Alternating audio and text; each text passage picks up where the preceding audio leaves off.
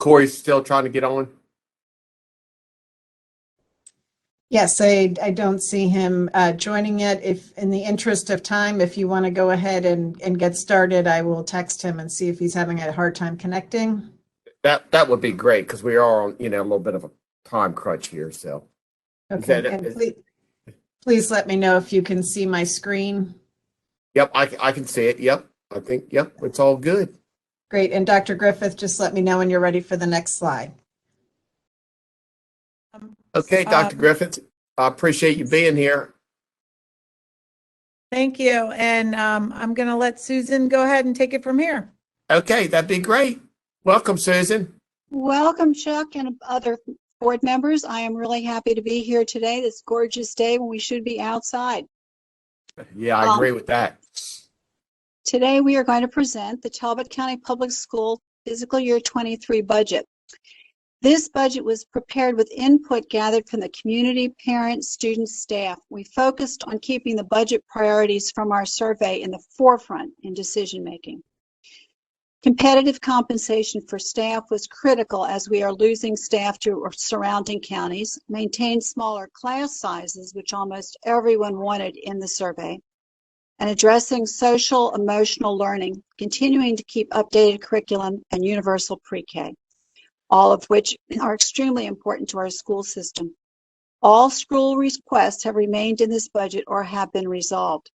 Now you will see just under there our budget timeline, and it's pretty standard except for the fact I think we have changed the budget 5 times probably in the last 5 weeks due to additional state funding, state changes, and grants. So that is just something for you to peruse at your leisure. Now, demographics in the school system, we have 30 more students than last year, but still 153 less from the previous year. All this has to do, of course, with COVID. We are 2% higher in Hispanic Latino students and 1% less in both Caucasian and African Americans. Special education and ELL are both up 1% at the start of the school year, but since then, 77 students have been identified for special ed, along with an increase of 393 hours of service, and 101 students identified for EL service. That is since the cutoff date of September 30th. Currently, we have 63 ninth graders at Easton High School, of which 41 of them have a first date in U.S. school as of March 2021, which means they came to us from another country. 49 of the 63 have English language developmental levels of 2.0 or lower, meaning that they are the very beginning of acquiring basic social and academic English. This is a real challenge for them. Graduation rates are the highest ever, with the gap closing between student groups. Most impressive during a pandemic, and it was all related to teamwork. Teachers, staff, parents, students all working together and reaching out. Our graduation rate, as you can see, is 96%. 6 years ago, it was 85%. What a fabulous job we've been doing. Our dropout rate has decreased over the years and maintained last year under 2%. This, again, was a huge accomplishment. Michael is now going to take over the blueprint policy areas under House Bill 1300. Michael?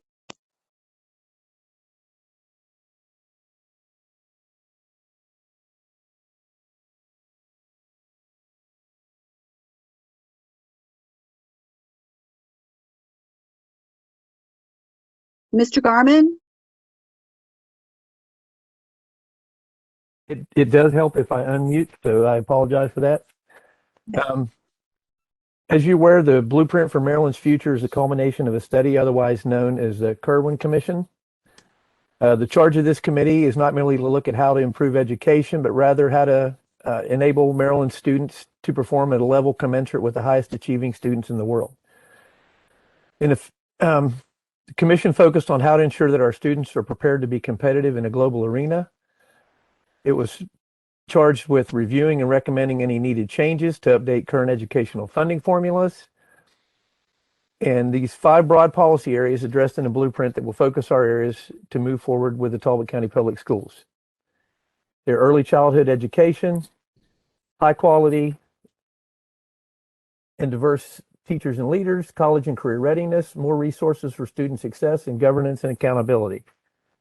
These fall in line with our goals of the Strive for 2025 strategic plan with early childhood. We already have in Talbot County universal pre-K all day, so we're in the right track. Now we need to engage our community partners because, as you see, that the beginning in FY23, eligible private providers will account for at least 30% of eligible pre-K providers in each county. Highly qualified and diverse teachers and leaders. We need to attract and retain high quality teachers for TCPS. Student teaching will increase to 1 full school year, and initial certification will require national board certification by 2025. The career ladder, there's a 10% increase between July 2019 and July 2024, which you'll see in our FY23 budget request for the salary placeholder, as well as a minimum salary, a beginning salary of $60,000 by July 1st, 2026. As well, they're also increasing various levels of teacher leadership opportunities. Low-performing schools identified as 1 or 2-star schools should have national board certified teachers, and you'll be happy to know that Talbot County has no schools that are identified as low-performing. For college and career readiness, the next slide. Students must meet a college and career readiness, which is a score of a 4 or 5 on a state assessment in English language arts and algebra by the end of the 10th grade, or they'll have to enroll in alternative courses. Those students that are meeting the college and career readiness standards will have opportunities for AP dual enrollment, career and technology education, and internships. We're also focusing on more rigorous CTE offerings because the governor's Workforce Development Board will be overseeing CTE development and course curriculum and taking that out of the hands of the MSDE. Basically, they're going to have more people from industry and the business world that will be helping to inform the CTE decisions moving forward.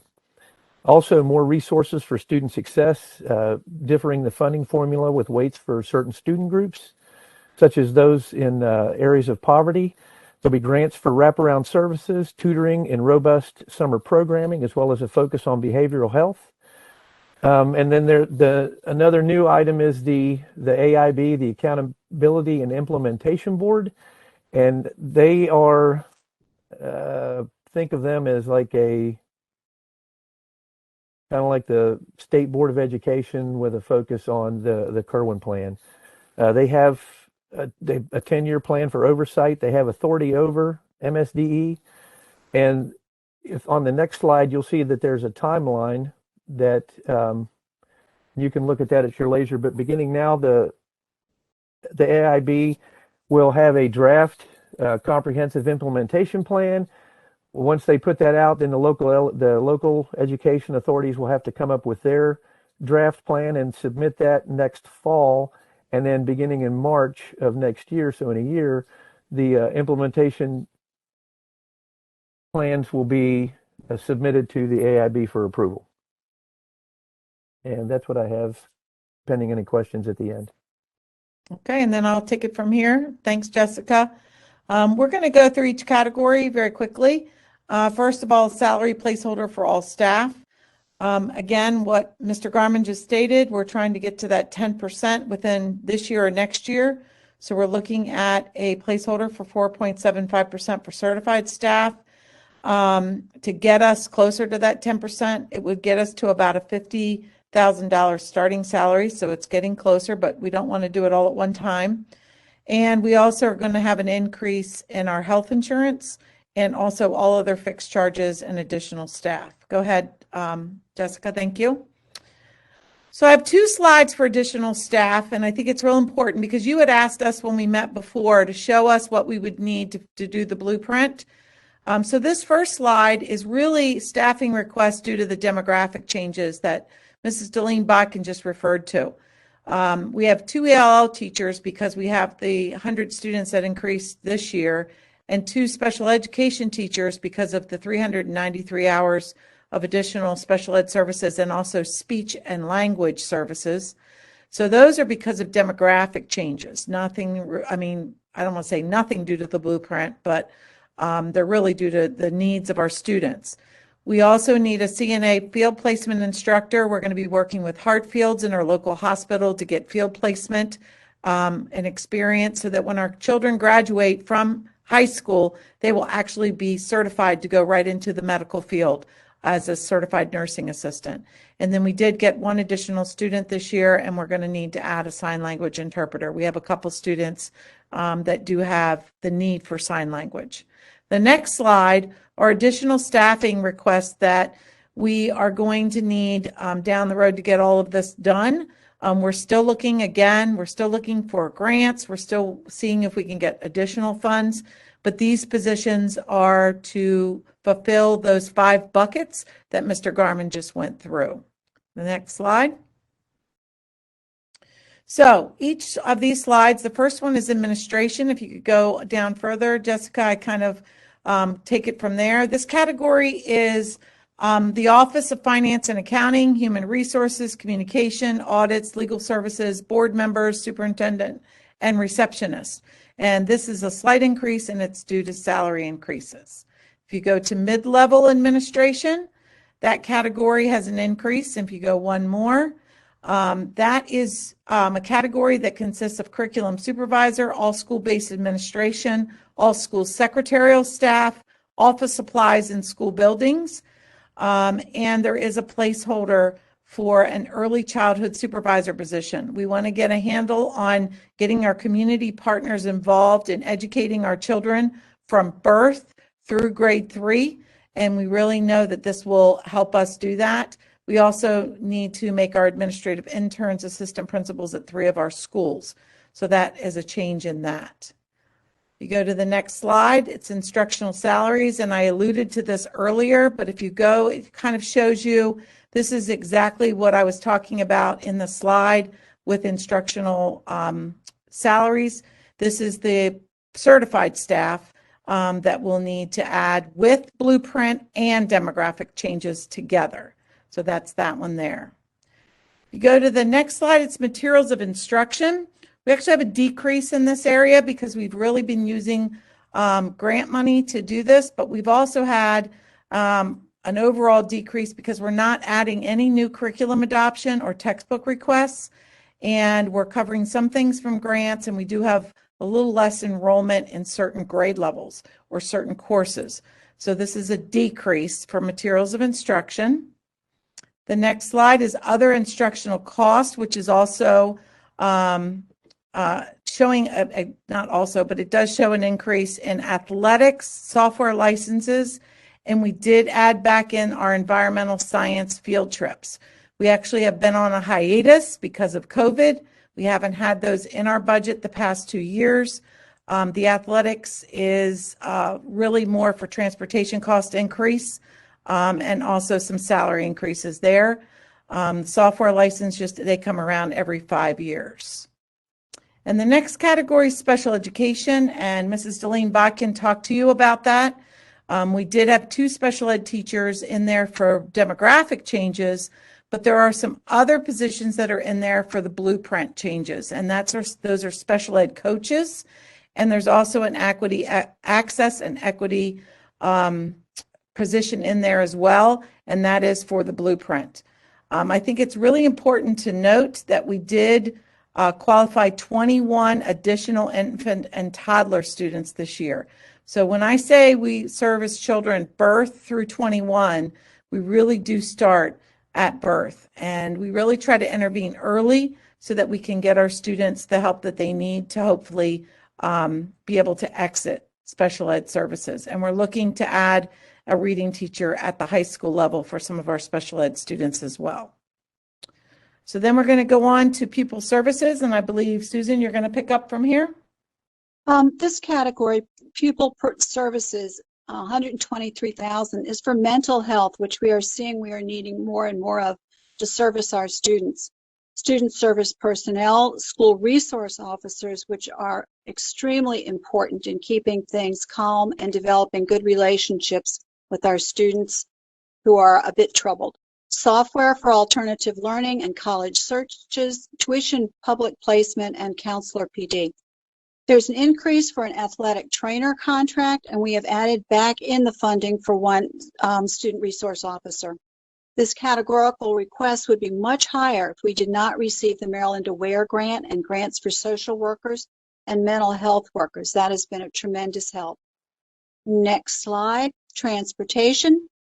Salary increases plus special education transport requests are involved in this, as well as land, buildings, and equipment. We're going to need 4 new buses this year, plus the leases that we currently pay for.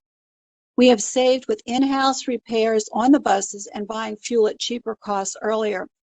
I don't want to be negative, but it is quite possible that we may have to ask for additional funding in transportation because of the increase in gasoline prices, but we will look at that as we go down the road.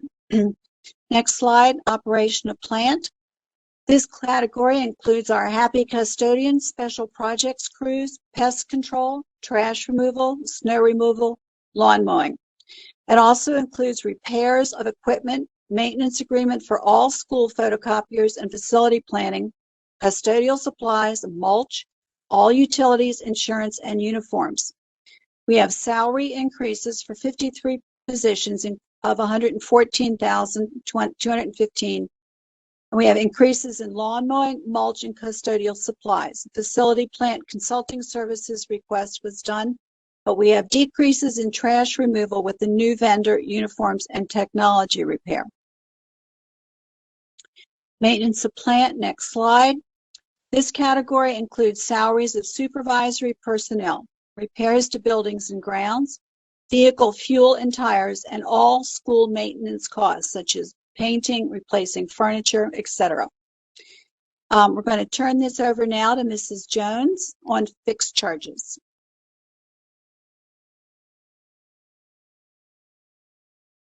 Sarah, are you there and unable to unmute? I'm not sure. Sorry, she is here. I just need to get out of the screen share to get her in the Okay. system. Thanks. Sorry. Oh, no, you're good.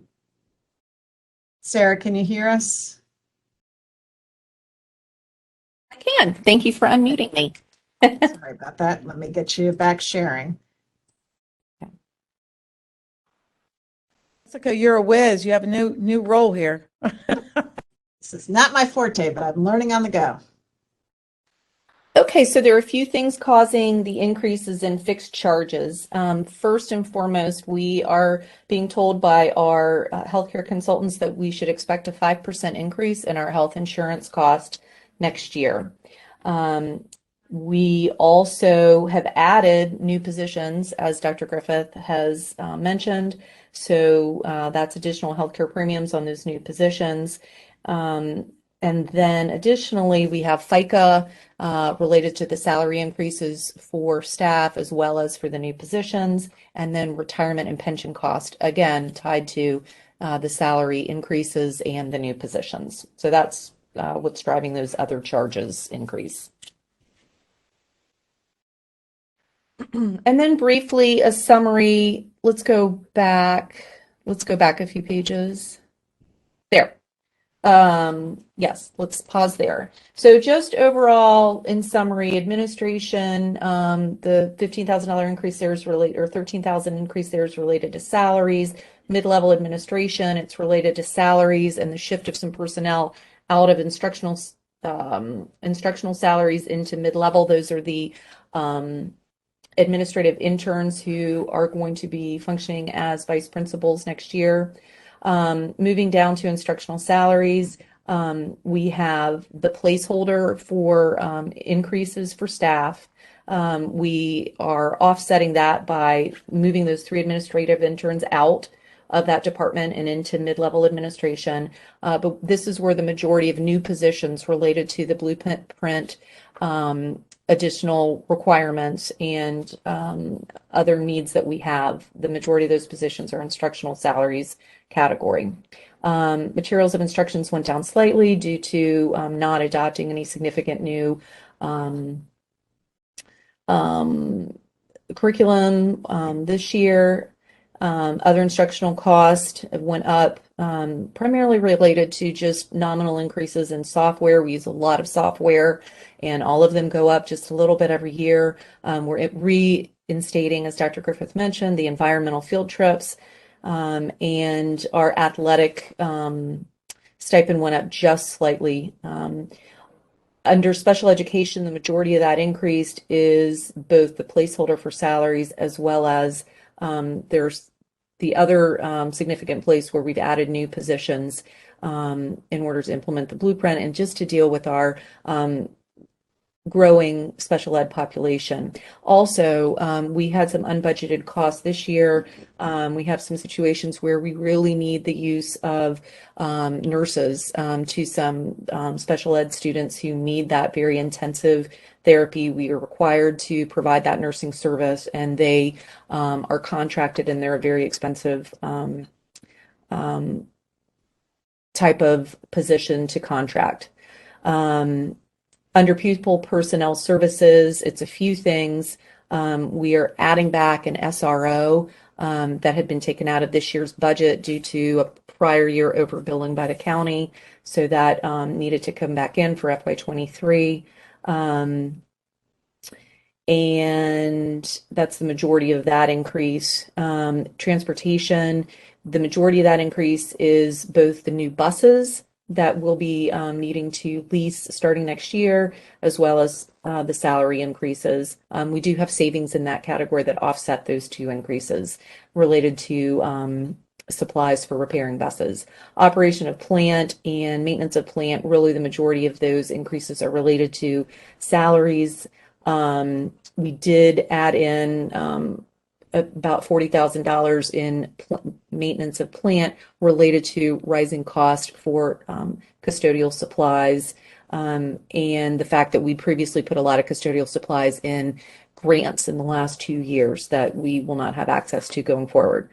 And then as far as fixed charges, we just sort of talked about those, primarily retirement and FICA and healthcare related to both new positions, salary increases, and then the 5% increase in our healthcare premiums. Next slide, please. And you can just go right to probably capital projects, since you went out through that already. Yeah, we've kind of talked through all these items. Michael's going to do capital projects, Jess. Okay, so you see what we have there in the different items. So I will go. We did put the turf fields on at this time. We've had conversations with council previously, as well as amongst ourselves, about the need to put in turf fields at Easton and St. Michael's that provides all season capabilities. Plus, we can make some money by leasing it to the community. But in order of priority, we want to talk about the St. Michael's campus parking lot repaving. This project was originally approved for FY21 for the St. Michael's High School lot only, but due to the higher cost of the Easton High School parking lot, that funding needed to be absorbed to supplement that. We've updated this year's request to include the entire campus because the parking lots weren't part of the renovation in 2009 and they're really in poor condition. The next item of priority would be the pole building at the Education Center. We really need additional storage to house maintenance related equipment, and especially with COVID, we're trying to buy the HVAC filters in bulk, and we need a place to store those. Air quality is very important in making sure that we're keeping all of our staff and students safe. Priority number 3 would be the bus parking lot paving. This project will provide a stable surface for bus parking, will promote safety and better maintenance. Also, it would make it much easier clearing the snow because the dirt gravel makes it very difficult to do that. White Marsh Elementary would be the security fencing with a gate would be priority number 4. This will provide additional safety for students on the playground and better vehicular access control. Number 5 would be the White Marsh Elementary playground sunshade. The building principal is advocating for a shade structure for students because there's very little tree cover in the area.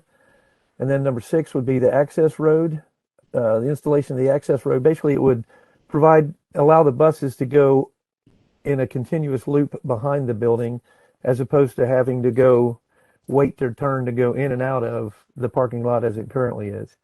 And in speaking about the pole building and the parking lot resurfacing, Talbot County has done a very, very good job, and the staff is to be highly commended for the cost savings that they have brought every year with the maintenance that we're able to do in-house and take care of things. And I just think that this is another way that we can invest in the maintenance and invest in what we're able to do, that we're going to be able to keep doing it at such a high quality in the years to come. And that's what I have for capital. Michael, could you briefly recap the priority order of those? Okay, would be the St. Michael's parking lot repaving. Number 2 would be the pole building at the education center. Number 3 would be the bus parking lot at the education center.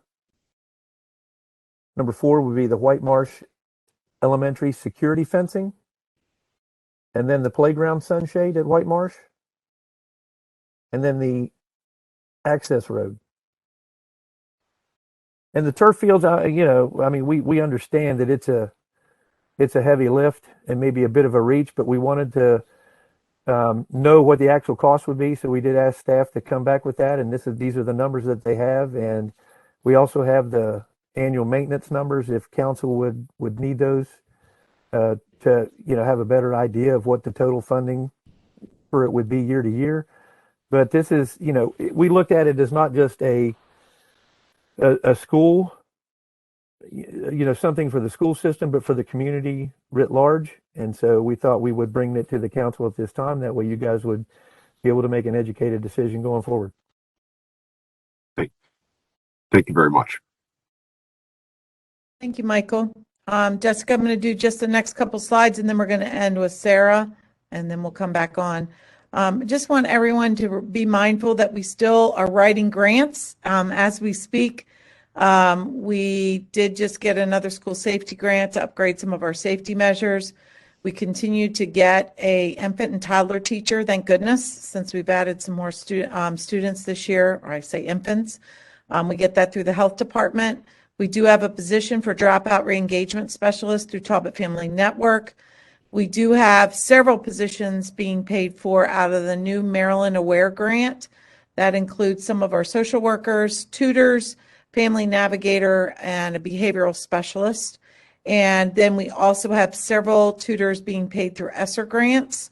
So we will continue to keep writing grants and continue to update grants so that we can offset some of these costs. The next slide is just the overall summary. I'm not going to go through this slide because I think Sarah did a good job of kind of summarizing this budget. So the last couple slides are revenues, and I'm going to let Sarah take it from here. Thank you, Kelly. So this year marks a real departure from how we've been funded in the past, both at the state and local level. At the local level, as you know, we've previously been funded on a maintenance of effort calculation, which was pretty straightforward. But under the new House Bill 1300 and 1372, we are now subject to different funding formula at the local level, which is we're to receive the greater of either maintenance of effort or the calculated local share. So those calculations were released and updated by MSDE on February 8th. They're based on the governor's budget. So they are not final, but they are pending approval or adjustment to the governor's budget when that is passed. The $45,856,486 amount under county appropriations is the local share amount. So that is what the blueprint says counties must fund, because in our case that exceeds the maintenance of effort, which was $43.9 million. The additional funding is what we're requesting in order to serve our students next year under these enhanced requirements of blueprint. The other items on this page are miscellaneous revenues that we get different streams such as interest, which sadly, due to plummeting interest rates, is greatly reduced, renting out of school buildings to community groups, tuition paid by families of students who wish to attend Talbot County Public Schools but who reside in other counties. And then the next page, this reflects our state revenue for the year. So again, it's the same buckets really that we've had in the past.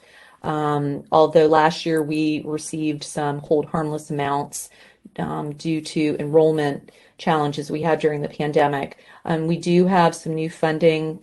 Concentration of poverty is a new revenue stream for us, and that's very specific as to two positions that's designed to support.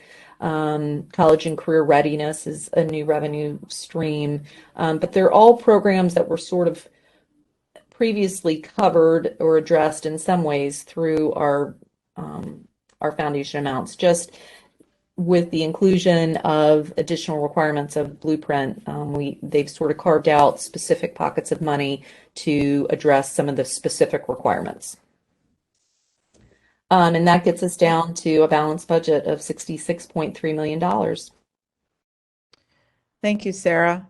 I would like to say before we go to questions, I want to thank the County Council for your unwavering support of me as a superintendent and us as a board during this pandemic. In the last couple of years, it's been very stressful. But we have really pulled together with a collaborative spirit in our buildings. And I think what we see now is we do have some challenges due to the pandemic that we need to make sure that we're providing everything we need for our children. Some people ask why we provide mental health. A child cannot learn if they're not in the mindset to learn. So we do need to provide that. We also need to provide some tutors for students that might not have been engaged like they would have or could have during a virtual environment. But I want to just thank the County Council for their support. This is my last budget presentation, and I just want you all to know that I have appreciated your support over the past 9 years in serving in this capacity. Thank you. Thank you, Dr. Griffith. Okay. So I'm going to open it up for questions for council. Mr. Lesher, want to start off with you? Thank you. I understand that there are some areas that the Kerwin program mandates improvements in, and there are other areas that the Kerwin program or the Kerwin legislation doesn't address, such as special education, and part of the request beyond the Kerwin mandated funding is for a couple of special education teachers for a couple of special education teachers. So clearly that's a part of the funding request. State does already fund special education to some extent. Can you explain on special education what the state does fund and where the gap is for example, why doesn't the state pick up those 2 additional teachers? Is it based on a percentage of our census of special education or hours? How all does that work? I can tell you we get a special ed foundation for students that receive special ed services, but it does not pay for actual teachers, like that whole teacher. It is a percentage of it, but it's not the entire teacher.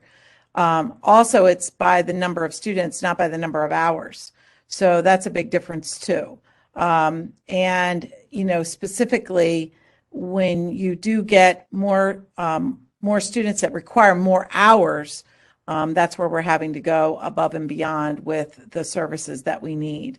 So we do get funding, but we also don't get as much funding for some of the programming. For an example, for the mileage that it takes for the infant and toddler people to go to the houses to perform the services that they perform with infant and toddler. It doesn't pay for that transfer, that cost.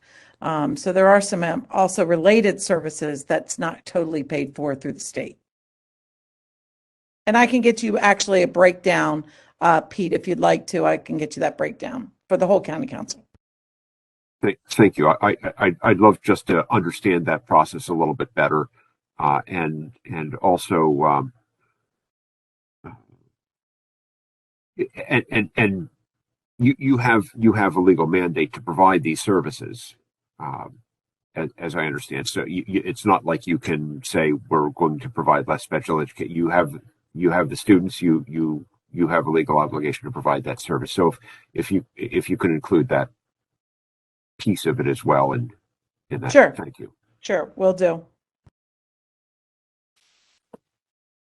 Mr. Callahan, I probably have other questions, but I'm going to need a couple minutes to digest further. Thank you. That's great. Mr. DeVillio. So I spent about 30 minutes this afternoon throwing a bunch of questions to Dr. Griffith, and I really appreciate her time at that. The only thing that I forgot to ask about is the laptop initiative. Was that in Kerwin that all schools should have that? No. Okay. But we're still continuing that program, right? No, it is not specifically in Kerwin as technology goes, but it is. Some students have assistive technology needs, and those are special education students. But we still do have a one-to-one initiative for all of our students. And a perfect example was we didn't have a snow day this year. We actually did a virtual day, and we had really great attendance. It was above an 85% attendance, which I was very pleased with. So Kerwin does not have that as one of the mandates. That's correct. Wow. That has been a huge advantage for us, I feel like. And I'm proud that we're doing that. And I guess it shows that maybe we don't always need the state to tell us what to do. So you guys are doing a great job. That's true. We need to work on the connectivity, Frank, but other than that, we're doing really well. And we really I want to give a huge shout out to our community partners, because we would not have been able to do this if I didn't have some of the community partners out there helping us with the connectivity piece. So that's a huge shout out to them. And our Education Foundation has been very helpful, very helpful.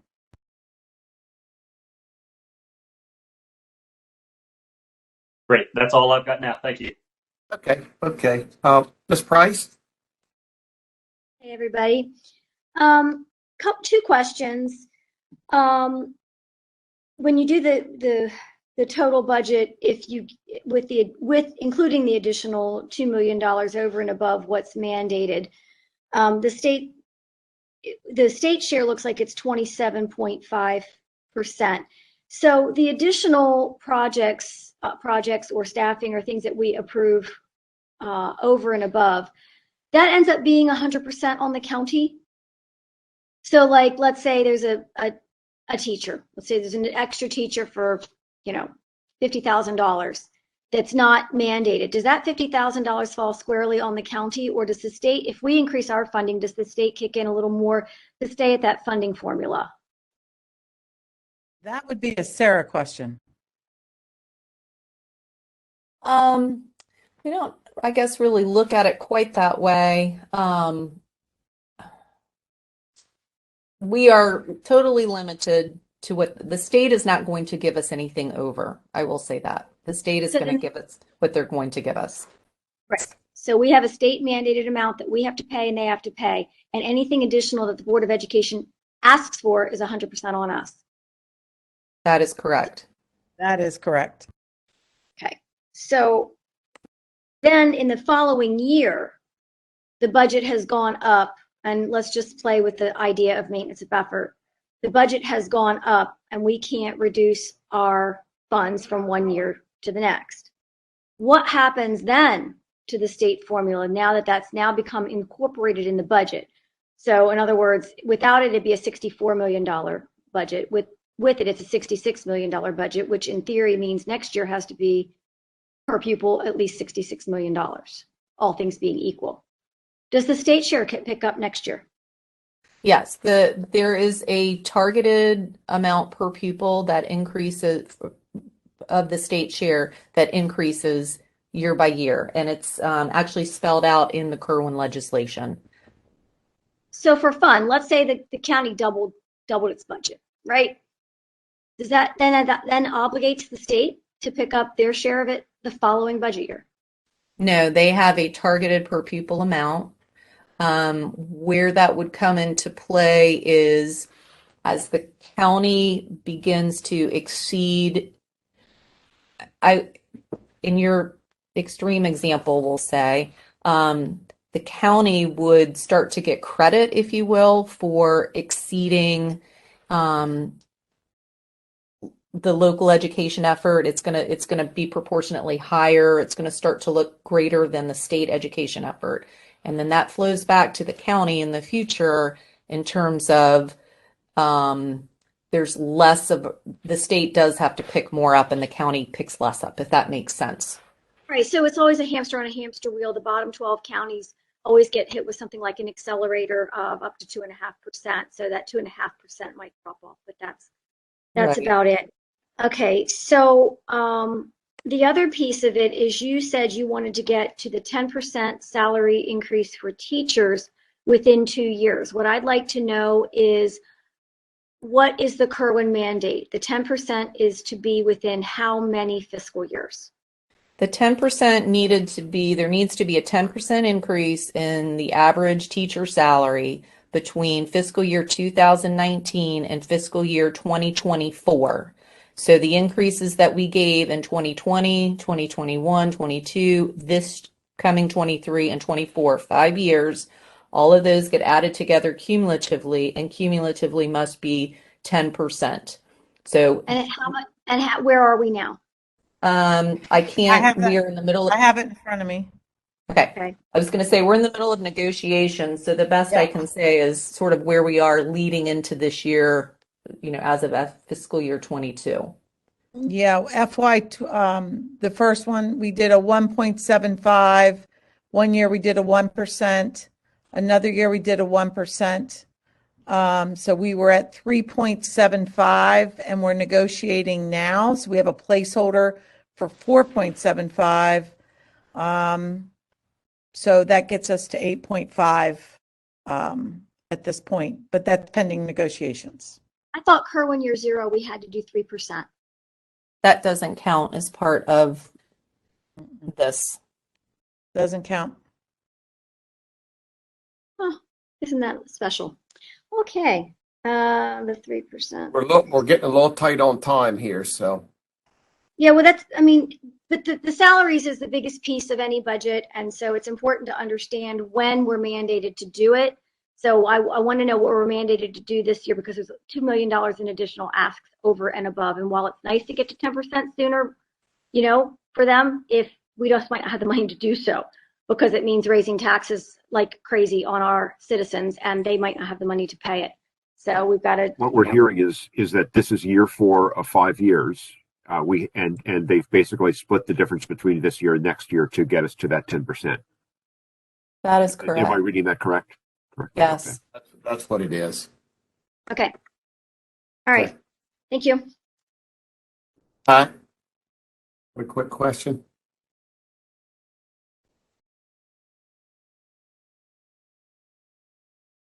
Mr. Pat? Can you Mr. take us Callahan, he did indicate that he's listening, but I think he was having a hard time connecting.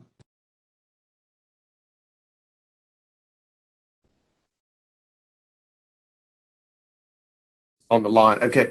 All right. All right. So for purposes of time and everything, I'll just I got a few questions, but I think what we'll do is anybody Doctor, you have any final words, you and Sarah in the board? But just thank you. And if you have any further questions, please feel free to call me. Absolutely. Or call us, Yes. like Frank did today. He asked some clarifying questions. We are Sure. available to answer I'll any give you a questions you call. might have. Susan or Michael? I just want to echo Kelly's words. Thank you guys for the great work that we have done in the past. Too, you guys have been very generous in making sure that we have what we need to do, what we need to do. And thank you for the time today. And I And just want I was just saying, to, make one more again, question. Any questions that council has, it would be great if we got a little memo back to the entire council so that we're all dealing with the same information, because we all think of different questions. So if those answers could then be distributed via email, that'd be awesome. Sure. Great. Good idea. Okay. Okay, guys, well, you did a fabulous job. A lot of hard work went into that, and really appreciate the effort you guys have done. And you've done, like I said, you've done a great job. Appreciate it. Thank you. thank you very much. Yep. Thank you. Have a nice evening. Thank you. Yes, you want to get us Mr. Callahan, next we have Marilyn Neal with the Neighborhood Service Center, and she has asked me to share a document with you, so I'll share my screen. And Marilyn, can you hear us okay? Yes. Can you hear me? Yes, we can, Marilyn. How are you? Good afternoon. I am doing fine, thank you. So I Yeah, feel for, like go ahead, for I apologize. no problem. For purposes of council, we're on page 47.1.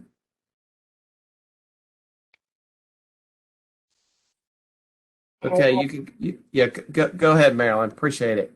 So first of all, thank you for giving me the opportunity to meet with you once again. I feel like we just saw each other, but I know. I Yeah.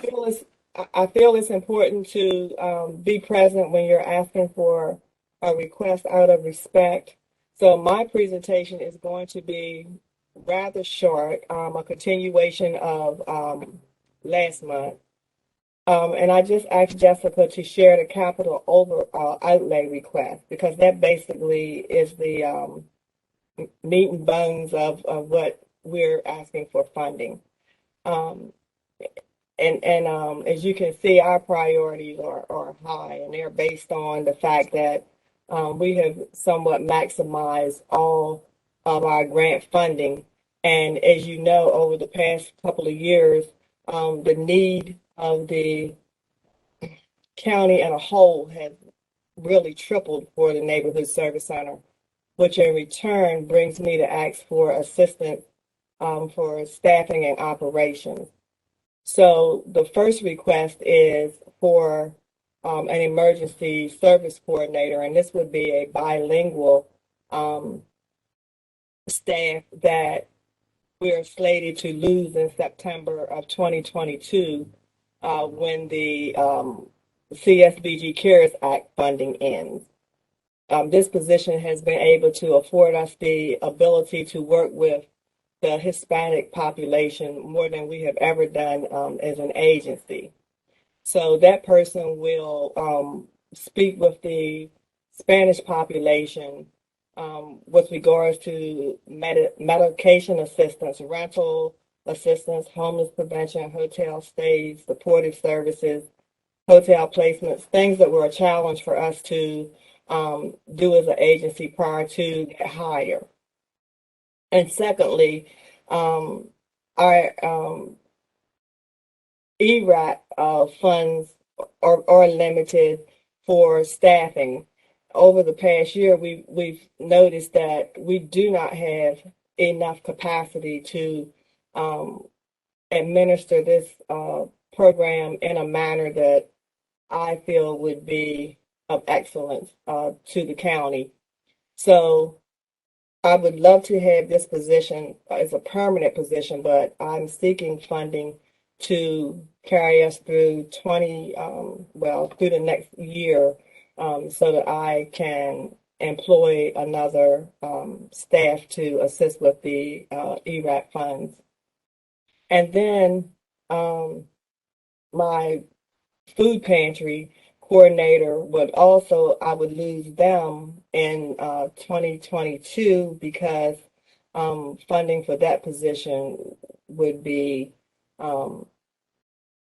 concluded at that time.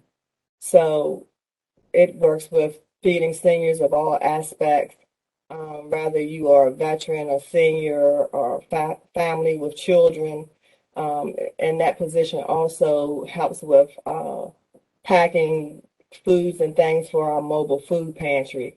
And then I listed the fringe benefits that would be incorporated into the above salaries. And the next one would be contracted services. And this person would work in the area of emergency services and other needs as identified throughout the agency to ensure that we are providing the best level of care to the community. And then we have emergency services benefit.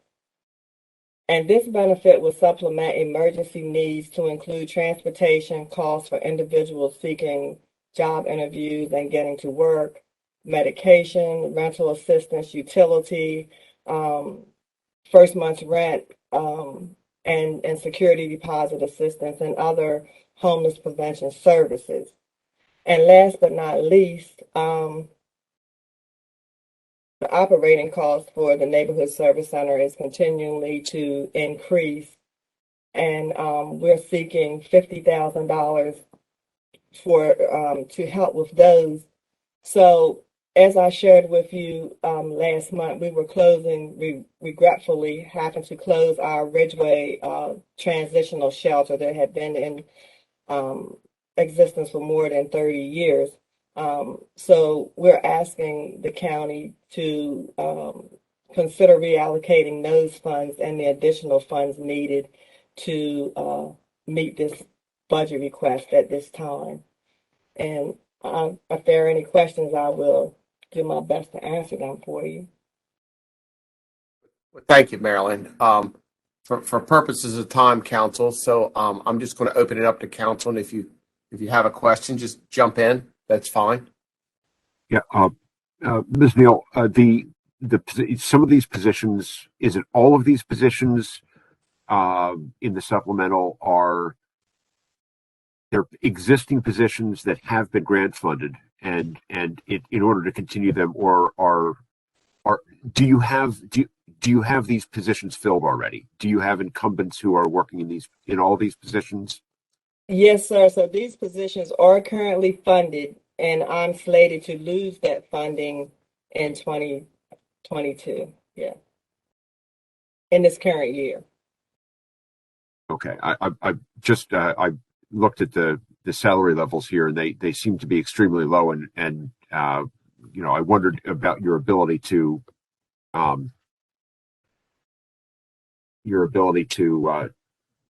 retain or hire in those positions if there were or vacancies. Have you had any challenges with turnover? We don't really have a lot of challenges with turnover. We have lost 2 employees in 3 weeks, which is very unusual for us, and that is because people are getting signing bonuses. And each one of those employees left with tears in their eyes and said that they hated to leave the neighborhood service center. But they were going to for-profit businesses.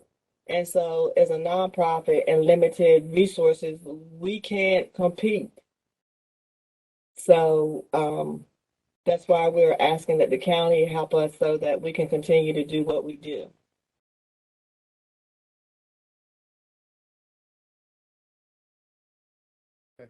Anybody, any other council? Good? Okay, Marilyn, appreciate everything. Did a great job. Thank you. I appreciate you all. Stay safe. All you do. Thank you. Okay, Jess, next.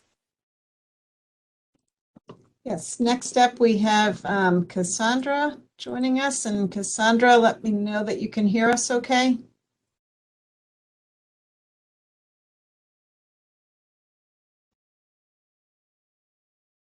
You might you're Cassandra? probably on mute. You're on mute.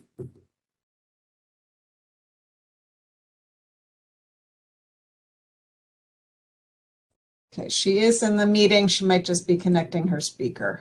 Okay.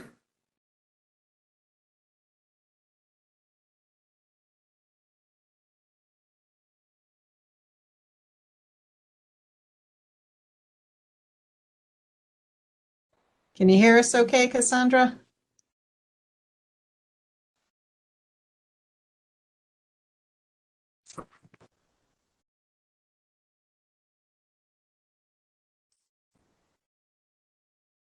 Is Terry with us? Do you see? Yes, Terry Kokolas is with us if we want to go to switch it up. Yeah, if that's okay with council, and we can't get Christina, she can come right after. Great. Let's go with Terry, and I'll work with Cassandra on getting her connected. That'd be great. Okay, council, let's go to Terry and 24.1. Let's go there. Terry, are you with us? I am. I'm a good pitch hitter. I tell you what, buddy, you're good. That's good. I know you are. So you're on the stage, buddy. It's all you. God, I like this. Look like the president. You know, Huh? look good. You look good standing up there. I'm trying to look like the president of the county council. There you go. There you go. Well, good evening, members of the council. I am the director of corrections, and I bring greetings from the Talbot County Department of Corrections. Your access code or meeting number followed. Can you hear me? Yeah, we can hear you. You just it's a little faint, but we can hear you. Okay. I'm trying to really quickly. Could he get closer? I know it looks nice, but can you get closer to the microphone? Can y'all hear me now? Better, Ms. Price? Yep, a little bit better. A little bit better. Yes. Can you turn the volume on? As a Department of Corrections, we are completing our second full year under COVID protocols, and I couldn't be more proud of my exemplary staff, some of who are present this evening to listen to the presentation, some who are present this evening and who compiled with every CDC guideline throughout these 2 years. We have kept the jail safe, and our core mission of ensuring the safety and well-being of all staff and inmates has been our reality. And I certainly hope to see it in the rearview mirror very soon. I want to thank the council for last year's recognized increase to correctional officer salaries. And the good news is our turnover decreased significantly. The bad news is every other local and state jurisdiction realized the importance of correctional officers and strategically increased their salaries. The lack of candidates in all public safety agencies has been a constant issue, leading to higher compensation and demand for certified and trained staff. My budget recognizes and includes a proposed step increase for my staff, but presently we have 8 officer vacancies. A year ago we had 11. So that is the good news. And I want to personify the good news and appreciation. I received directions on January 14th to submit a flat budget for FY23 and worked hard with my staff to ensure we met this request. To that end, my operations budget was reduced where it could be, and my highest increase was the contract providing health care for the inmate population. It's no secret all health care costs have increased dramatically, and it's no different for corrections. And the account not only covers our health care provided on site by WellPath, our vendor, but also includes mental health services, medication, dental care, lab and x-rays, substance abuse treatment, specialty physicians, and hospitalization. And last year was a particularly bad year for hospitalization because even though the inmate population has decreased in all local jurisdictions, all smaller local jurisdictions in Maryland, but the population is a sicker population requiring more services, more treatment, and more medical care than ever before. Lastly, my capital budget is impacted by a replacement. Every homeowner cannot put in a 1,500-gallon hot water heater. I think what they did is they built the mechanical room at the detention center in 1990 around the 1,500-gallon hot water heater. So as you can see, it is a high-cost item, and it supersedes my flat budget under capital. repair of the gym floor, and a minor renovation to provide access to useful space for programming, which has always been part of my strategic plan, is also included in the capital budget. But overall, the Department of Corrections has tried to maintain a cap on the budget to provide the best services and ensure the safety and well-being of everybody. Also, we are increasing our revenue to the county by right now negotiating a higher per diem with the U.S. Marshal for the detainees that we have, and also the agreement that we will assume custody of more than the standard 10 U.S. Marshal detainees. And let me emphasize, they're U.S. Marshal detainees and are not part of immigration custom enforcement, which the legislature provided last year is no longer regulated after October 1st of this year. So none of these are ICE inmates, for the record. And that concludes my presentation because it was short, sweet, and to the point, my budget. Thank you, Terry. I appreciate it. It was great. Council, I'm going to open up to the floor for any questions.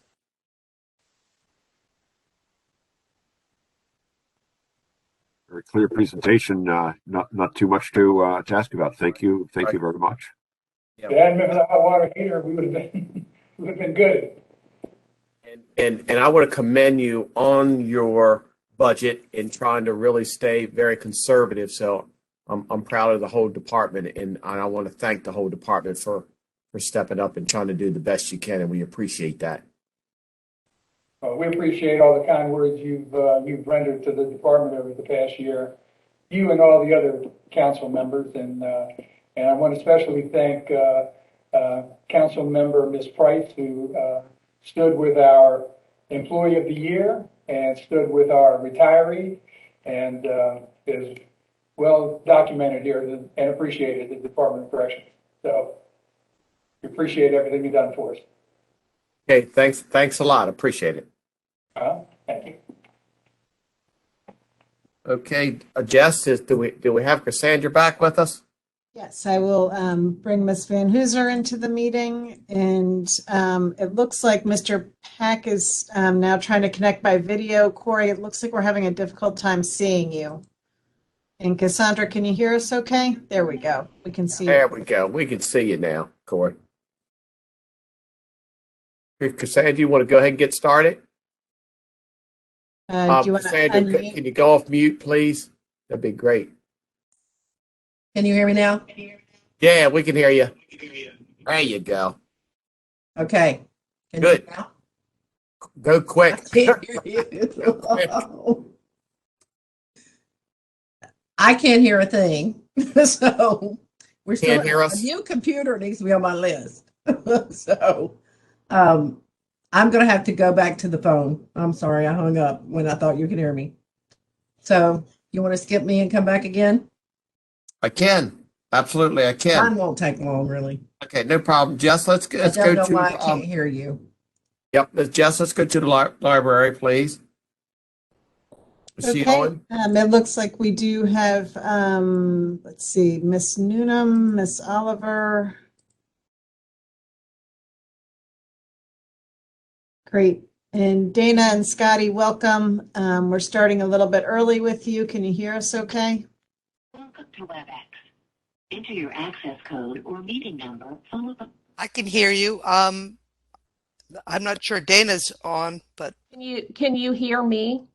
Yes. Yeah, we can hear you. Go ahead, Dana. How are you? Good, I'm good. We Good. may have board members joining us later, but we'll go ahead and start for your benefit. That would be great. Thank you. Okay, sure. So good afternoon, members of the County Council and guests. On behalf of the library, please accept our sincerest appreciation for your time and support. I would also like to thank Pete Lesher for serving as the County Council's liaison to the Library Board of Trustees. Our patrons and community are passionate about the library and rely on our services and resources for lifelong learning. This is demonstrated by the fact that nearly 80% of county residents, nearly 28,000 people in our community, have a Talbot County free library card. Library staff have worked tirelessly over the last 2 years of the pandemic to help people in our community find jobs, file for unemployment, find vital health care and other information, attend programs that support learning and personal growth, and check our Wi-Fi hotspots out to people so that they can learn and work from home. In January, the library added 50 new Wi-Fi hotspots for circulation to the public and has developed a grant-funded project to add new Wi-Fi access to the town of Trapp. For books and programming, the library also gets children prepared and excited about learning to read and discover new information. I would like to thank members of our Board of Trustees, staff, volunteers, friends, foundation, and partners for supporting the library's increase of outreach and programming efforts and enhancements to the collection over the last year. Every dollar that we have requested through our supplemental and capital budget requests is essential if the library is to meet the various needs of our community and continue to assist with recovery efforts. We have submitted a current level funding budget request that includes supplemental requests to recognize the staff's vital contributions during the COVID-19 pandemic and to provide critical services and programs to residents over the next year. So I'll outline what those are. The library's first request is for $30,439 to cover an anticipated 10% increase to library portion of the cost of providing staff and retiree health insurance. The request includes the employer cost to add one staff member hired in the past fiscal year to our insurance as well. Our second request is for $76,380 to provide a 6% increase in pay that will recognize the outstanding service that all library staff have provided during this difficult time. As consumer prices rose 8% in December of 2021, the library has included a 6% increase in pay to help staff keep up with the rising cost of living expenses. The library requests that staff be given the same salary increase that county staff are awarded. This request also includes funding to cover to convert a 28-hour circulation clerk position to a full-time position. Right now, we're only able to man our children's desk a couple hours a week. Our children's librarian is very busy out in the community, visiting schools, doing all kinds of outreach. And so we have a hard time with really having the proper number of staff in the children's area. And that's really an important connection that children make when they're visiting the library. And it's important to have that desk staff. So we're just looking to convert a position to full-time. Our third request is for $25,000 to put in to a trust to apply toward future post-employment benefit costs. The library has no funds set aside for OPEB costs. The library's total OPEB liability as of the end of last year was over $1.7 million. So it's essential that we start to put aside money for those, that growing liability. Our fourth request is for $6,000 to provide an increase to operating and administrative budgets to replace small equipment and also to pay for translation services. We have a growing Spanish-speaking population, and we need to make sure that library promotional material is also in Spanish, that our website is in Spanish as well. So I'm going to go ahead and move on to our request, our capital request. The existing St. Michael's Library is an outdated and inadequate facility for the community it serves. The library has a critical need to add 3,071 square feet to the existing library building, which would be a 40% increase. And we want to also renovate the existing 7,716 square feet. The library requests capital funding for fiscal year 23 of $45,000, and that would go toward the beginning of a design.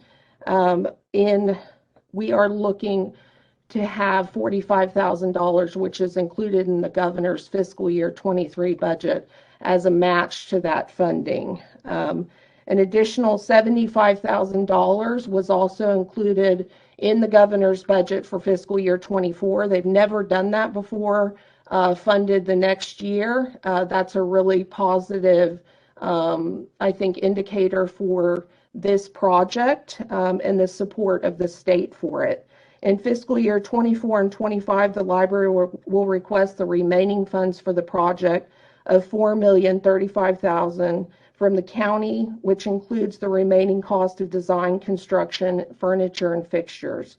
The library is in the process of having the project estimate updated from the one provided last year in the feasibility study, as construction costs are increasing and project cost estimate is likely to rise. The library is applying for matching funding in fiscal year 24 and 25 from the Library Capital Grant Program to help reduce the total cost of the project for the county. The St. Michael's Library Expansion and Renovation Project would expand the currently cramped children's, teen, and technology spaces while also addressing deferred maintenance and other capital repair needs. The project will also increase the heavily used, often crowded meeting room by 40% and add 2 study rooms similar to what we have at Easton. The Library Foundation and the Friends are actively raising funds for the purchase of new library materials. The foundation, for instance, has raised close to $400,000 for library materials, and the Friends have raised close to $50,000. So we expect to be able to purchase library materials with the funds raised by those groups. We look forward to working with the county on this really exciting project. And I think this is really going to help with tourism in the area. I wanted to underscore that the St. Michael's Library acts as a kind of a default community center and also a visitor center. And they get lots of questions in regards to what people can do in the St. Michael's and Bay Hundred areas. So I did want to emphasize that there is an economic impact to having a library in a community. Our capital outlay request, and I won't go into great detail. I think you guys have the detail of why we're asking for this request, but is for $107,000 for the replacement of the meeting room audio visual at the Easton Library. The system is old, it's over 10 years old, and it is having some real issues. While we haven't been using it a lot during the COVID-19, pandemic, prior to that, we had 1,600 community groups using our 2 AV systems at the 2 branches. And we had over 700 library programs. So that can kind of tell you the usage that that system gets, and that it's really important moving forward that that system works. We have a lot of groups that rely on that, including the county. We have county groups that use that room all the time. So I just want to emphasize that we here at the library, our staff and volunteers, are committed to the promotion of learning, community, and social connection through all that we do. We're here to help the county with economic recovery, as well as healing from the COVID pandemic. And I will take questions at this time. Thanks a lot, Dana. Great presentation. Council, and any questions? Just note that just to note that the request in here is includes 6% salary, but with the footnote that take a look at what we do with other county staff, and in the past we've pegged the 2 together. We fund county employees at 5%. That should be 5%. If it's 5.5%, whatever, we should do the match. I appreciate that. Thank you, Mr. Lesser. Anybody else? Okay, thanks a lot, Dana. Great Thank you. presentation. And we'll do what we can for the library. You know, we all love it. You know that. We do really appreciate it. Thank you and have a good evening. All right, you too now. Cassandra, are you with us yet? Can you hear me now? Oh, yeah, we can hear you. Okay, so I've got you plugged in on my phone, There you go. so you're in my ear, but I can also see you on my computer. Okay. So I'm going to make this very quick. Nice. Starting to love you already. So I want to start with a thank you to council and all of the support that you've given to economic development and tourism throughout the pandemic. It's just, I cannot overstate the importance of your support. And I don't think that you've ever seen economic development and tourism be this department be more important than it is now. I think we've really proven our worth during the pandemic and how we support our businesses and underscoring that mission of retaining our current businesses, helping them expand and attracting new businesses. And that's just critical to that pillar of the community that is economic stability, and how the small businesses that we have in this county, and we are a small business county, how they contribute to the life that we have here, the quality of life, and also support the jobs. So as directed I'm going to start with economic development. We have submitted a level budget on all fronts. The only thing that we need to remove is economic 8059, which says regional marketing. That we have finished that project and we will be announcing that soon. We have a new web product that we've developed with the Midshore Regional Council that's called Midshore Hires. So you can remove that and then the rest stays the same. Then I'm going to move to tourism, and I did not submit a level budget here. I've got a few things that have gone up, and I will go through these really quickly. Postage is on the rise, and we have gone through a large portion of our budget already. We have 4 months left to go. So seeing the trend in that, I've upped that by $1,500. Travel and training, both I upped. I have a new colleague, Krista Boothby, who is largely working in the tourism space. And we're going to need we're going to be back on the road this year, we hope, and we'll be needing those additional funds. And training as well. We're pursuing our certifications, and those things cost money. Utilities are up. You can see that they were up last year a bit, and we're already moving through the bulk of our budget for that. So that has risen a bit. Vehicle operations, same thing. I have another employee, and we'll be adding another one, not that you're paying for, but one of my current employees is leaving, and we will be bringing in another professional who will also be using the 2 vehicles we have. The website looks like it's going down, but you will see that we asked for an additional $10,000 last year, and that was for a one-time expenditure of updating our website. We will be launching a new website here very soon before the tourism season.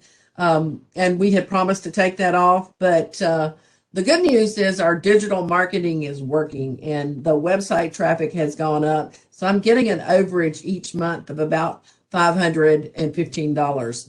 And that is, again, due to increased traffic from marketing. So we're going to need that to be up just a tad.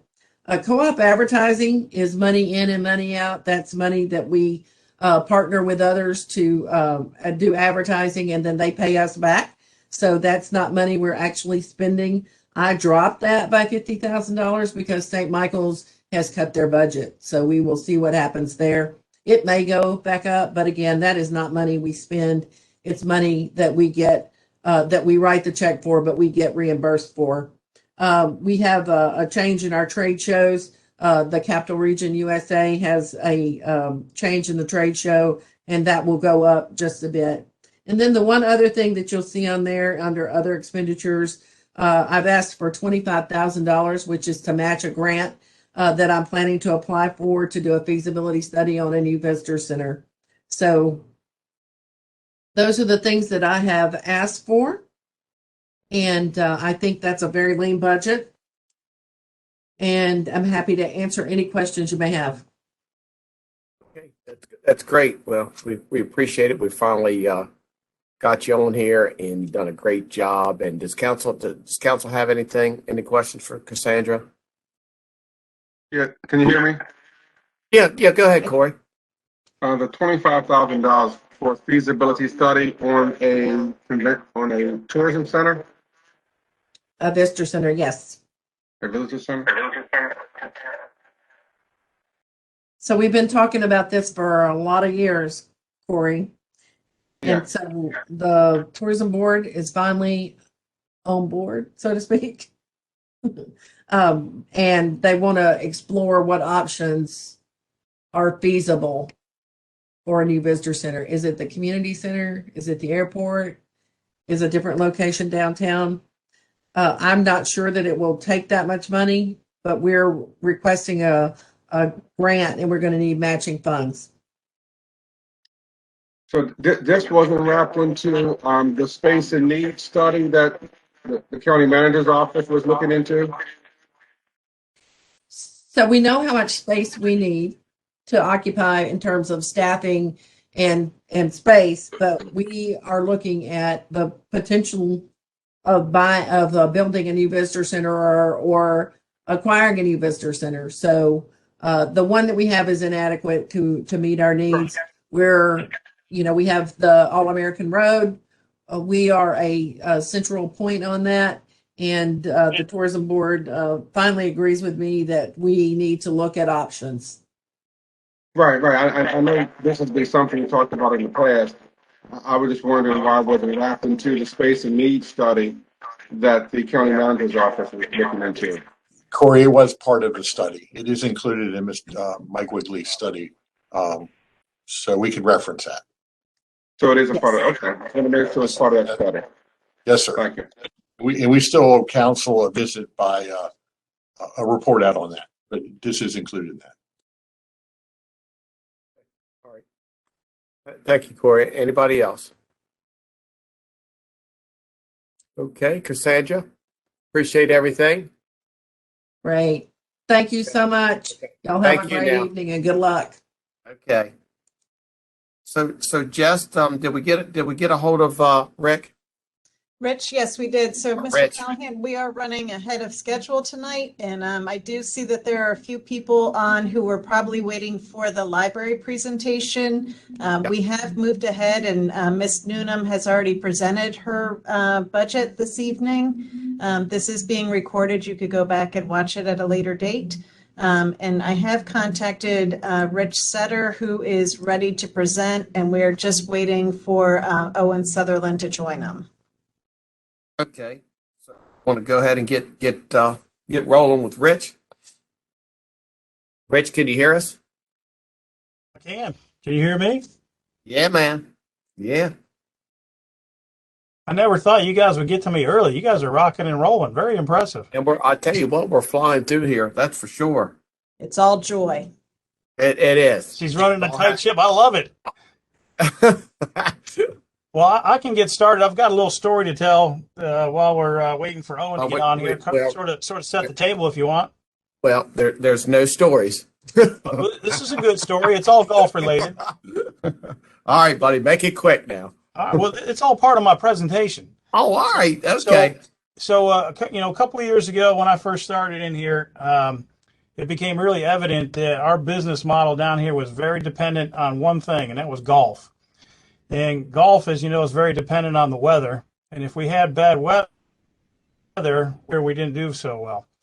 So last year, I came to the council and we looked at different ways that we could generate more revenue for our business down here. So we looked at the pavilion and we said, if we can enclose that, we can get more revenue in there through event sales, host more events, bring more revenue in.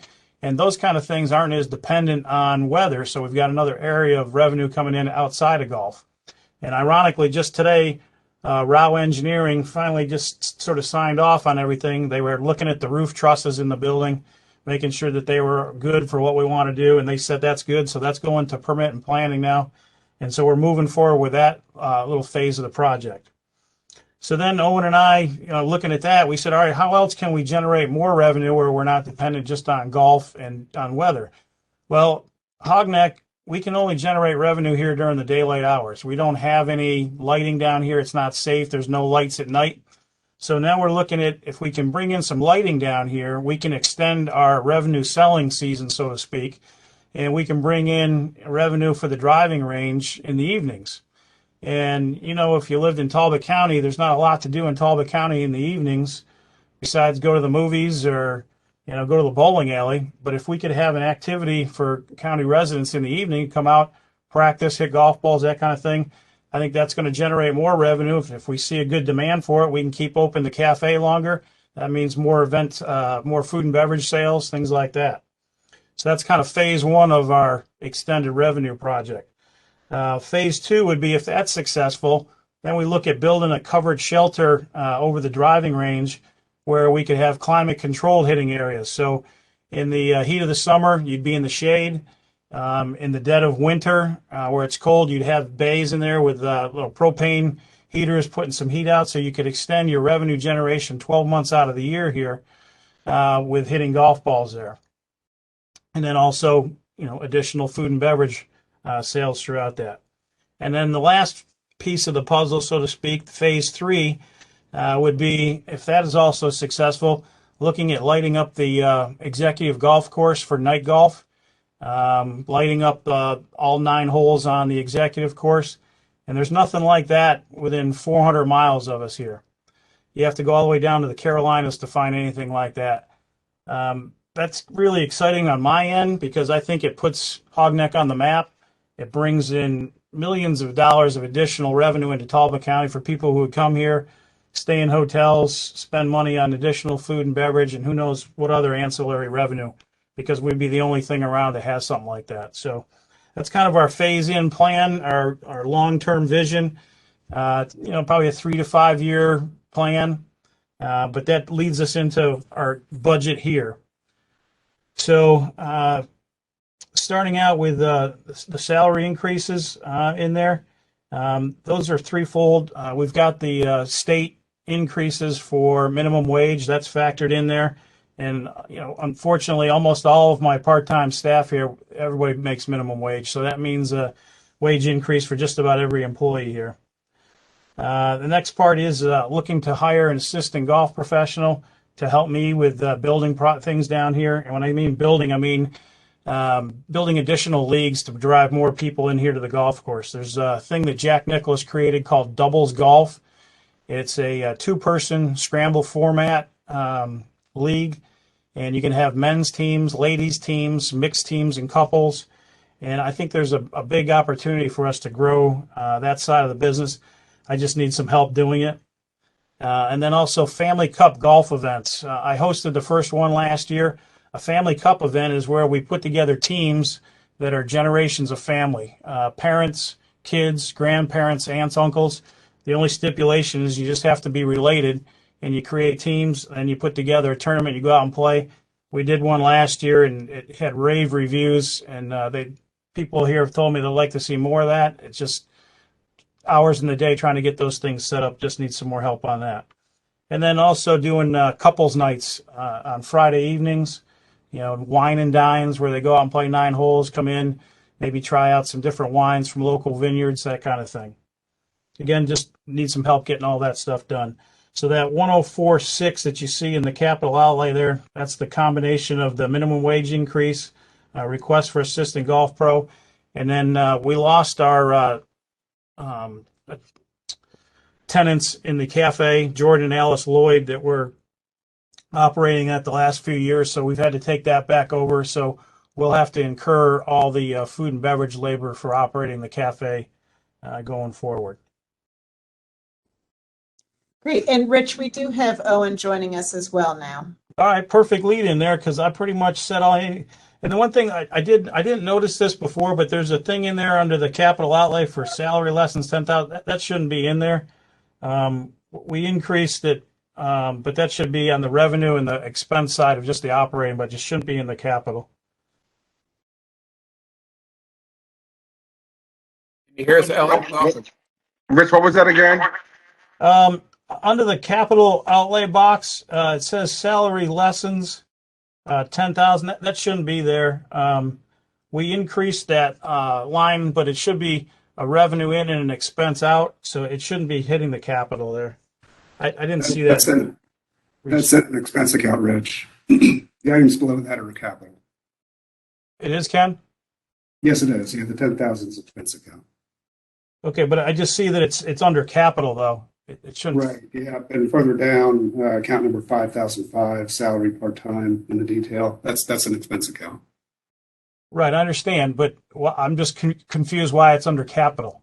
Yeah, it's not. That subheading that says item, there should be operating above that. And below the salary lessons, you'll see the capital items that are below that in the box. That's sum to 479,100. Oh, okay. I see what you're saying. So it's just a change is why it's posted there. Got it. Okay. Sorry about that, Ken. That's no problem, Rich. Thank you. Owen, are you there?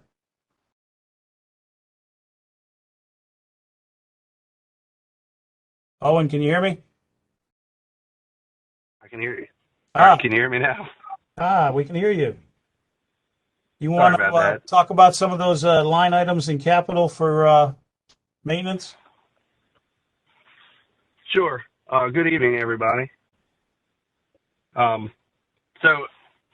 the items are basically replacing equipment that has kind of outlived its life expectancy, and these are like essential equipment on a golf course of our operation.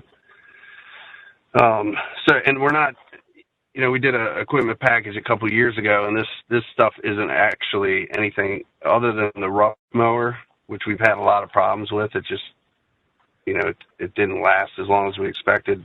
When you're mowing over 60 acres a week, it just got beat down pretty quick. So with the Steiner mower would replace one of the Ventrac mowers, which we got back in, I think it was 2014, and it's worn out, and this is like a newer, better version of it. And then all the 3-point hitch is a leaf blower, basically. The one we have is from the early 90s, and it's just falling apart.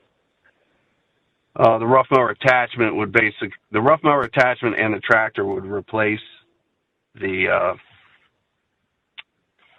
rough mower that we have now, which is still currently on the lease, but it's very unlikely that it's going to make it through the summer, and that is really an essential piece of equipment that we have. The 2 utility carts would replace 2 of them that are just completely worn out.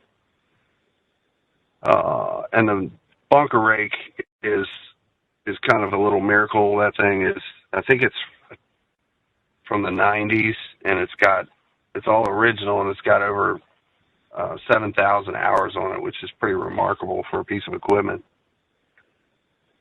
So, and then with this, the tractor that we have, we could trade in or sell at auction or something like that. And some of the other equipment, the older stuff, we could still sell at an auction to kind of recoup some of the money if approved.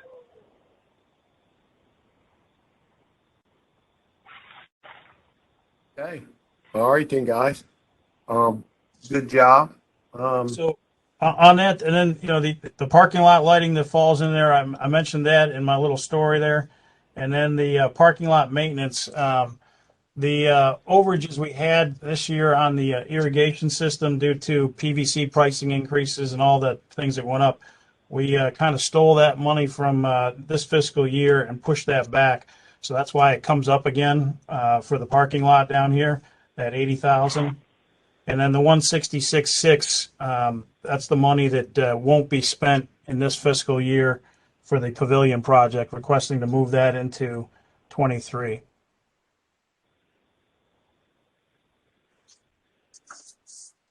Doing a good job out there, that's for sure, and really appreciate the creativity, trying to bring revenue out there. So are you guys working on trying to get somebody with that cafe? You trying to work on trying to get somebody in there? You know, Chuck, I've tried. Everybody that I've talked to, all the people that are established in food and beverage right now, the price of food is just going crazy, as we all know when you go to the grocery store. And with the labor shortage that they're experiencing, nobody wants to take on a new venture right now. And it may be a little bit of a blessing because anybody that comes in here, they have to operate that facility at a profit because it's a business for them. For us, we can treat it as an amenity. We make our money in golf. If we can just break even on the food and beverage side and not lose any money there, that'll be a win for us. And we don't have to charge as much as somebody who's coming in there to operate as a profitable business. So it might be a little bit of a blessing in disguise. We're working real hard right now to put together a nice menu so that we don't drop off too much from what Alice and Jordan offered there, because they did a really nice job while they were here. In council, they did put that out to bid and we got no responses. I shouldn't say we got no responses. We did get one response from ownership of Rise Up, Rudberger there. Unfortunately, Tim Kiraton's father had a stroke, and he's in a rehab facility down in South Carolina, and that kind of changed his mind on all that because he has to go back and forth helping his father there. So the timing just didn't work out for them. I got you. All right, no problem. So, council, any questions? Yeah, go ahead, Corey. Yeah, Rich, can we get that plan that you talked about, those phase-in plans sent over to us with the lights, the shelter, the heating component and all of that? Is there any way you can get that drafted up and sent to us? Absolutely. 7 a.m. tomorrow, okay? That's fine. So on that, You get ready to play golf this year. That's how we'll generate some more revenue. Get the council down playing golf. There you go. Now you're working it. Rich, I had suggested the council cup to Mr. Callahan, and his response was, "Who would play?" But Mr. I did spend a day with Rich and Owen. We went over and toured a facility that I wouldn't say is a competitor because of the location, but it offers a similar product for what Rich is trying to do. And watching and hearing him talk about ways to increase the revenue out there was really inspiring because it's adding a lot of amenities that won't change the landscape. It's not a heavy lift, but it's a great product and that will provide a lot of revenue. So I really appreciate his out of box thinking with this and trying to do his best to expand on it. And Rich, I would be very proud of that package that you're putting together. Very impressed. Thank you. Thank you, sir. So, okay. All right, guys. Appreciate the good work out there, and I guess you're kind of getting geared up for the next couple of weeks. Hopefully, things are bust loose for the month of March for you guys. 76 and sunny on Monday there, Mr. Callahan. If you can break away. There you go. That's good. That's good. Okay. Yeah, I'm ready. Mr. I'm done with Callahan, this did winter. we look at the revenue side on this enterprise fund? So I did have a note to take a look at that, but I think we backed the general fund contribution out of the forecast to the 23, but we will take a closer look at that. Joy, Ken. That's good. Okay, thank you, guys. Jess, is Judge Kehoe, is he available yet?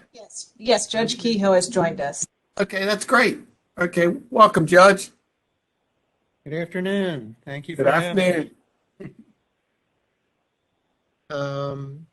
Well, we're here for the budget request for the circuit court, and the circuit court is what most everybody in the public thinks of when they think of court. We do everything from traffic citation tickets to murder trials. Currently, we have pending the court 182 general civil cases, 483 criminal cases, and 546 family cases.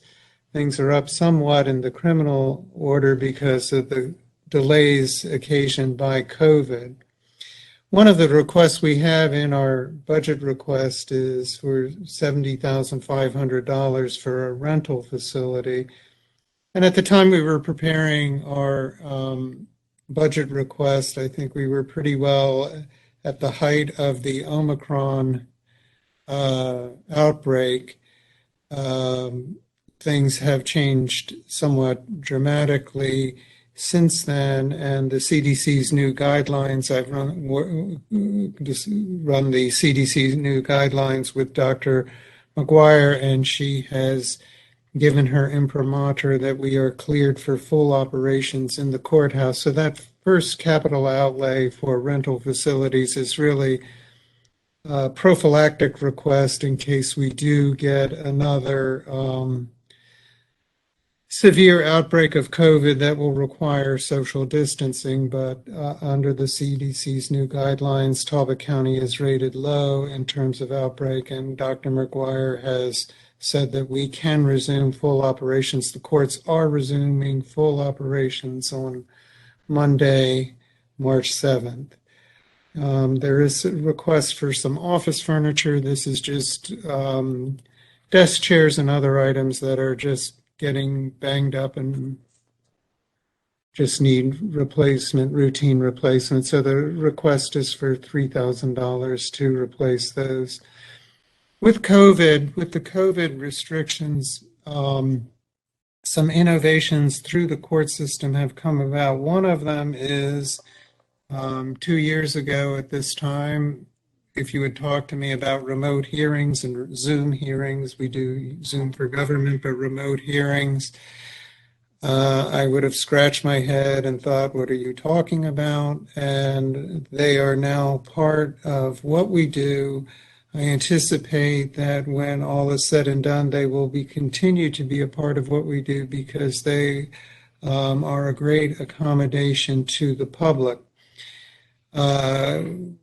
Not every attorney who appears here is from Talbot County, and it is a lot easier to schedule a lot of hearings, particularly for attorneys who are outside the county or attorneys who are busy with other schedules. If they can do a Zoom hearing, bring them into court.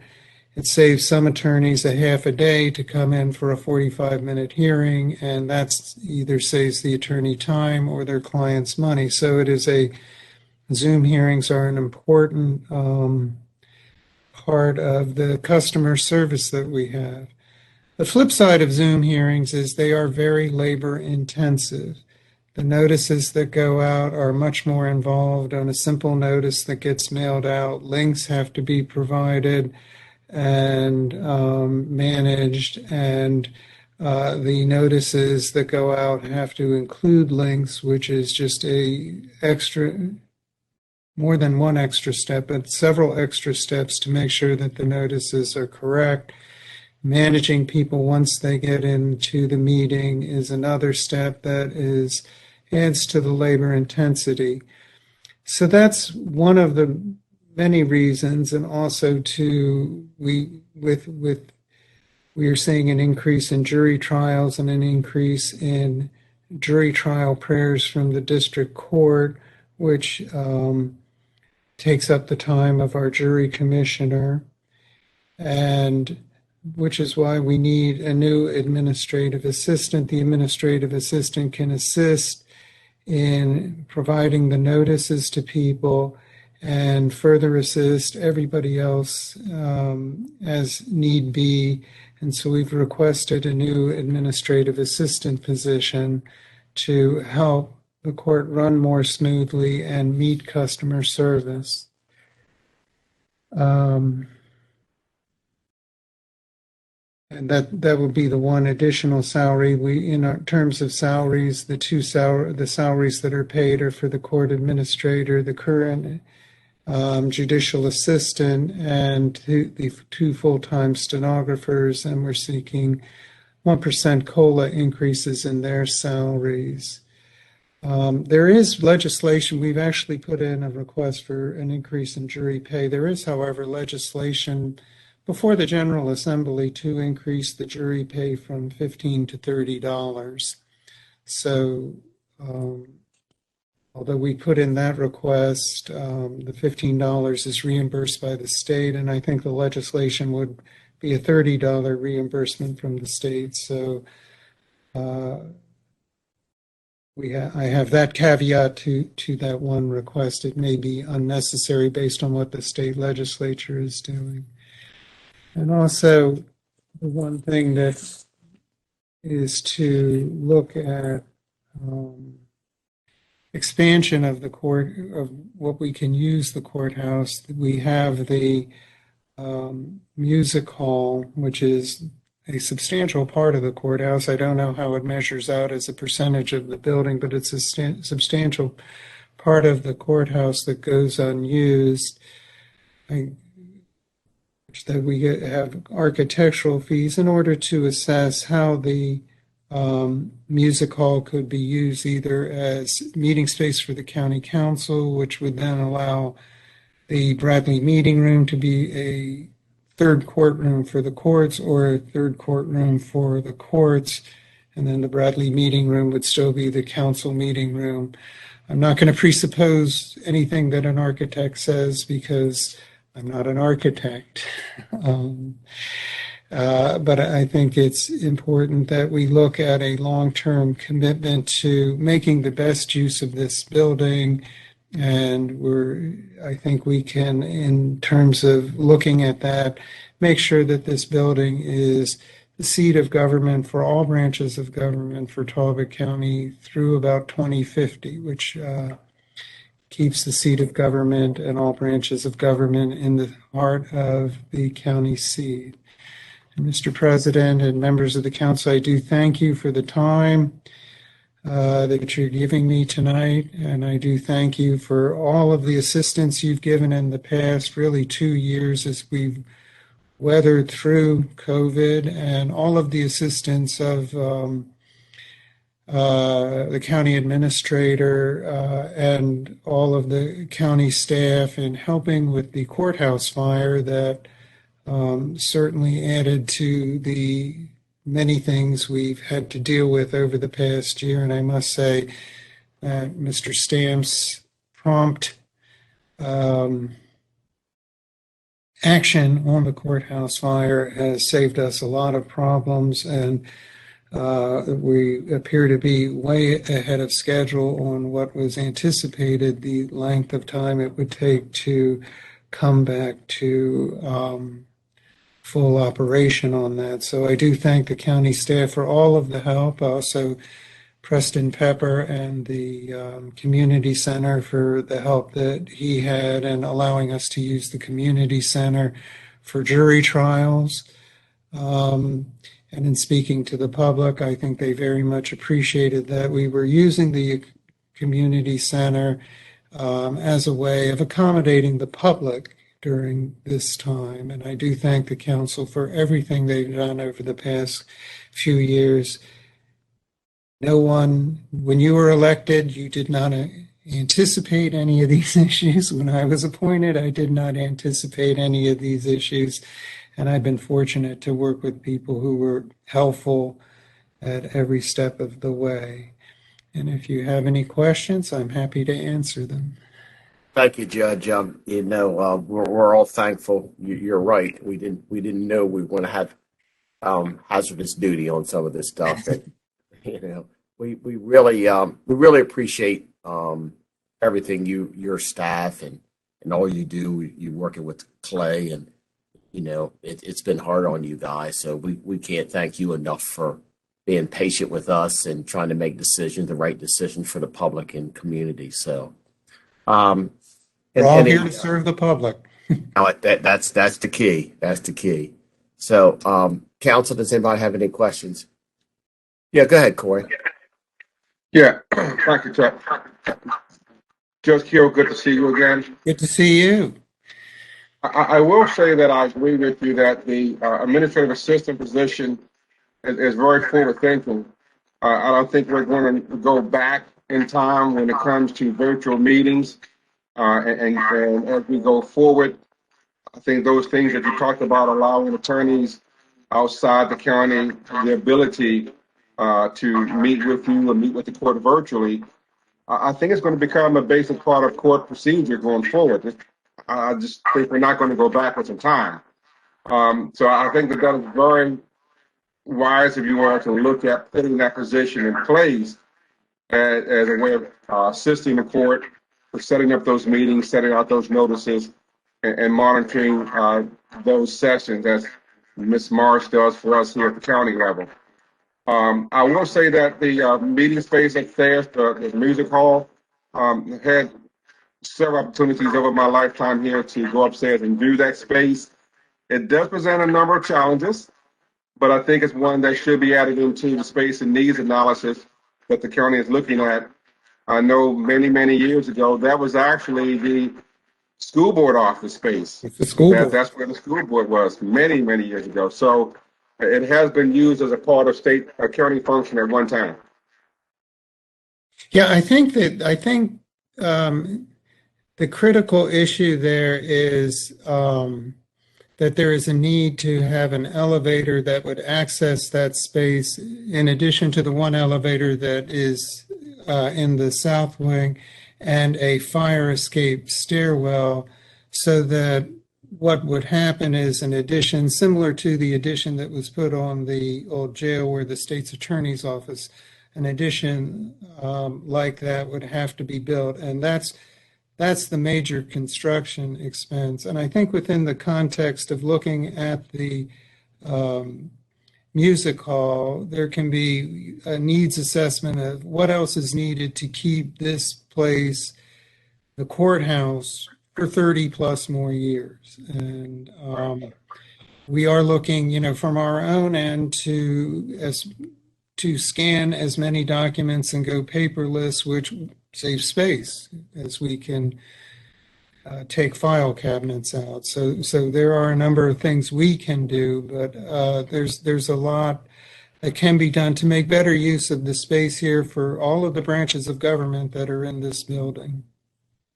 Yes, sir. Thank you, Mr. Pack. Anybody else? Okay. Well, Judge, I really appreciate the great presentation, and we appreciate all you do.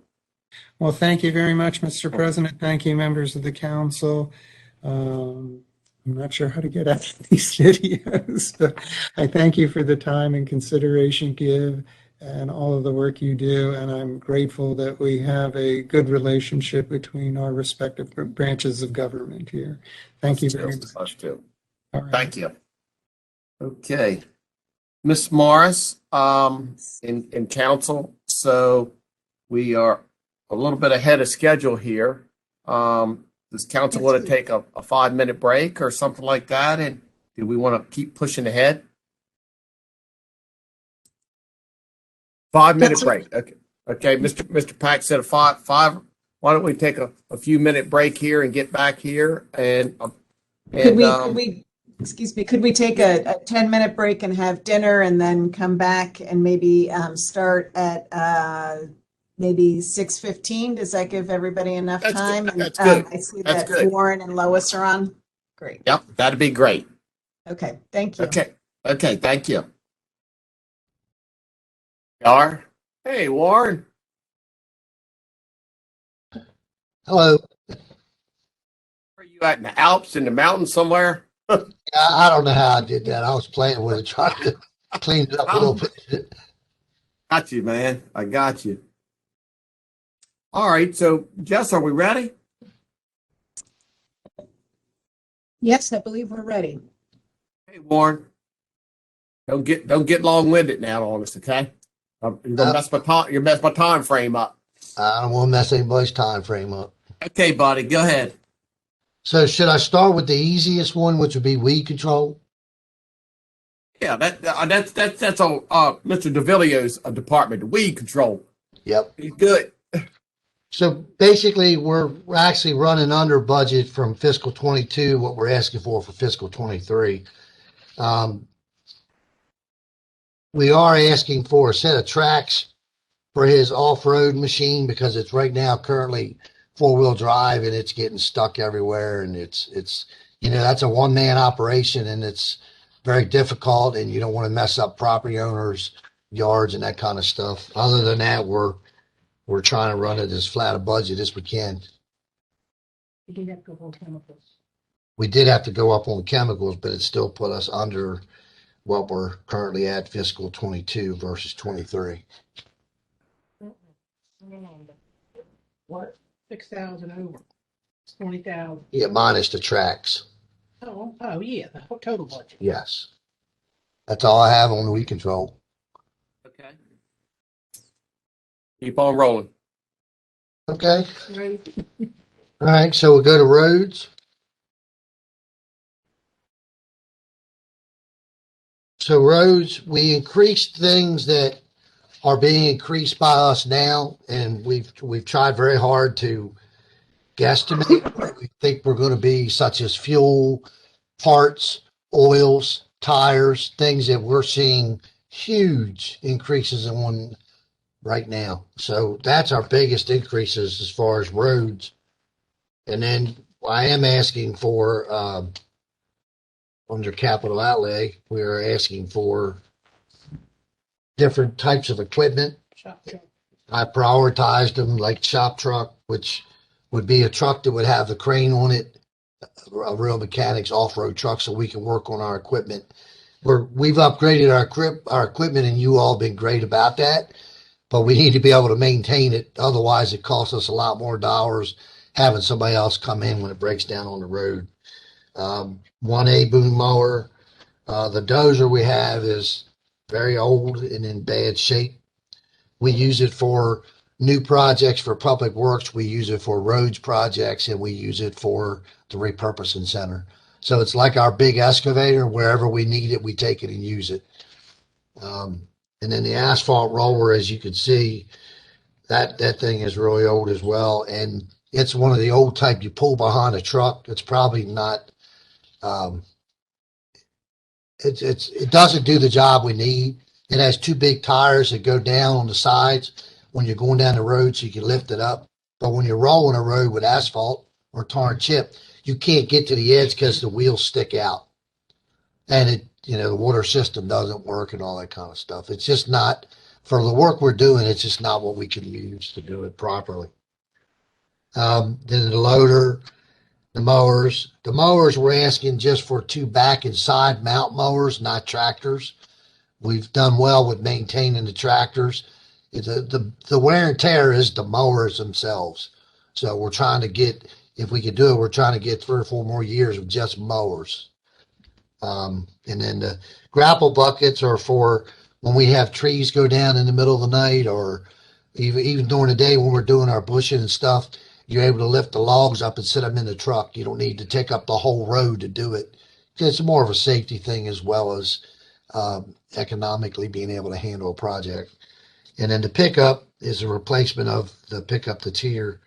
And that's it for the capital outlay.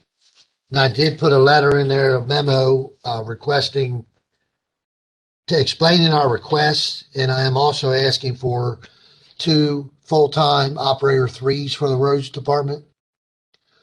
We are doing, and as you all have helped us do, and I know you know this, we're doing real work and we're doing major road work, and we need to be able to have the help to do that. I know it's all about money, and I know that the council's been very supportive of us, and I am appreciative of that, but we need help. We have 2 people at the end of their pay scale. What is it? We have 2 currently that are at the end of our pay scale. So I've been working with Clay on that, with the county manager, and he's been gracious enough to take care of that and work with us. We just have a large volume here that could retire any day. And if I don't get some training in here and get some help, we're going to be in trouble with that did happen. So that's it on the roads, if anybody has any questions. Okay, keep going. Corey has his hand up, Chuck. Oh, okay. I'm sorry, Corey. Sorry about that. Go ahead. That's okay. Yeah. Hey, Warren, good seeing you. You too. Thank you. Warren, I know that several of these items are over 20 years old. Is there any resale value to any of these items at all? If so, what would be your estimate on the resale value? The A-Boom would be our best resale value probably. That I would guesstimate somewhere between $12,000 and $20,000, and that's because the tractor, even though it has a lot of hours, a lot of farmers will buy them. The A-Boom part of it could be removed off of it. It's wore out. But the tractor probably would do fairly well. The dozer we could sell probably for 35 to 40,000 or trade it in with a new one. The asphalt roller you might get $2,000 for. The loader we were going to take to repurposing, and also the shop mechanics truck that it would replace we were going to take to repurposing. So you're looking at maybe about $80,000. If everything went well, yes. Okay. A good market. The two MEOs, are they replacement positions or are they new positions? They would be new positions. We have 21 employees in the roads department, count myself. I believe that's correct. 2 in the office, 2 in the shop. 23, I'm sorry. 17 on the roads. When you take 5 out, 9 or 10 months out of the year just to mow grass, we're down to 11 that are doing over 100 calls a month, plus our road maintenance. So we're down to 5 or 6 people out on a road paving a road. I mean, and then you have all the leave time, all the 30-year plus employees. So, we have constantly every week people that take off that they're due that time, but it hurts us with scheduling. Gotcha. Okay. Thank you for your questions. So, and grass cutting time is prime asphalt laying time, right? I'm sorry.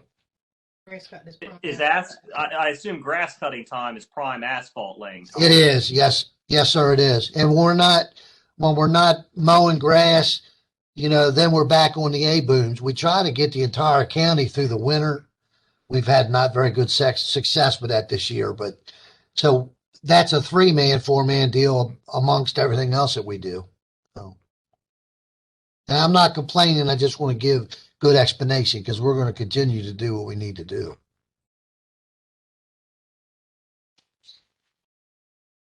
So, anybody have any more questions about roads?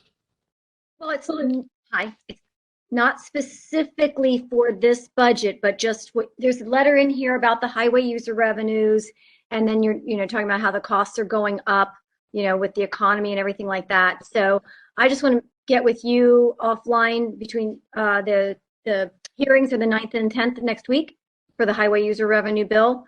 So I think it'd be helpful to really, especially that we're in the middle of budget season, to talk about some of this stuff and the differences. And I think you and I did that a couple of years ago. But again, I just want to get with you offline in the next couple of days, if possible. That would be great. Thank you. Thanks, Warren. Yes, ma'am. The MEOs are for more for the road paving crew, or is this split between the grass cutting and the road paving?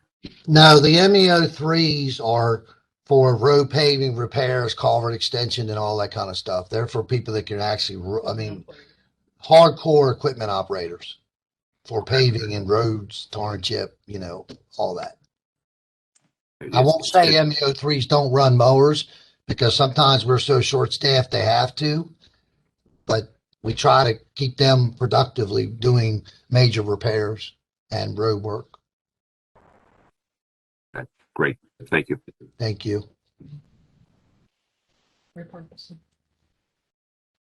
Now, repurposing. So we added several line items to this budget that just weren't on the budget itself. We basically mimicked roads, except for we don't have asphalt on there and tar and stone and that kind of stuff. But, you know, the big increases on this are going to be trying to protect ourselves with fuel, labor, parts, maintenance on equipment. Right now, 90% of that's being covered under the rental agreement for the equipment. But we have had our shop mechanics down there quite a bit doing stuff that we could handle as well, plus learning the equipment. I need desperately to have a full-time mechanic down there. There's something every day that needs to be welded or chains replaced or belts fixed in order to do that and keep production. And this person could also help at the shop as we do here for motor replacement and transmissions and that kind of stuff. But I'll answer any questions you have about the budget and try to explain it. On page 86. Any other questions? Go ahead, Pete. Page 86.2, there's a line here for crushed concrete sales, an increase this year. This is a revenue line, is that correct? Okay. 86. I'm sorry, I'm looking.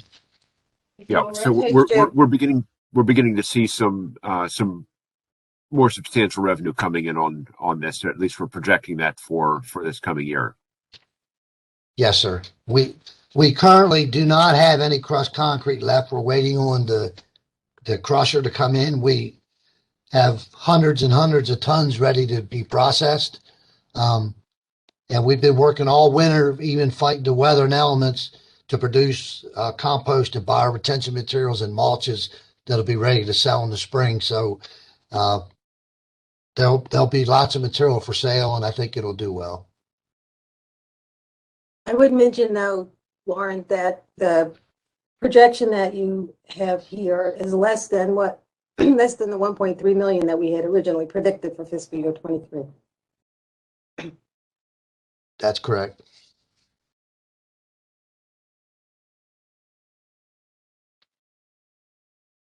Anybody have any other questions?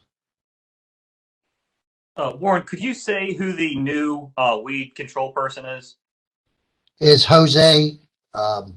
Nader? JD Nader. We call him JD, but Jose Nader. Hosean, I think it's pronounced. Got it. Doing an amazing job. Really. Great. Okay, then. Right. Anything else, council? So, are we? Let's again. This is an enterprise fund, so we've got both expense and income. Given these revised figures, we're starting to see some income on this. We're not yet at break even for this coming fiscal year, for this year that we're budgeting. Are we making projections about when we will hit that point and begin paying some back to the county for the initial investment? Well, it's, a lot of this has been learning as we go. And, I've been in the business for over 40 years, and that January, February, and March are going to be typically slow, or if not no sales at all. And if you have decent weather, you can produce materials. So our projections that we did the last 6 weeks to update this, which brought up the cost, shows 0 flat for January, February, and March on purpose. Had we had crushed concrete and other materials there, we would have had higher revenues. We just don't have it there to sell. We had lots of calls for it. So I think you'll see a better end next fall into next winter and early spring, because we'll have materials there ready to sell. It's some of it takes 6 months, some of it takes 3 weeks, some of it takes a year to process. Depends on the material. I hope that helps.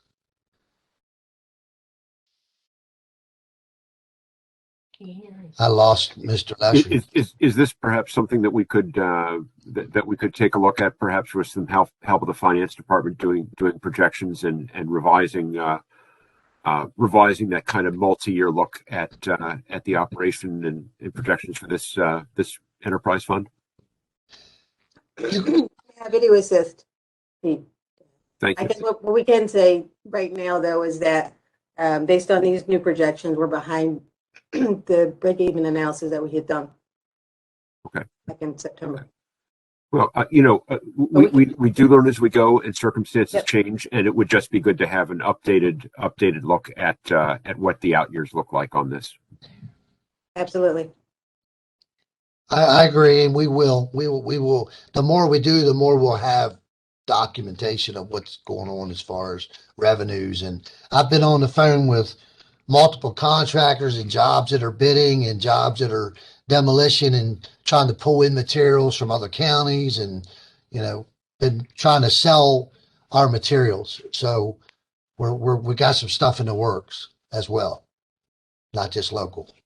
So to Mr. Lesher's point, we do have the spreadsheet that council remembers and approved that we now need to modify, and we'll keep an eye on that format that you're familiar with, and we'll keep that up to date and make sure you have full visibility of it as we move forward.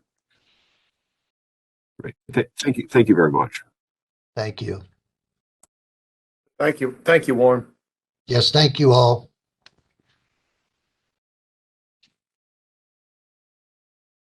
Yes, is the sheriff on? Yes, he is. John. Sheriff Campbell, can you hear us okay?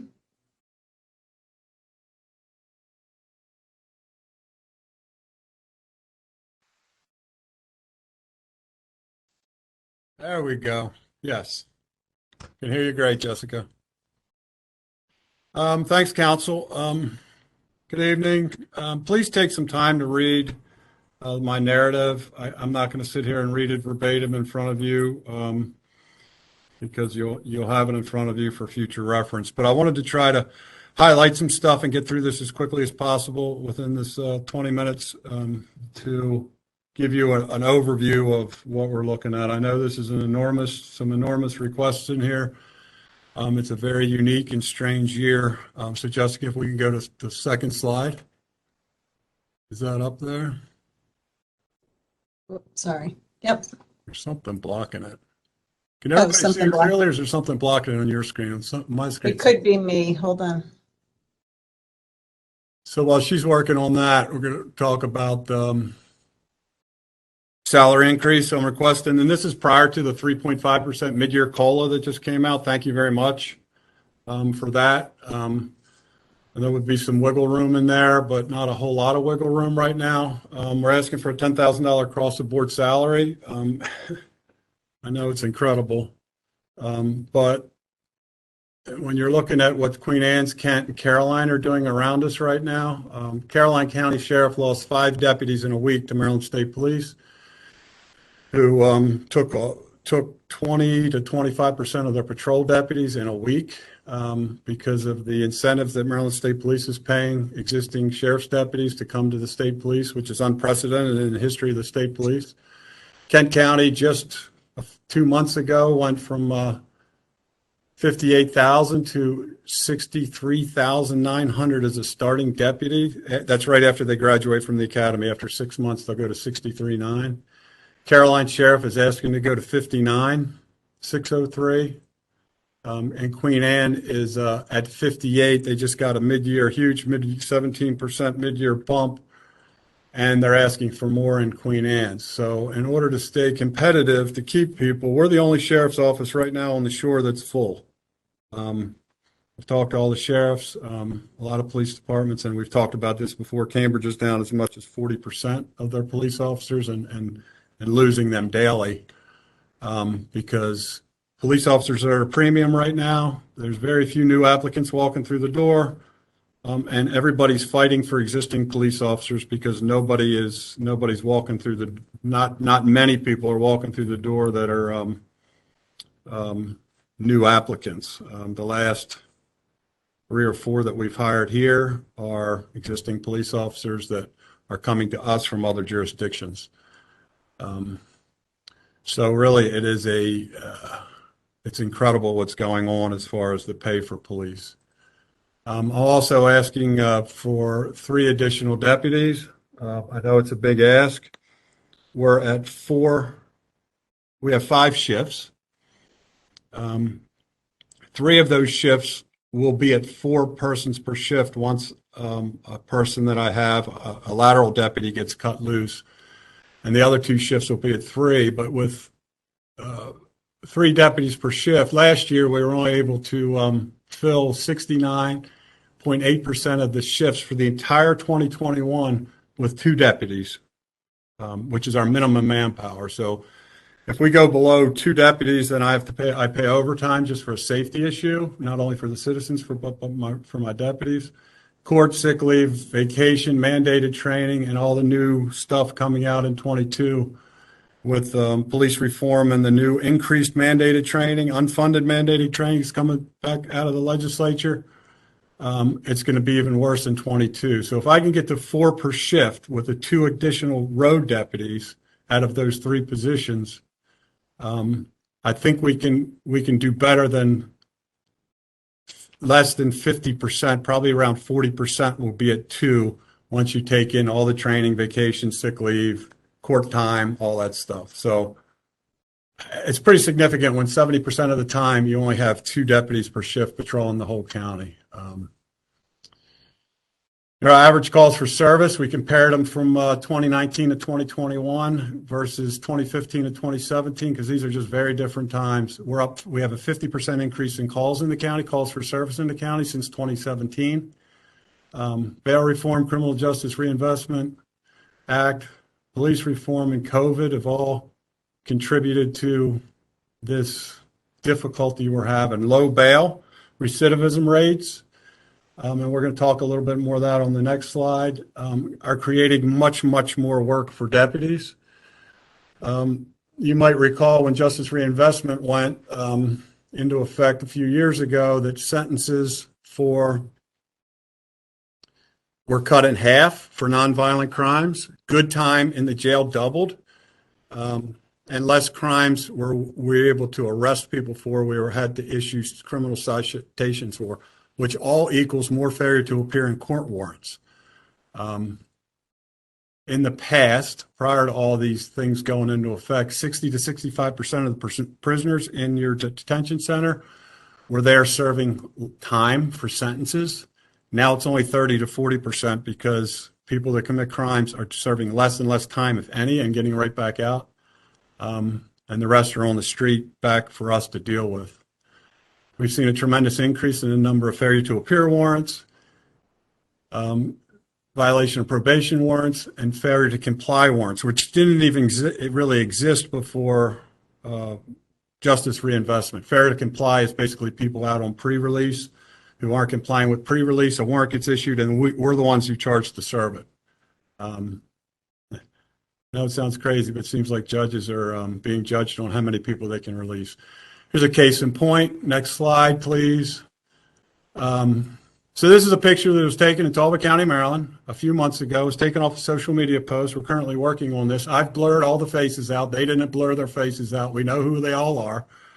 If you look at number 1 here, with the number 1, he's holding well, first of all, everything in yellow is a handgun. Number 1 is holding a handgun with a 50 drum magazine, capable of shooting 50 rounds very quickly. If you look at his left ankle, there's a little shadow there. That's an ankle monitor because number 1 is out on bond for an armed robbery in Worcester County.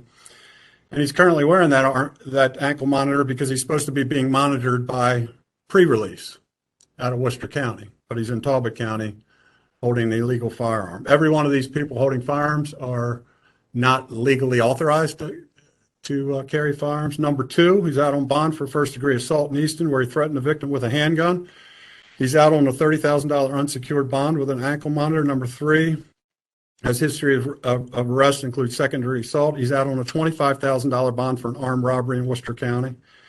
Number 4 is the history of arrests, including possession with intent to distribute, possession of a handgun, CDS possession. He's not currently waiting trial on anything. Number 5 is a history of arrests, including possession with intent to distribute drugs, possession of handgun, assault, CDS. He's currently out on a $7,000 unsecured bond for a possession with intent to distribute drug case. He's currently on probation for a PWID, possession with intent to distribute case out of Dorchester County. Number 6 has a history of arrest, including possession with intent to distribute drugs, possession of a handgun, CDS possession, not currently awaiting trial. And number 7 has a history of arrest, including armed robbery, possession of a handgun, CDS possession, resisting arrest, trespassing. He's also involved in the armed robbery on the boardwalk in Ocean City and was released on his personal recognizance back to Talbot County, Maryland. Next slide, please.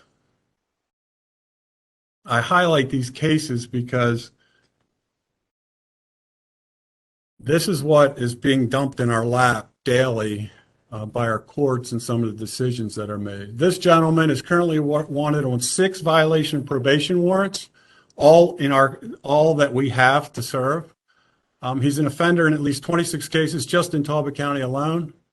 Since 2015, our arrest warrants that we are charged to serve by the court are up in some years as much as 77%, mostly for failure to appear, failure to comply, and violation of probations, with a high of 457 arrest warrants that we need serving. Again, reduced sentences, increased good time in jail, COVID releases, which, if you don't know, once COVID hit, they just started emptying the jails. And all these people are back on the streets. So the police reform bills, in addition to that, the police reform bills that you can read here, the 5 of them, 116 pages of new laws that we have to conform with. Starting July 1st, some of them started in October, means that basically there are less deputies actually doing law enforcement. There's going to be more deputies in training, mandated training, equals less people in the street, equals 2. When I have 4, I'm lucky. If I get the 4 per shift, I'm lucky to have 2.5 on the street at any one time with all this stuff. Next slide, please. Let me slide this down on mine so I can actually read it because I can't see the little. So the criminal investigator that I'm requesting, so 2 for patrol, 1 for criminal investigations, our child advocacy center that does sexual and physical child abuse investigation, internet, that's against crimes, the Internet Crimes Against Children Task Force. We're seeing more and more transient cases in Talbot County. We recently arrested Anne Arundel County suspect for meeting with a child in Talbot for sex, and then the investigation revealed that he was meeting with children in other counties for sex as well. Took hundreds of hours investigation to bring to court. We actually took him to federal court because there's much better and harsher sentencing and truer sentencing in federal court. There's no real good time in federal court. You serve 20 years, you might get a year of good time, unlike Maryland courts right now that are, it's basically 1 day served equals 1 day a good time. We had to serve multiple warrants in multiple jurisdictions, which tends to be the norm rather than not the norm anymore. 5, 6, 7 years ago, when I first started here, it was not normal for us to be serving search warrants out of the county. But with all the internet crime, the internet scams, we're serving more and more search warrants outside of the county. The homicide and trap on Christmas Eve is a great example. We served numerous search warrants with state police homicide in multiple jurisdictions on the Eastern Seaboard. And now we have a fugitive search that went from nationally to internationally, which just gobbles up man hours from our detective unit, hence the reason we need one. Any questions about some of that stuff right now? The hard stuff. Next slide. Good. I just was saying, this council got any questions? If not, keep on rolling, buddy. Next slide. We're asking for a $1 increase on our civil process server. The council was gracious enough a number of years ago to allow us to do that with a civilian. We have 1 civilian part-time here. We're asking for a $1 an hour increase. He's one of the hardest workers I've ever known, and he serves 2,200 papers for very little compensation. We're looking to bump him up Next slide, please. So as you go down in your budget, you'll see like 5480, 5048, 5049. This is all mandated. A lot of this is mandated stuff coming out of Annapolis. So we're now going to have to do psychological evaluations for every deputy biannually. So every 2 years, every deputy will have to meet with a psychiatrist, psychologist, and sit down and send a bill to the county to make sure that they're okay. We also have to now do physical fitness tests every year for every deputy and every police officer that carries a gun here, which ultimately is going to lead to more injuries, more sick leave, and more deputies on the sidelines. We have to develop implicit bias screening for every new hire. That's a state, all these are state mandates. De-escalation training every year.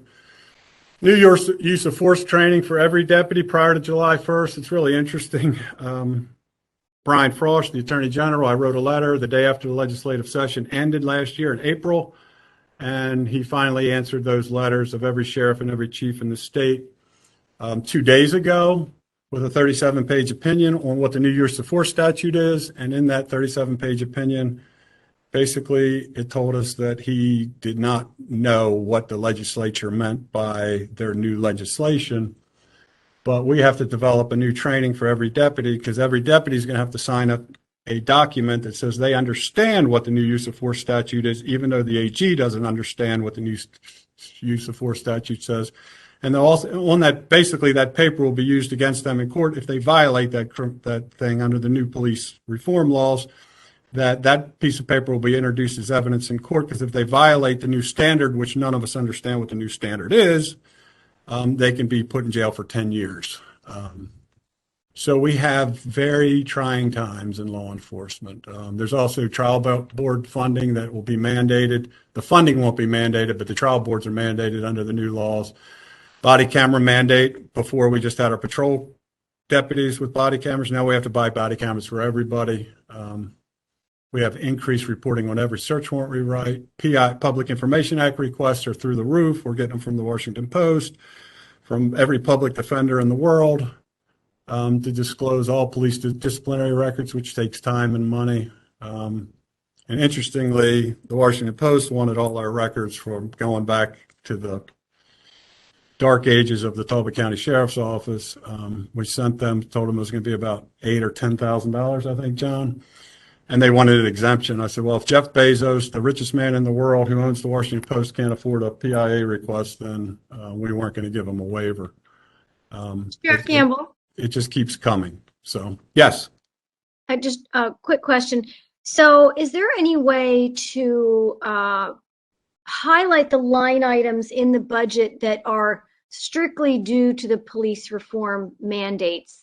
I don't know if you have new line. I'm looking. I don't see new line items, but if there's any way that we could, get those sheets and just put a yellow highlight so that we can see that. I mean, obviously we're going to pay for them, but it would be nice to see how much of the increase, if you can actually put a dollar amount on it, which might be. Yeah. So if we look, and we'll do that for you, Councilwoman Price. But it's 5048, 5049, and training 5202.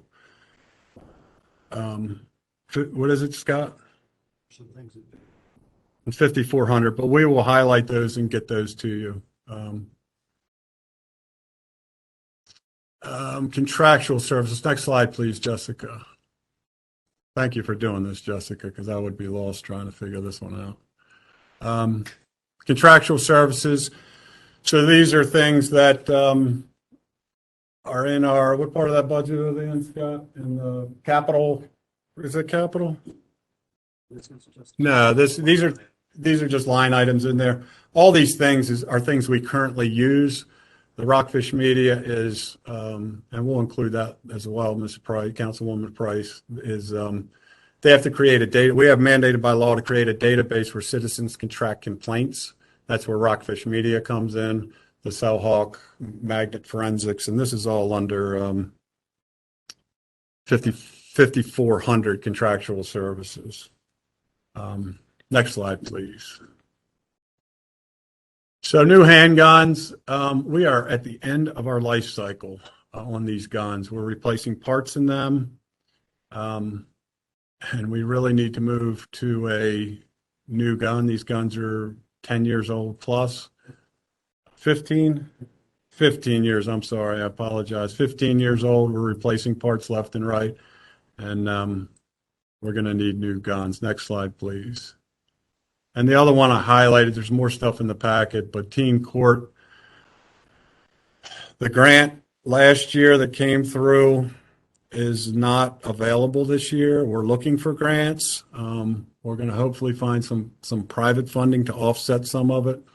We kicked off teen court. It took us a while to get it off the ground because of COVID and the courts and the schools, but we now have an active teen court program. We have teenagers from the high schools as the judge, jury, bailiff, prosecutor, defense attorney, and we're able to divert nonviolent youth, nonviolent first offender youth to that program. It's a great program, and we hope to continue it. So those are the quick highlights. I know that a couple of those graphics were disturbing, realizing that is going on in Talbot County, but I was looking at our numbers for gun crimes versus just 2015, 16, 17, where we averaged 2 or 3 or 4, and now 2021, where we got 11 and 14 gun crimes that we handled in the county for people that were possessing handguns and regulated firearms that weren't authorized to do so or were involved in violent acts with them. Questions? Okay, counsel. Any questions for the sheriff?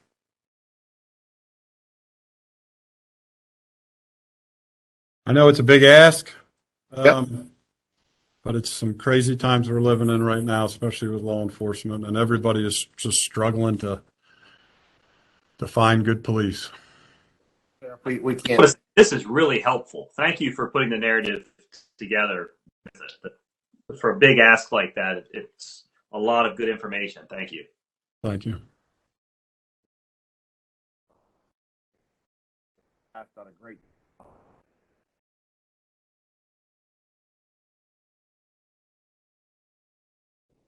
Counsel. Okay, Sheriff. Appreciate everything. Good job. Thank you, guys. Have a great day. Night. Okay, is Jess, is Brian available? Yes, and Brian, have put you in. Can you please let me know, Brian, if you have anybody else that is presenting with you this evening?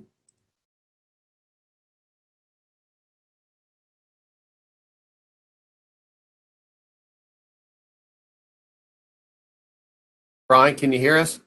Hey, sorry, I didn't realize I was still muted. So yes, good evening. So in the room we have Division Chief Holly Gusky. We have our new EMS Division Chief, Matt Watkins, and we have our Technical Services Division Chief, Tommy Hadaway. So I'll turn on our video so you guys can see us here. Great, and it'll just take me 1 second to get your PowerPoint up. Okay, sounds good. I have it here if you're able to give me presenter rights, or if it's easier for you to do it, that's fine too. Whatever works best. That's right, I forgot. You're going to do that. So yes, you should be able to share your screen. If not, let me know.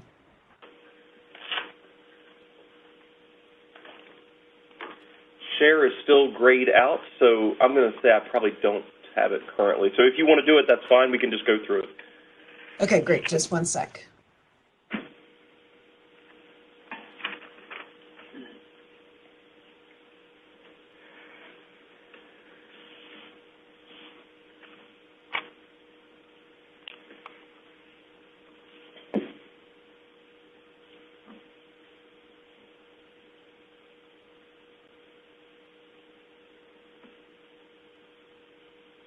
Okay. Well, thank you, everyone, for allowing us the time to be here this evening to present our budget. I know that time is of the essence, so we're allotted for 15 minutes. So I will. We have a few slides here, so I will get moving right through here in the interest of time. So our first page is requesting consideration for funding of the LEOPS retirement program. So during FY22, Council graciously funded the actuary study that's currently in progress working with administrative services. Unfortunately, we do not have hard and fast numbers back at this point. Clay may have some insight as to when numbers will be coming back in. So I was not able to put anything in the budget at this point, but I think the numbers are coming in relatively soon. So we might have something by the time you're ready for deliberations. But I did want to highlight that this is one of the most important things that we're asking for during this budget session. So the plan was always, do the actuary study in FY22 with hopes that we would be able to implement in FY23. So the impacts of this are huge for us. This would be a 25-year retirement program, which would become a huge and very powerful recruitment and retention tool. So currently on the Eastern Shore, there's only 3 jurisdictions that have a 25-year retirement program.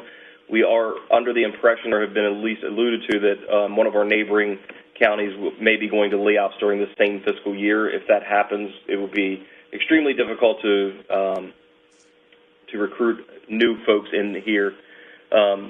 Also, by going to a 25-year retirement program, it allows us to retire our aging workforce earlier before they begin to experience significant costly work-related injuries. I know we've talked about that at great length during other budgeting processes, so I won't belabor the issue, but just wanted to highlight that this is extremely important and one of our biggest asks for this budget cycle in FY23.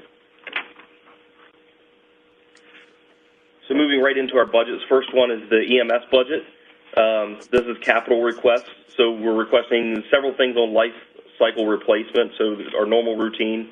We're requesting 1 ambulance replacement, 2 heart monitors. We have a total of 6 heart monitors that will need to be replaced. They are the original LifePak 15 heart monitors that are operating on version 1 or 2 of software that is no longer serviceable by the manufacturer. So if those heart monitors sustain any major damage, or for whatever reason the internal components break, they are no longer serviceable and they're no longer good to us. So we're trying to get those cycled out. So we're requesting replacement of 2 heart monitors.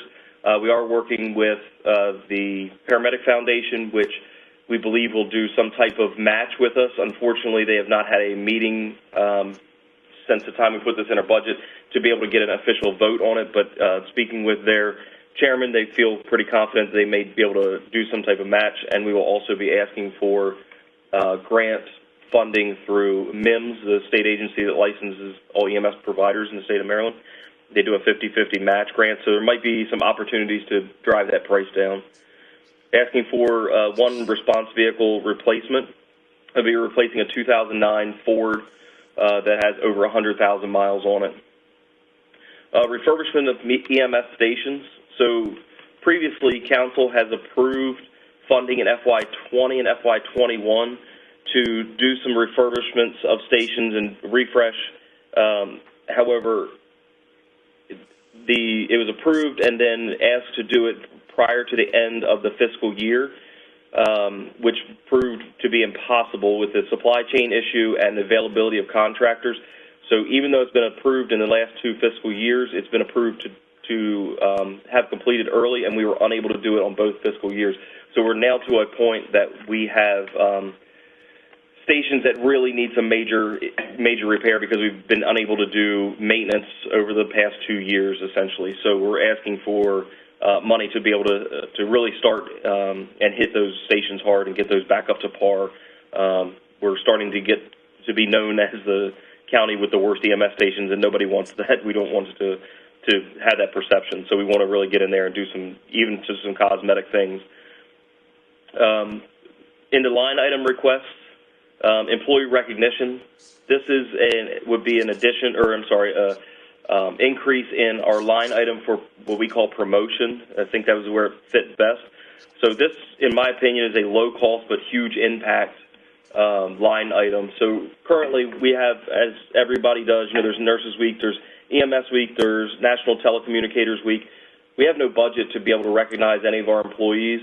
We are also in the process of rolling out like Dispatcher of the Quarter, Dispatcher of the Year, EMS Clinician of the Quarter and Year, as well as trying to do a whole recognitions program where if one of our folks goes above and beyond, which they do on a routine basis, that they're recognized for that. And, we're not talking about anything great. We're talking about a $4,000 request, but that's over 2 divisions with 80 employees. So, we're not talking about buying cars for them or anything like that. We're just talking about, being able to get them a nice plaque or things like that. So that's, like I said, low cost but huge impact in my opinion.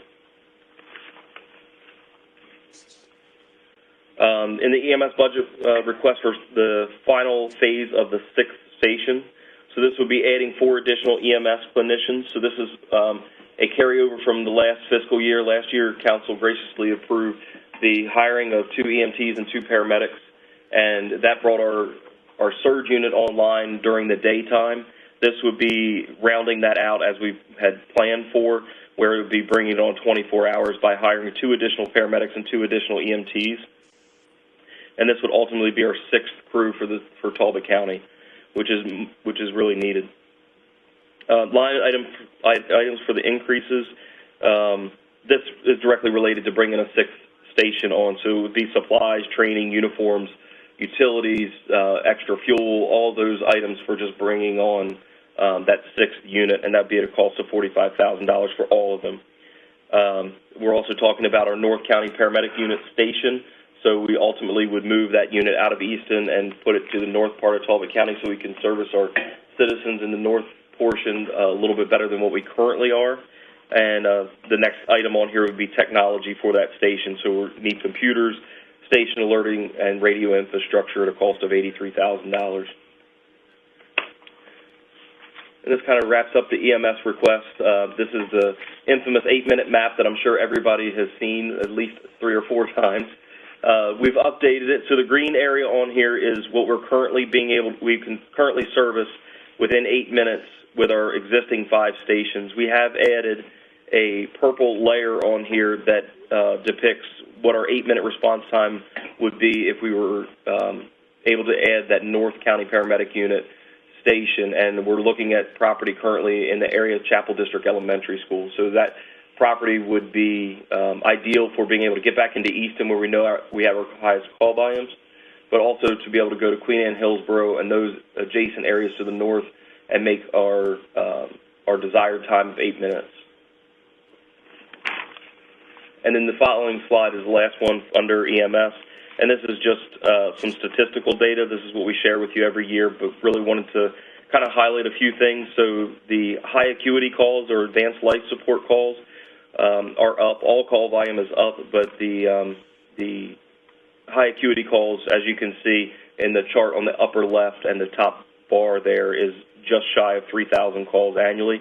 A lot of those, or many of those, require more than one paramedic unit to manage those. So the cardiac arrest, the serious accidents, and patients that are in extremis, we have to utilize more resources for. So they're very resource intensive with longer turnaround times.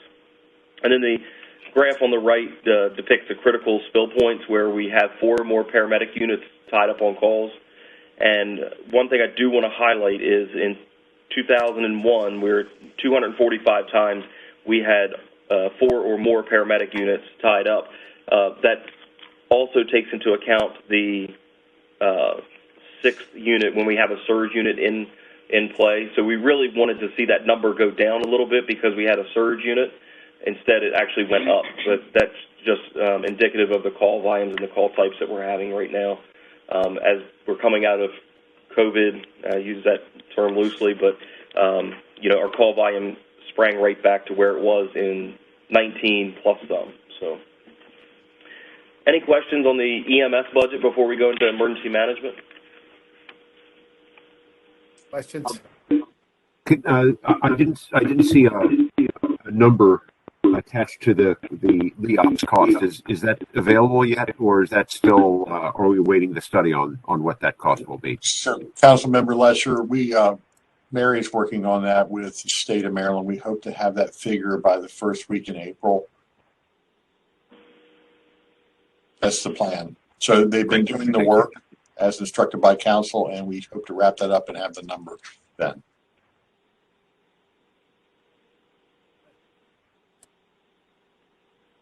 Hey, Brian. Okay, if no other questions, we'll roll right into the emergency management budget. I have a question.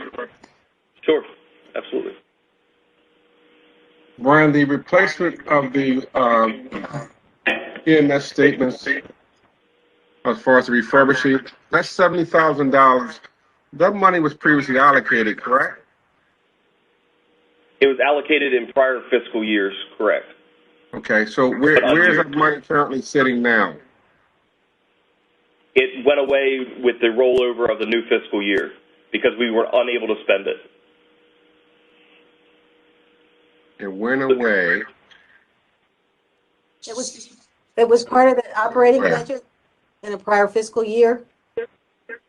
And it was a capital expense, so why did it go away? So capital outlay, unlike capital improvement projects, the CIP goes multi-year. Capital outlay is tied to the operational budget, which we calculate. It's called fund balance, or we take it from non-spent 1 year and we move it into the next year from all of them. That's procedurally how they've done in the past. Okay, so we're just replugging that number back in that we previously had allocated.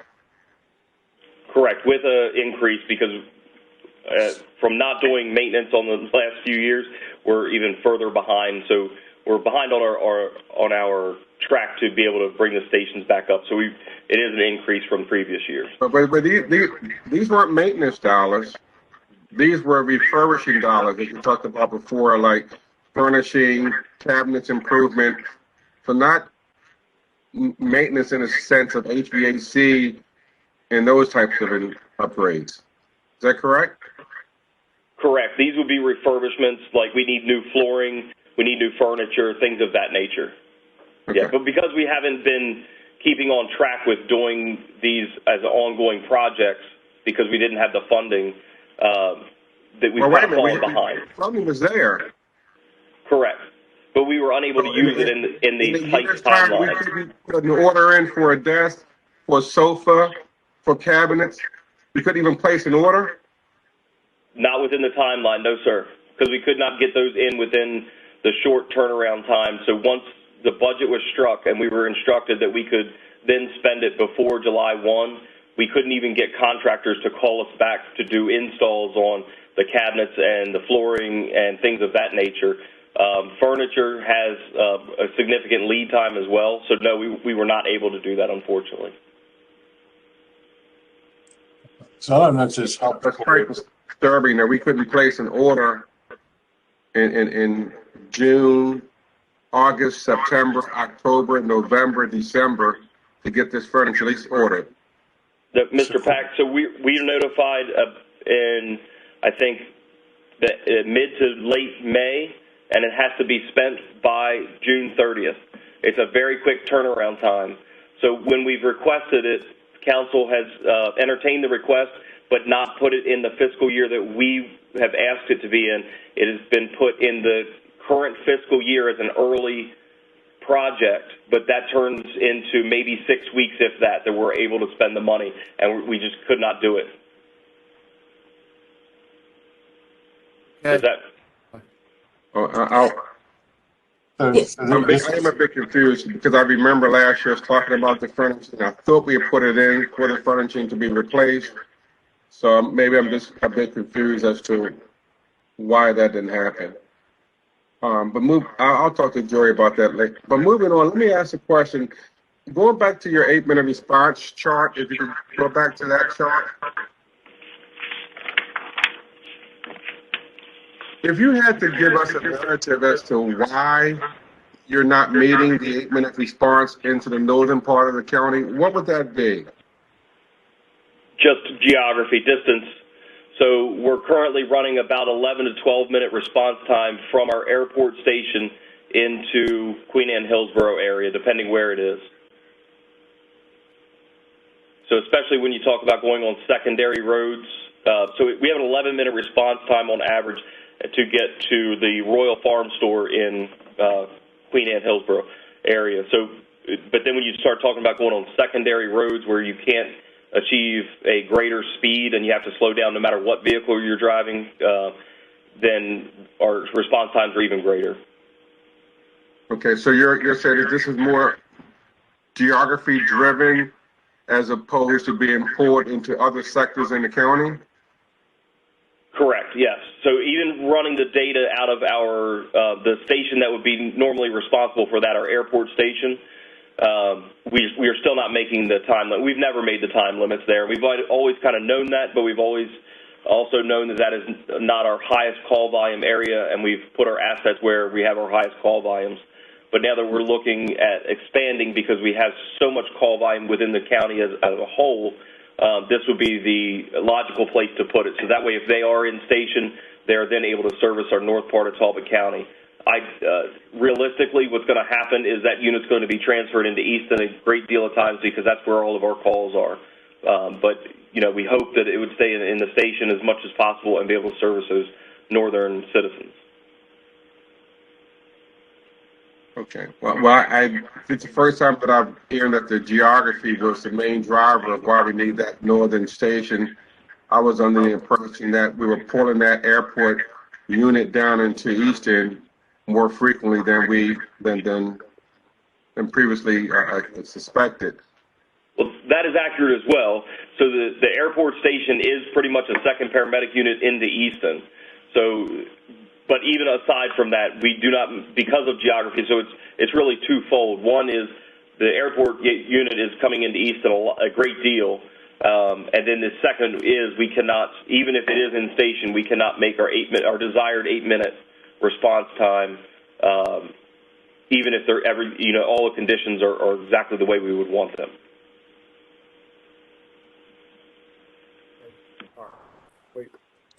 Can we move on? Is that okay, Mr. Pack? Can we move on? Okay. Okay, Brian, please move on. Okay, going into the emergency management budget. First slide is capital requests. So again, back to life cycle replacements, desktop computer replacements for the 911 center, UPS or uninterruptible power supply battery replacement. This is not something that's covered by the Maryland 911 board, so this is something that's on Talbot County. And the last item under capital request is public safety radios for a total of $57,000. This is for 7 radios. None of these are for our agency. This is for Talbot County Sheriff's Department, Talbot County Roads, volunteer fire departments, and corrections. So because we are the technical holders of the radios, we maintain the inventory, we maintain the software on the radios. We always historically have bought the radios through our budget, even though they may be for other departments. Moving right along, line item requests. So most of this is maintenance contract increases and supply chain issues. Again, this is all kind of the world we're living in right now. So the only one that wouldn't really fall into is contractual services. So we have 2 tech services folks on staff. One really deals with radios. The other one deals with computers, and he needs assistance very specifically with cybersecurity and things of that nature. So a network engineer type person. We're looking for about 640 hours using the Maryland state contract at just an average of the highs and the lows. It's about $188 an hour. So that's for the contractual services, the things that we just don't either have the manpower for or the expertise for and need some assistance. 911 telephone, so this would just be an increase in our telephone lines, how much that costs. Radio maintenance, CAD maintenance, generator maintenance, and workstation maintenance. These are all directly related to just increases in our annual contract. Personnel requests. So we are requesting an additional admin office position. So as the county's largest department, we have 1 administrative person. We need to build some depth in there to assist with very important daily operations such as EMS billing and grant management. So when we have that person either take vacation or out sick, things kind of grind to a halt, and that's not really good in those 2 specific areas because there's a lot of time-sensitive things that happen there. So we are requesting 1 additional administrative person in the front office. We are also requesting a salary adjustment for 2 employees. I won't go into too much depth there, but these would be to make sure that we're remaining competitive. We know that these 2 specific employees have been recruited by other agencies and the state of Maryland, and they were not part of the 10% increase that DES sustained last year because that was really focused towards EMS clinicians and dispatch staff. These folks were not part of that, so this would really just be bringing them up to make sure that their wages are competitive. The next slide is our computer-aided dispatch replacement. So we've identified that our CAD system really needs to be replaced. We've got, there's a lot of new technology out there. We're struggling with our current CAD system. We would like to do it in a phased approach. So what we're asking for this year is $137,000, and this is to contract with a group that would be able to, that it has expertise in this field and would be able to develop a plan for us, or develop RFPs for us, do some stakeholder engagement for us, as well as do the technical stuff, the technical analysis on all the RFPs and make a recommendation to us. In FY24, we would be coming back asking for funding of a new CAD system.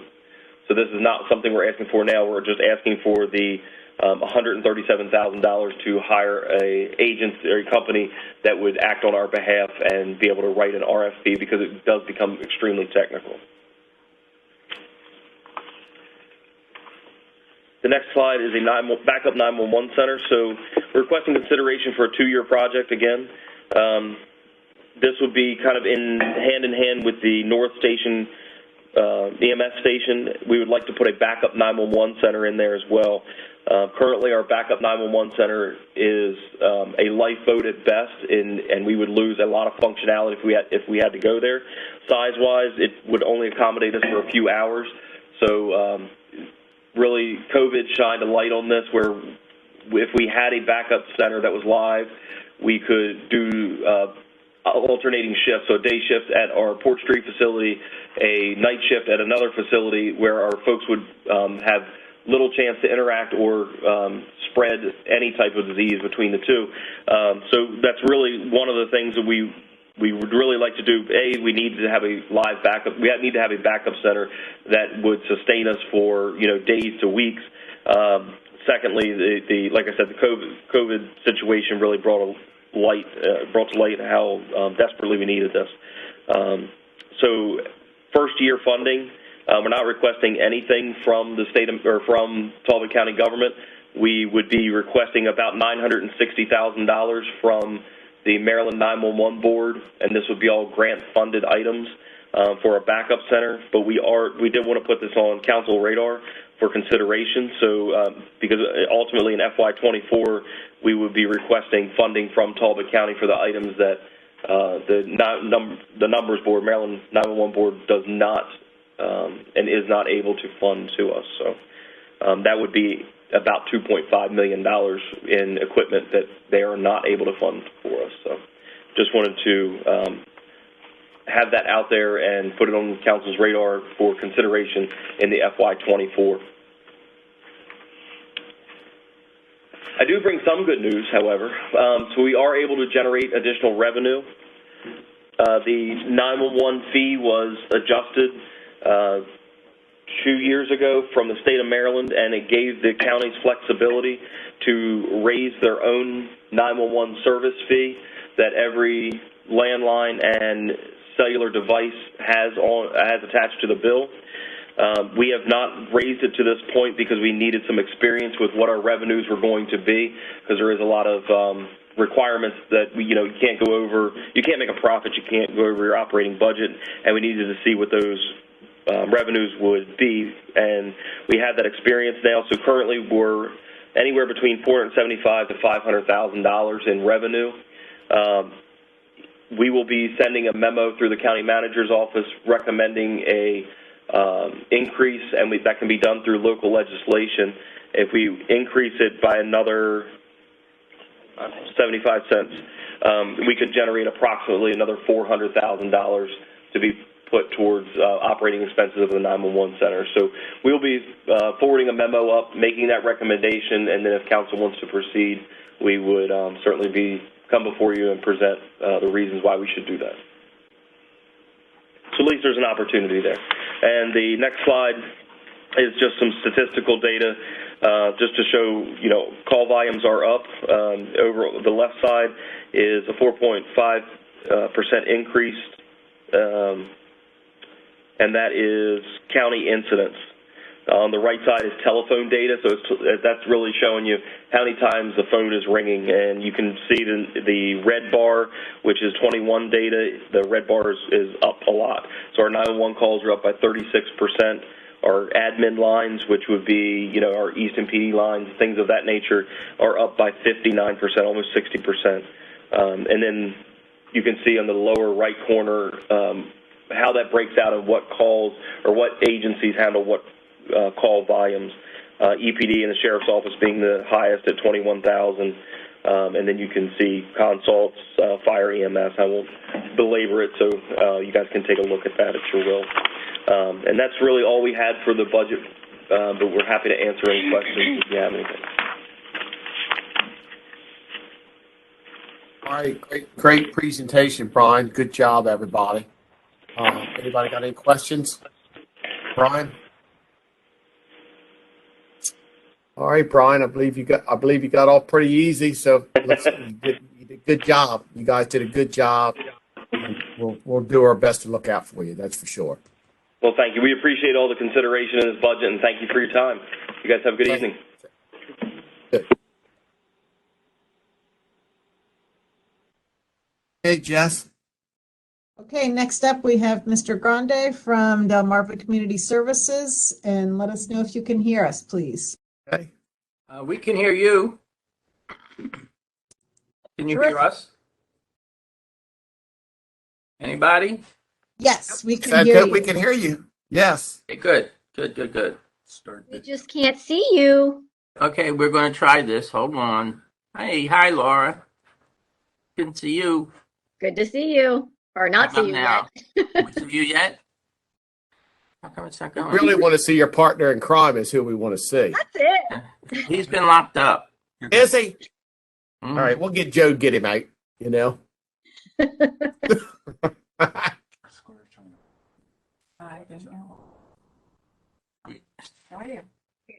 We're showing up in a green window.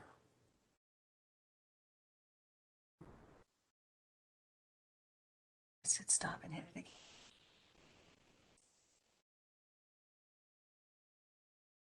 Green. Just go back. Did that?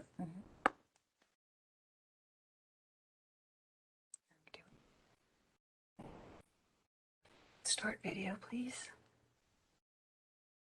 Santo, if you want to keep going, that's fine. It's not a big deal, as long as we can hear you. Thanks. That way, Andy's not put on the spot here. That's fine. Well, he's in the room, so you can say whatever you want. He's done sabotage the computer. That's why. Hey, Andy, how are you? Doing well, thank you. How is the council tonight? In a good mood? Very, very good mood. On time, on budget right now. Budget. We're always in a good mood when we hear Andy Hollis's voice. Exactly. Exactly. Thank you, Laura. That was really nice. Once in a while. And Mary Handley is here also. She's our organizer over here. Okay. She's the brains. Okay, I knew there had to be somebody there. Knew it. She the one behind the green. She's Irish through and through, so she thought our window should be green, which we're looking at a green window. So, and then we're looking for Keith Adkins to come on. He's our transit director. I don't know if he's on or not. Yes, Mr. Adkins is on, and he is wearing a green shirt, but we can see him. He's got a green screen. Good. So he's on. So he good. You're ready.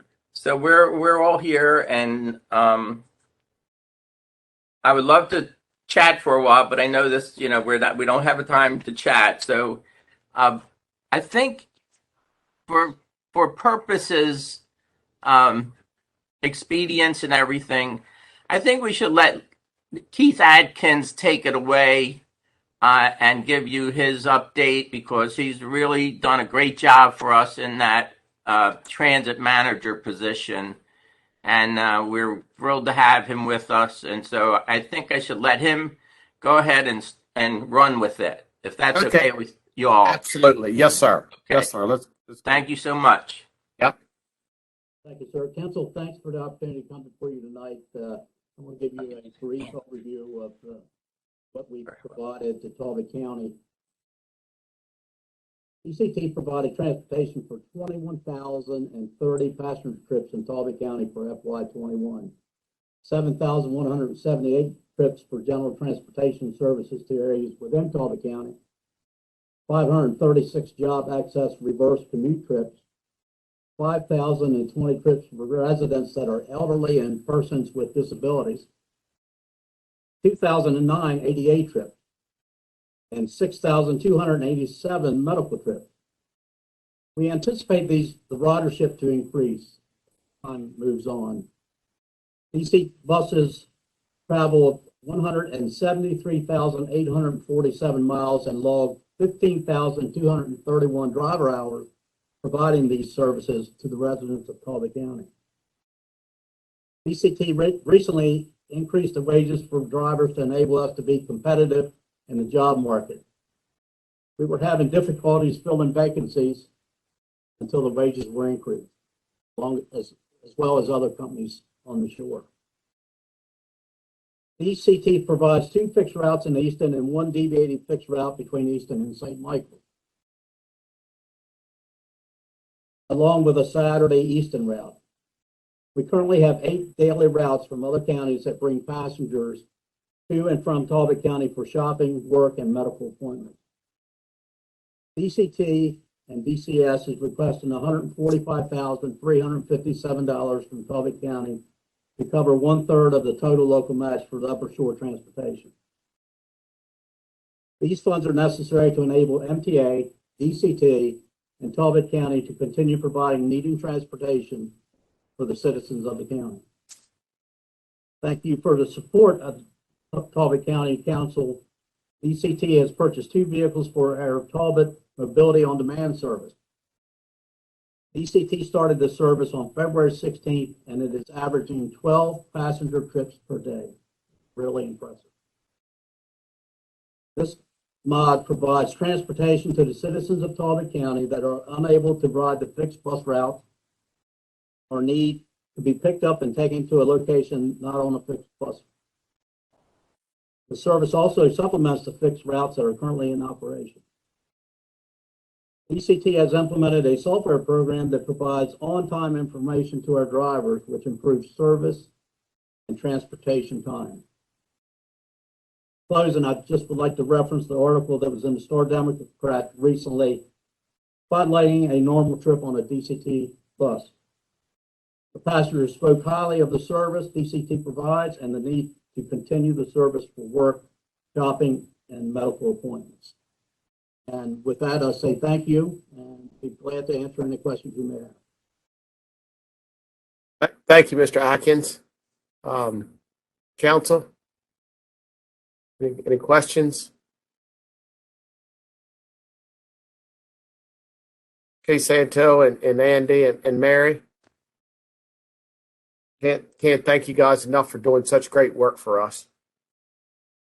There you go. Well, we appreciate your support, though, and we have always had a great working relationship with Talbot County, and we appreciate that. It means a lot to us. It means a lot to our employees and our drivers and our dispatchers. It's really great to be able to go into work and know that we have the support of Talbot County behind us, and you always have been there for us, and we really do appreciate it. True. We do too. We're going to be there for you guys. That's for sure. Well, thank you guys, and I'll have to be getting with you offline and talking to you about a bus need in June. Okay. Okay. We'll be waiting. Okay. Hey guys, thanks a lot. Thank you so much. Thank you. Yes, you want to see if Ray is Ray on? Yes. I'm here, sir. Okay. Hey, Ray, you're up next, buddy. Okay. I guess we had the public works budget.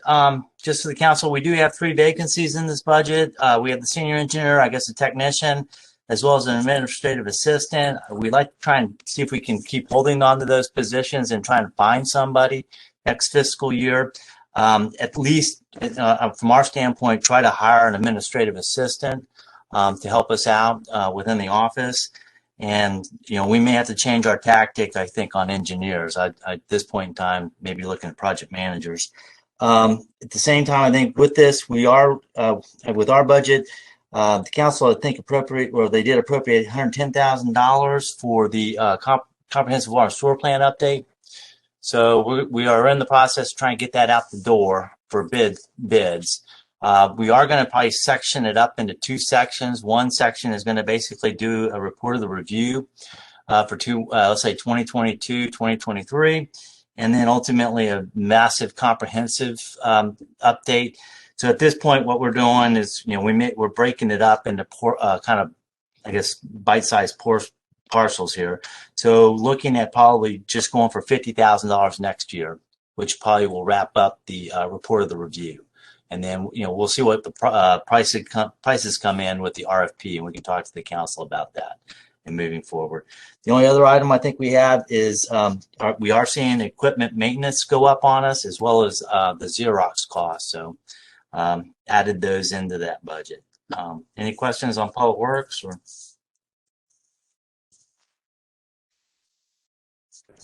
Hearing none, we'll go to solid waste or recycling. In this, not really proposing any real changes to staffing. Derek Brummel is our part-time recycling coordinator. However, I think the budget, in talking with MES, we have discussed with them that they are looking at increasing the cost of the waste transfer station. And they were looking at us going from $645,000 to $700,000.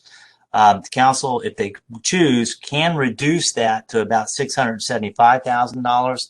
That would require a $1 increase in the transportation fee. That $1 transportation fee at this point in time is $9, and ultimately it would go to $10. Currently, the tipping fee in Caroline County is $67. MES is proposing to go to $69.50 as of July 1. So if we did a $10 transportation fee, that would raise the cost at the Talbot County Waste Transfer Station to $79.50, but it would drop the the price to about $675. So if that council wants to move in that direction. I guess the next items we have are really the sanitary district. To be honest with you, council, this has been the toughest really that we're dealing with. With the sanitary districts, right now we had a meeting with MDE, I guess late last year, related to budgeting, and they indicated to the county that we need to raise our rates by about $400. I went, I guess, reviewing the budgets for all all of our sanitary districts, primarily Region 1, Unionville, Toombsville, Scottville, Royal Oak, Newcomb, and Bellevue, which is Region 2, and then St. Michael's and Martingham. Within those budgets, because of the need for salaries and additional staff, as well as the debt service, the minimum we're going to need to go up is probably $300 for the starting July 1. And then ultimately we'll have to reassess what that increase might be July 1 of 2023. And Ray, that's an annualized figure that's broken up over a quarterly bill? Yes, sir. Yes, sir. And the other thing that I would propose doing too, just because it is an increase and we're getting close to $1,000, in some cases going over $1,000, would be moving away from a quarterly bill and going to a monthly bill, which might be a little easier to, for some residents to handle rather than having to pay a quarterly bill. So, now the one thing with this, I mean, it's, we're kind of caught because of increased debt service as well as salaries. I mean, we need to have this. So I don't know if there's any questions or, I know there was discussion, the council wanted to have a work session on this. We can do that to discuss it. So however y'all want to proceed. That's I presume is a separate council action from the budget action that the rate setting. would Right now, be an I mean, upcoming interest? we could set it in the budget. The one thing I would say is to give the notice to the residents as well as the businesses, because there will be an impact to them. And I think I hate to say it's the earlier we can get to them, at least they can start preparing for this.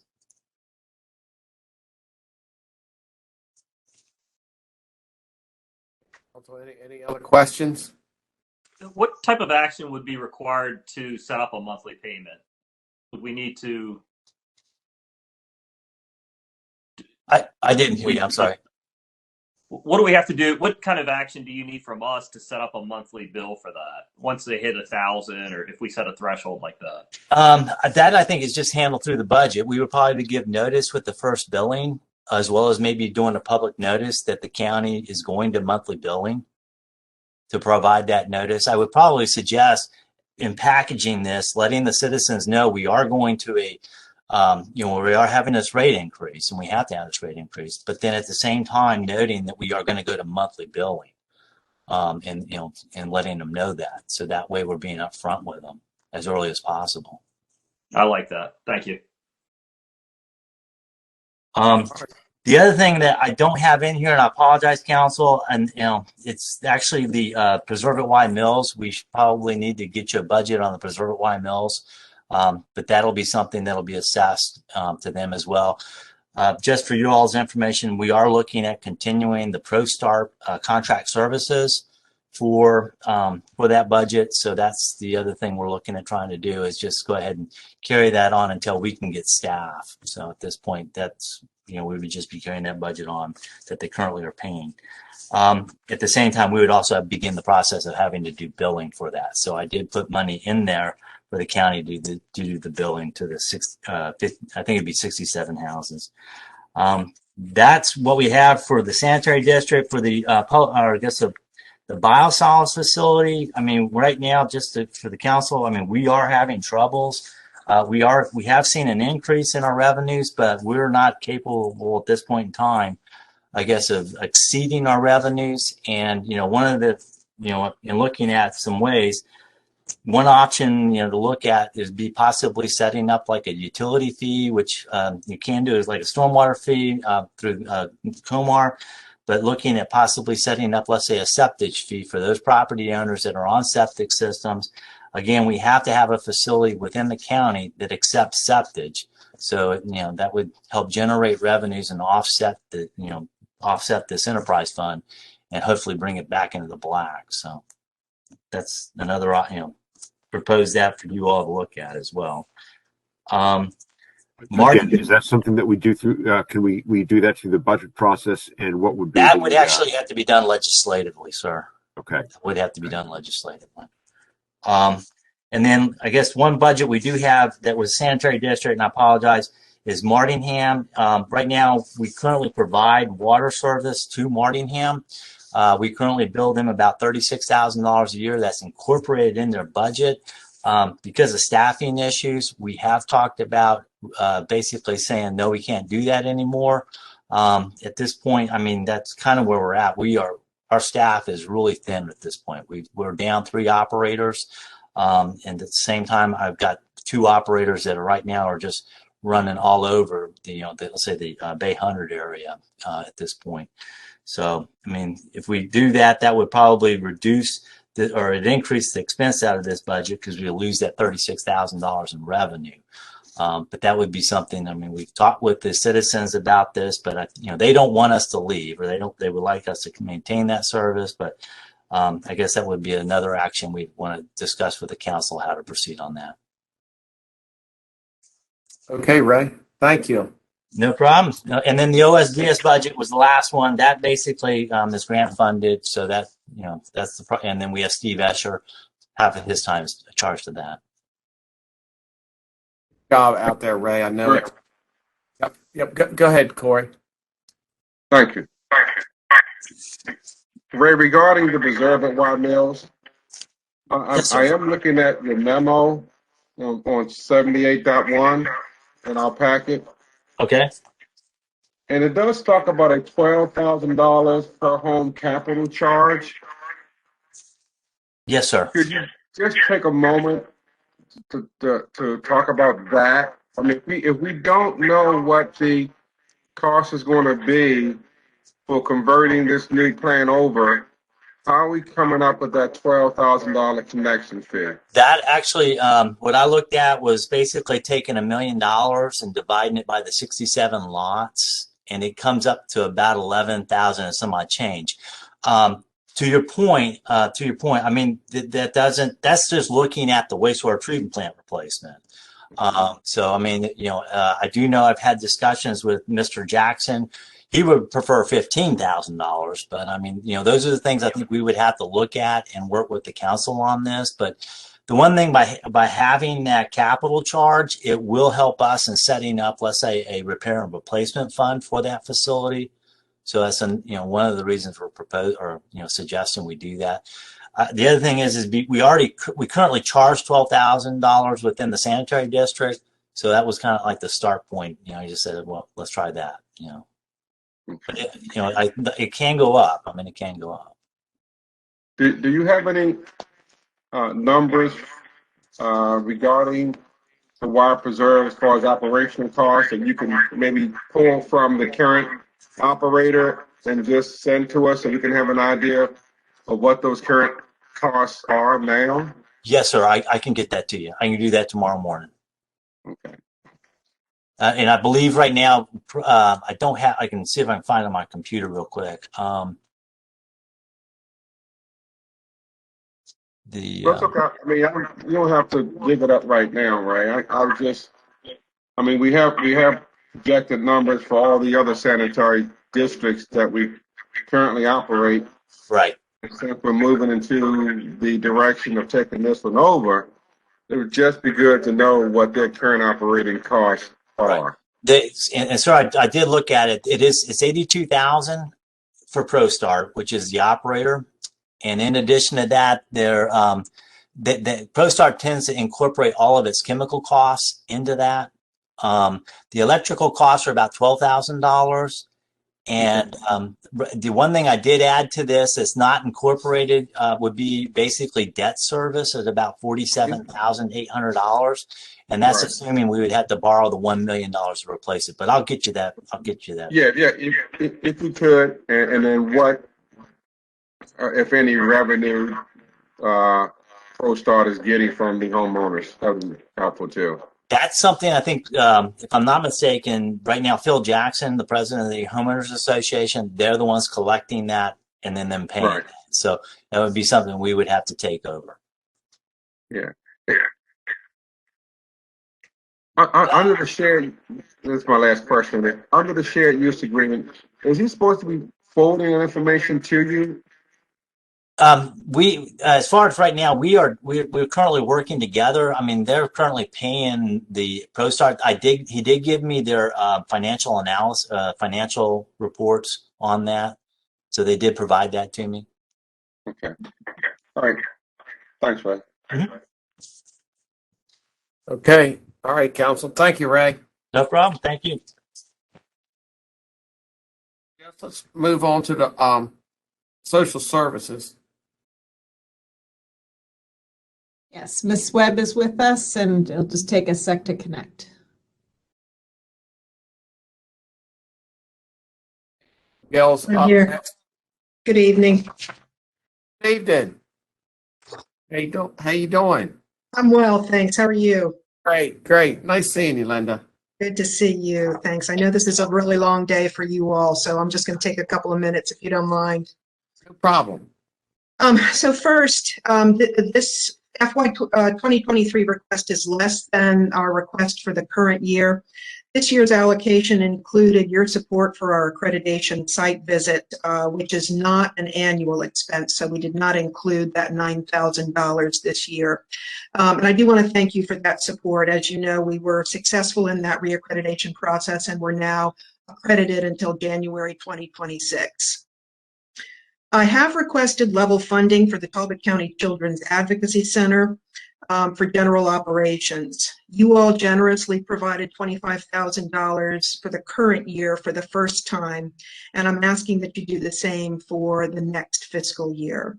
As you know, the CAC is an accredited children's advocacy center that provides a safe space for children who suffered child sex abuse. It provides services that help children and families recover from the trauma of child sex abuse, thereby adding to the overall health and resilience of our community.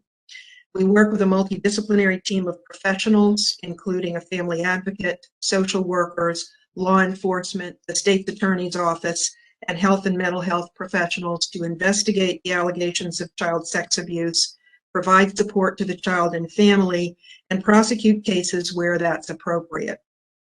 We've specially trained professionals to conduct specialized forensic interviews and medical exams.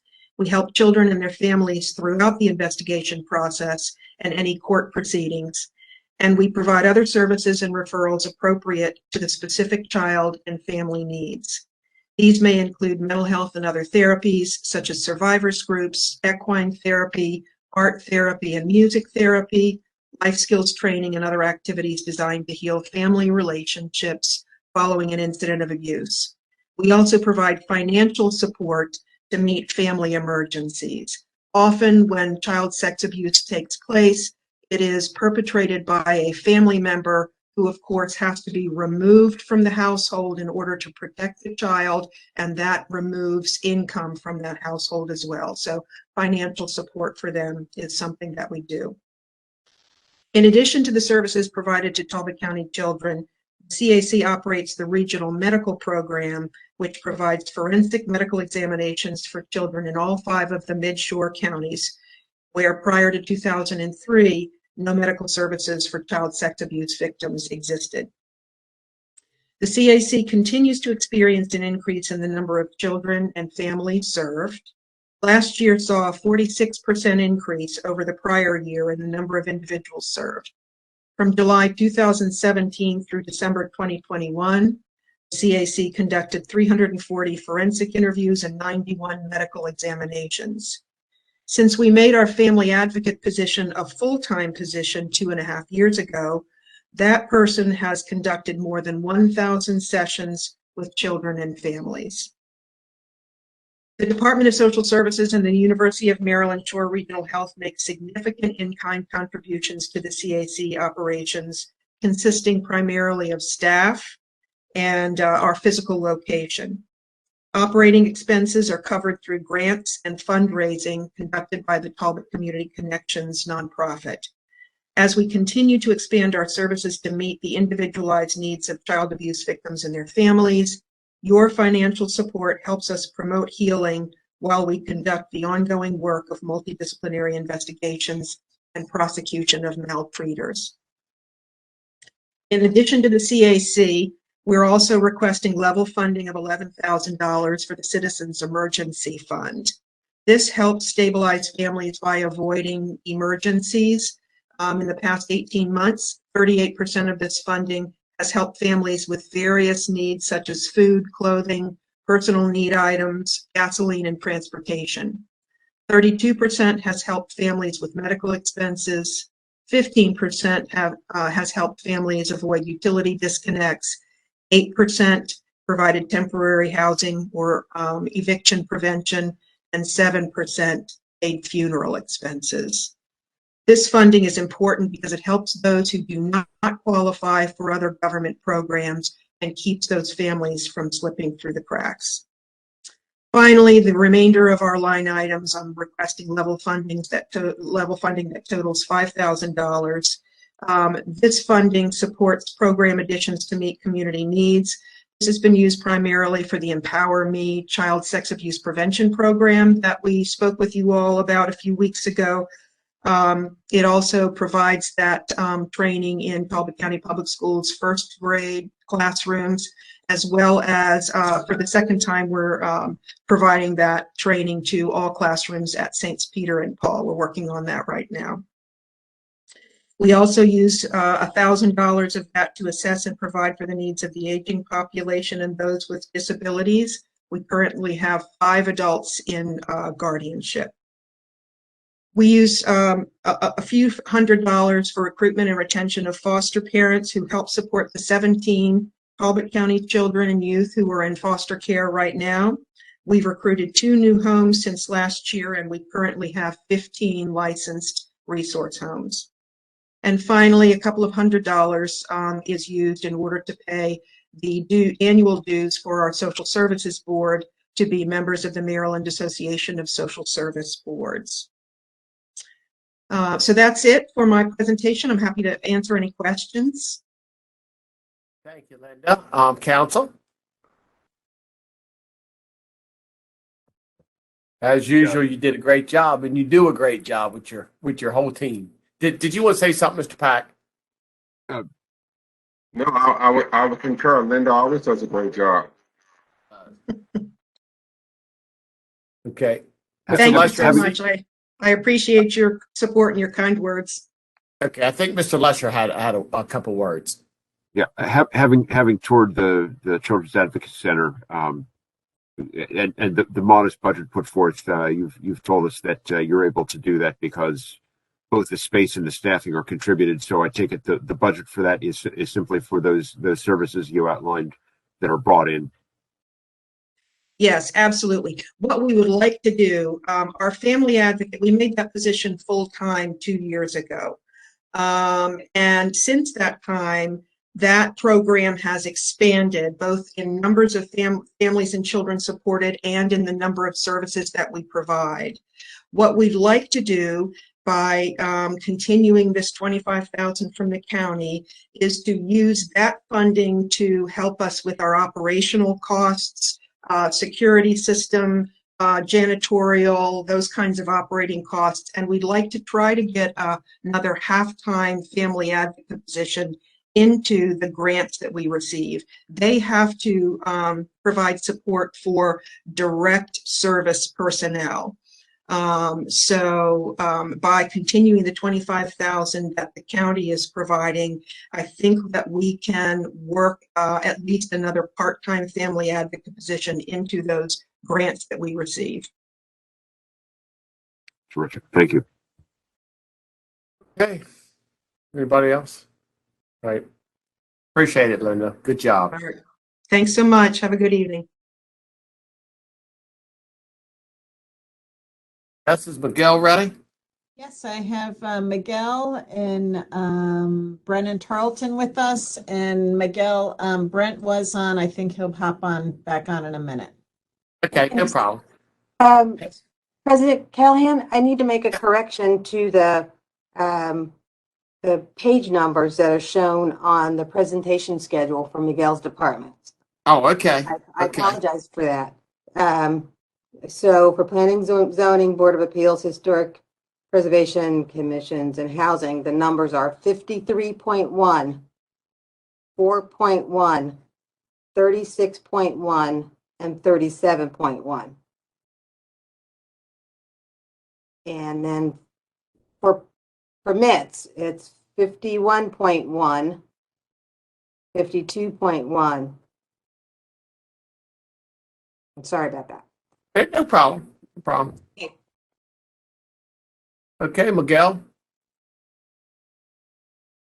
And we do have Brent joining us. So we've got everybody here. Okay. Thanks. Yep. Good evening. You and Brennan. Thanks. Good evening, members of the council. Wanted to ask, Mr. President, if we can combine permits and inspections presentation with ours. They're listed. Absolutely. So Great, you and Brent working together? Yes. Yep, no problem. All right, perfect. Thank you. So, members of the council, our strategic planning process was delivered to the council in work session at the January 25th meeting. And in that work session, we outlined a lot of objectives that we are now implementing or will be pursuing in the future. One objective is to optimize our workflow processes for permits and licenses through technology investment. Our OpenGov online permitting system will go live on March 7th. Another objective is to provide and maintain appropriate staffing levels and responsibilities, including specialized positions, to support our desired service levels and have a better workload balance between positions. We have evaluated staff capacity and balance, and we are requesting that, respectfully requesting that the council consider 1.5 FTEs for 2 new positions in the department. A second zoning technician position would be created through a 0.5 FTE allocation combined with the existing 0.5 FTE allocation that the council funded for a housing coordinator position. Now, construction permits have increased since 2018 from approximately 300 permits to almost 900 permits this past calendar year, which is over 230% increase. With only 1 FTE reviewing these permits, this has caused for us a significant delay in turnaround times, which I am extremely concerned with. And in addition, the 1.0 FTE position is responsible for maintaining our level 7 rating in FEMA's community rating system. The participation in the CRS is voluntary, involves quite a bit of education, outreach, and interagency participation that used to be handled by the floodplain coordinator position, which was eliminated. The addition of a second zoning technician will have a significantly positive impact on review times, I believe. And I believe it'll also eliminate 80% of our customer complaints that we receive in the department. I want to turn it over to Brent to talk about the other 1.0 FTE position request. So we are, due to the large increase in building permits and other permit submissions, also means a greater number of building plans to review for conformance to building codes. Most permits require some level of plan review. Currently, the building inspectors 2.0 FTE and permit managers review all permits for codes conformance before permits are issued.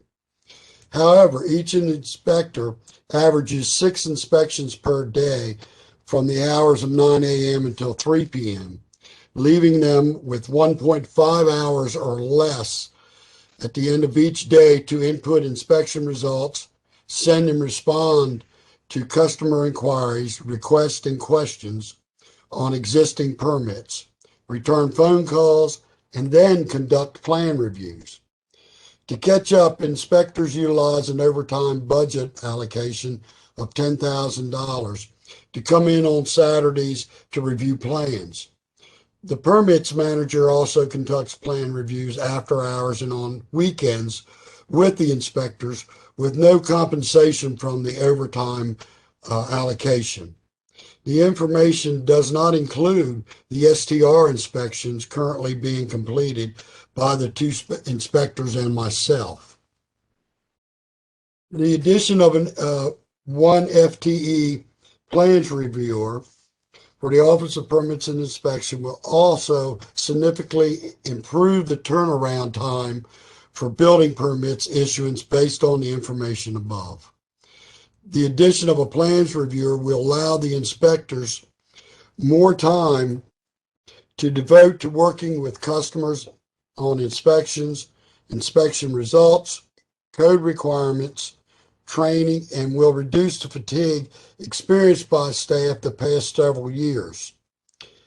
And we can also, by filling with this position, the plans reviewer could once getting his credentials, could fill in during peak times and also when other inspectors are on vacation. The addition will also allow myself time to manage the office, respond to and resolve customer contractors' concerns, conduct outreach meetings, training, and coordinate with other departments and their approvals and administer to code updates and adoptions.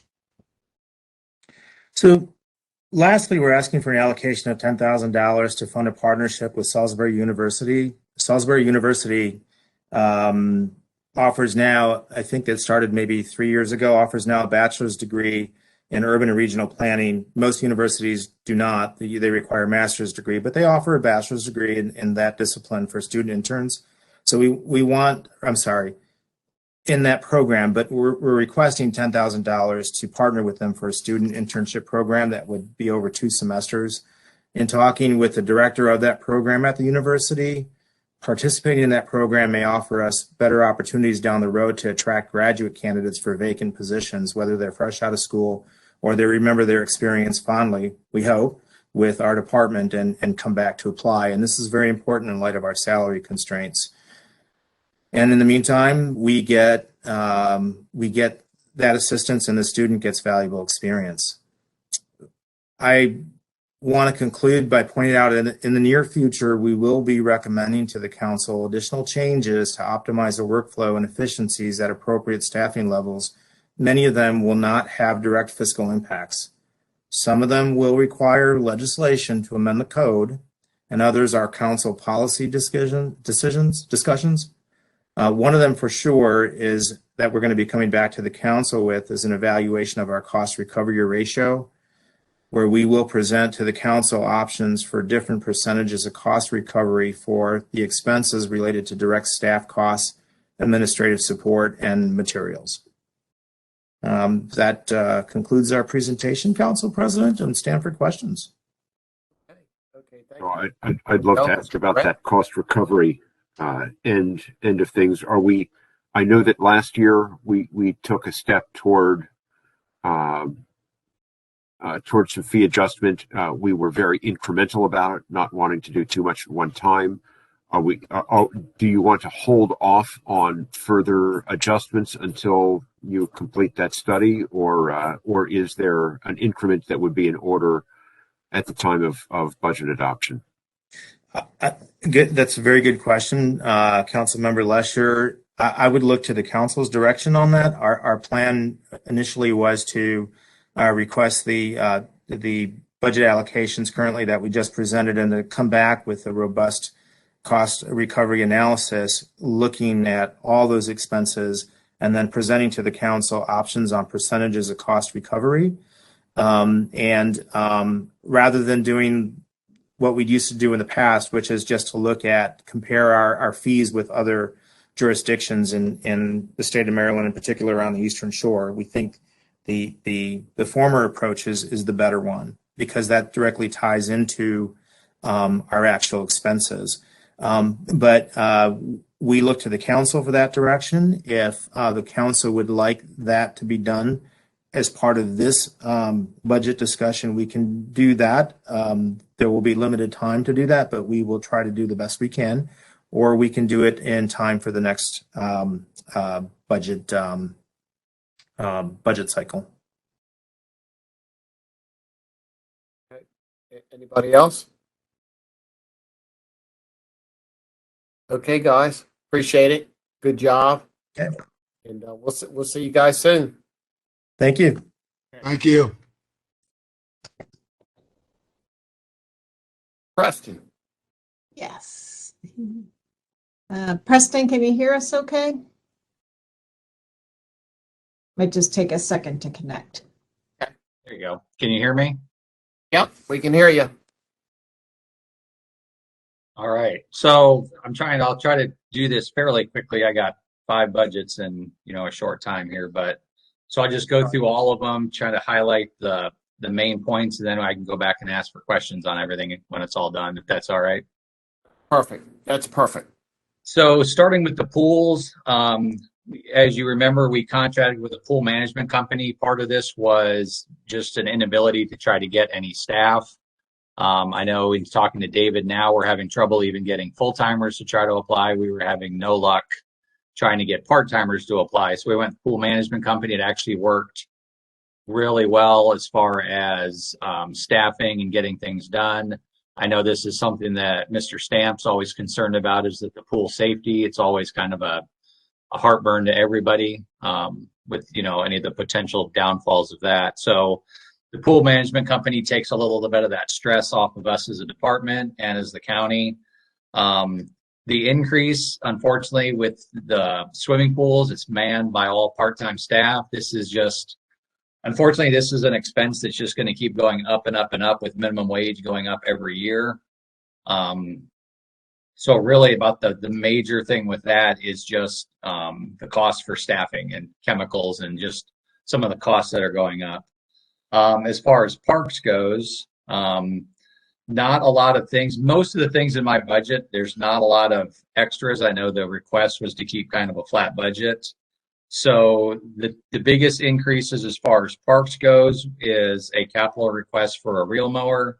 That'll be used on the Bermuda turf for the athletic fields. And then some capital grant money, but that will be reimbursed at either 90 or more %. So that'll be reimbursed. Those items are a replacement playground at the community center. It's at its 20-year lifespan. And then pickleball courts at the community center as well. And that's something that I'll touch on when I get to the community center. As far as landings goes, just a small increase in that. As far as some part-time wages, I am requesting another position. This is something that I think Councilman Pack remembers, trying to come up with a landings enforcement officer. This would be offset. We would not need the sheriff to do overtime at some of the landings and at the community center at night. This position would be able to handle some of those things. Also, a replacement pickup at the landings. Ours has basically dropped its transmission. So it's got over 100,000 miles. This is the vehicle that gets used by the part-timers as far as picking up trash at the landings all through the summer, and then also by staff in the winter. There also are 4 grant items as far as that goes. Those are Oak Creek redecking, the Y landing, repaving, New Bridge landing, repaving, and Windy Hill. These are all items that would be 100% reimbursed by the state. So they're in the budget, but they'd be 100% covered. And then lastly is the community center. The biggest thing with those are obviously an increase with part-time wage. Again, that's a minimum wage thing. There's also a $40,000 reduction in our professional fees. That was, if you remember, we are currently working on our LPPRP document that gets us our program open space grant funding. That project will be done so that those funds can be taken back out. So that'll get reduced by $40,000. The capital items are a dehumidifier, replacement of the lobby floor. The lobby floor is, like I said in the memo, it's virtually impossible to clean. It can't be vacuumed. It can't be mopped. It can't be swept.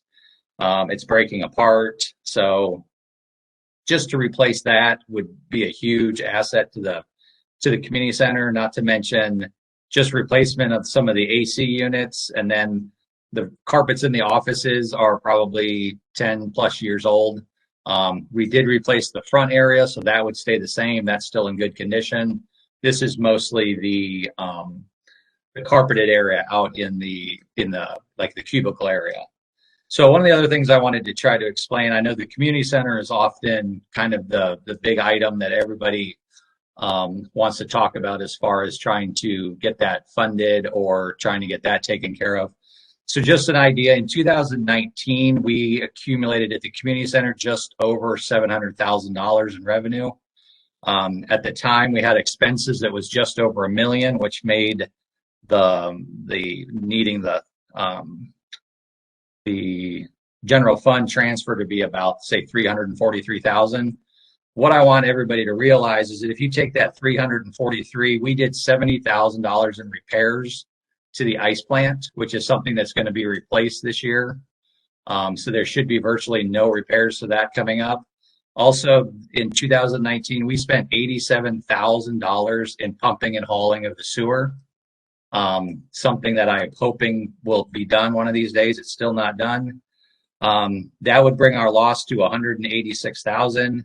And we have a debt service right now at about $178,000, which Joy would have to double check later on. I think we only have a couple of years left of that. So if you lose that debt and those big ticket items, with the sewer to replace the pump and haul, the repairs that we spent on the ice plant and get rid of that, we've only lost $7,000 on the community center. We have increased our revenue 40% since 2014. It was $413,000 in revenue then. It's over $700,000 now. The thought about putting these pickleball courts in, pickleball courts are not only just a recreational item, this is actually a revenue generator. We have the potential to run one pickleball tournament per month that we estimate would generate about $10,000 per month for about $60,000. So the thought process behind that is that would all be community center revenue that hopefully if that, if that went through and that was successful like it should be, and we didn't have any catastrophic injury or catastrophic accidents or any repairs, we might actually very well be able to get the community center to break even, if not make money. I know that's something that Ms. Price wants to hear. So with that, I will answer any questions. You said you started making money as of 2014 to now. Is that what you said? Yeah, so I came on board in 2013, so I kind of go by that platform. So in 2014, I believe our actual revenue was about 413,000, and then in 2019, it was just barely over 700,000, and right now, currently, 700,000 is the highest it's ever been, and right now we're right about on pace to be at 700,000 this year. That's good job. Good job, Preston. Mr. Pat. Yeah, I would say it certainly is an outstanding job. And Preston, I do remember during your interview with council, one of the things that we stressed to you was for you to be creative in ways to make the community center a true enterprise fund, which for the life of the community center, it has never operated as a true enterprise venture. So I just want to say congratulations to you and your staff. Remarkable undertaking. And you're right, you take out those repairs and your debt service, and you're almost running in the black here with the center. We just heard, and I don't know whether you were online to hear Sheriff Gamble's presentation to council, but it even speaks to more the need to have this land enforcement officer. He's already saying his team is stretched very thin. He's looking for council to consider some, I wouldn't even say moderate salary adjustments. They're certainly beyond moderate in my opinion. But your landings enforcement officer would certainly take something off of his plate. It is certainly a needed position.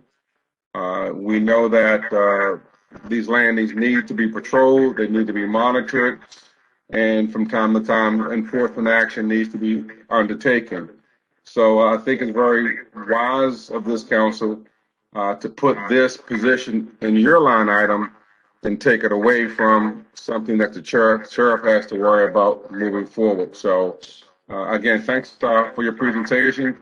Congratulations on the job well done. And I do share your, what's the right word to use, your optimism that one day we will be able to flush at the community center and not have to worry about calling in the truck to pump and haul. Well, Thank you, Mr. So, Mr. Pepper, one thing that I'm going to challenge you on is Talbot County needs to do, everybody needs to do a better job of closing the back door. We're all losing employees to neighboring counties. And when we had the strategic planning session, one thing that I brought up was for county staff to be able to use other county facilities at a discounted rate or free rate, do something to help incentivize and thank them for being county employees. And that was an idea that I tossed out there. And then I recognized how many times, especially during COVID, people just stepped right on your toes and said, I'm using this room.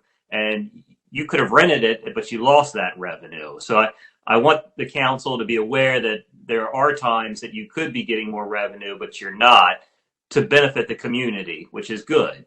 And also there's no price you can put on teaching a child to swim and keeping them alive and giving them that lesson.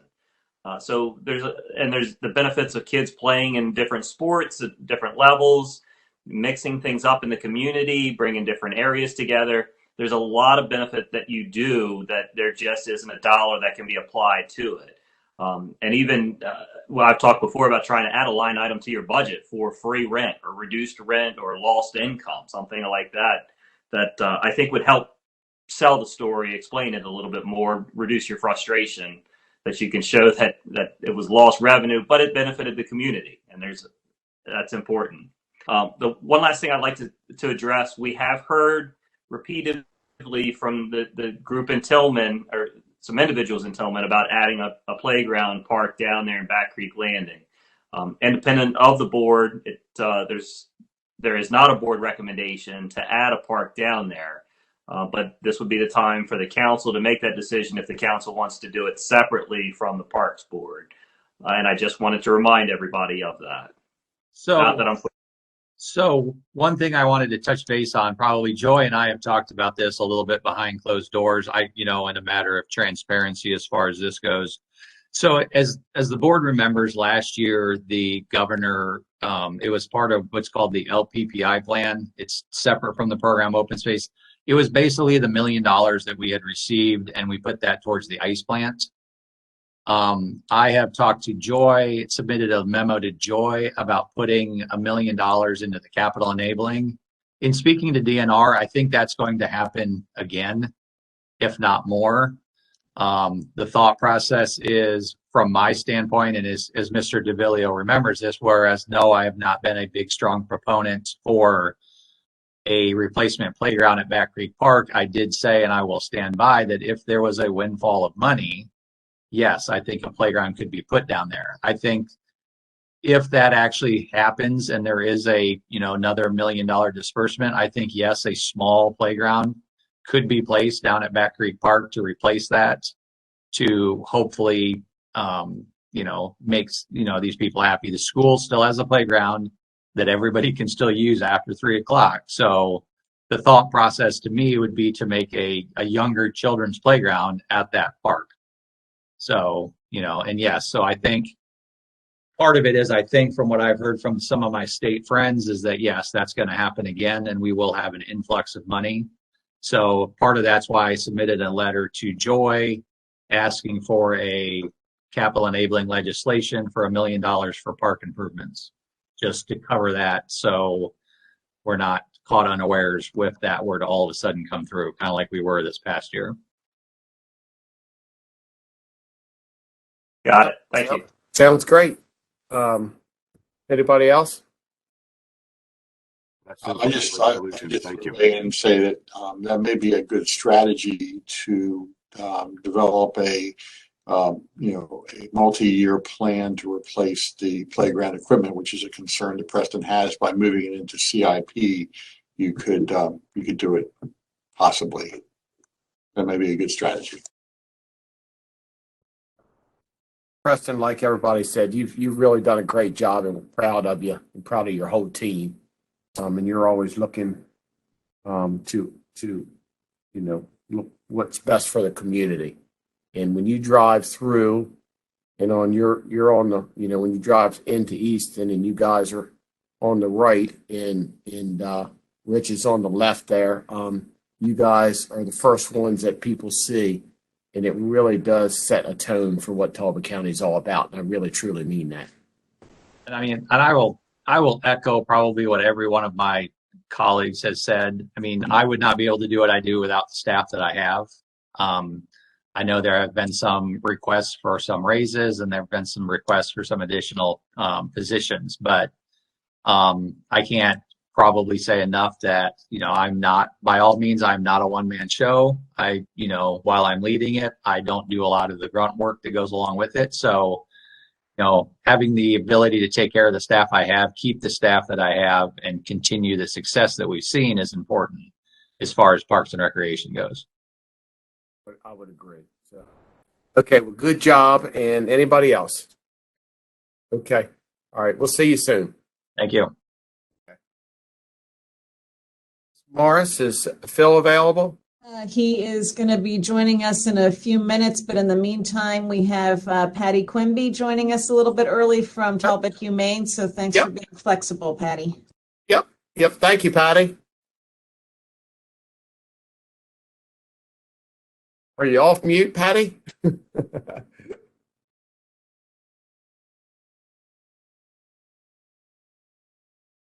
Sometimes it takes a minute to connect. Yeah, no problem.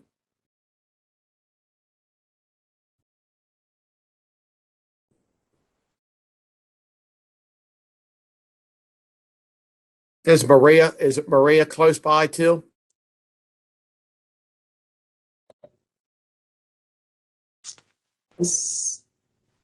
What time is Maria on? She's in a little bit more than a half hour, like 35 minutes. Do we want to reach out to her? Absolutely. I'll do that in the 55. meantime. And Patty, we're ready whenever you are.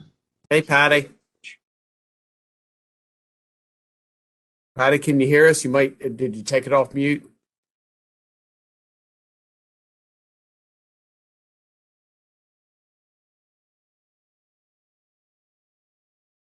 Maria.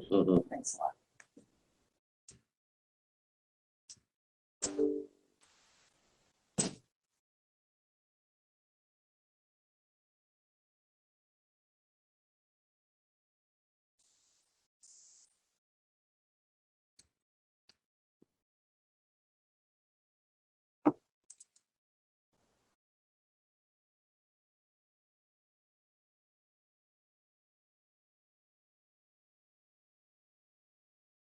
So Patty, if you can hear us, maybe you want to sign off and sign back in.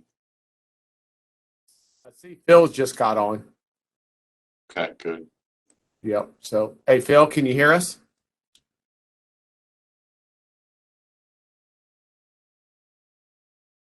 Mr. Starkey, can you hear us? Yes, I can. There he is. How you doing, Phil? Welcome. Good. How you doing? Great. You got council here and staff in front of you here. If you want to go ahead and start on your presentation, that'd be great.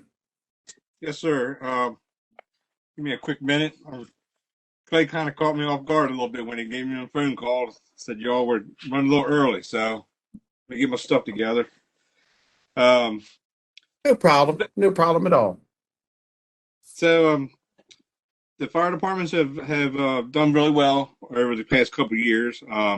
Even though the fundraising events have not been well, 1 year there wasn't any, and last year we've adjusted to a lot of drive-through events and stuff like that. But the fire companies have done pretty well on their fundraising efforts. But now with the inflation and the cost of the cost of everything just to maintain a fire department, I've asked for a 15% operating appropriation increase. I know you guys we were given an increase last year, and it looks like this coming year is going to be really tight on some of the fire departments. Out of the 7, I think 5 have made major purchases. So we need to increase in monies for these departments to stay ahead of the game. The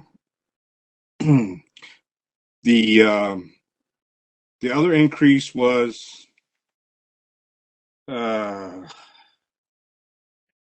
R&R. We had 20,000. We've actually for 21. We asked for $1,000 increase in that budget.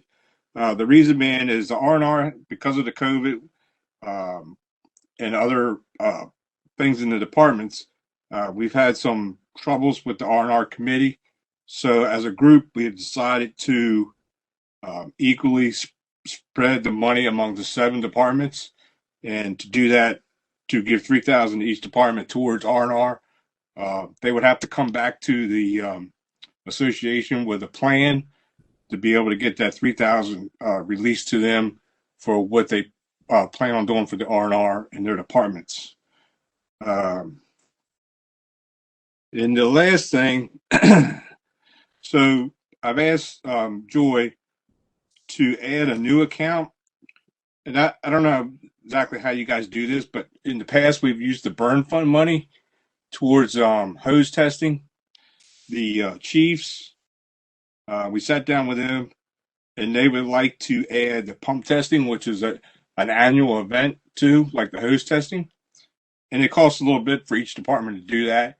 So I've asked that the burn fund be changed to a standard budget item. And I've asked for a $10,000 increase in that. So it's $30,000 a year. We spend about $20,000 for the hose testing, and the $10,000 should cover for the pump test for all the engines in the county. So that's basically all we've proposed for this year. I'm open to any questions. Other than that, I mean, everything else. Question. Yes, sir.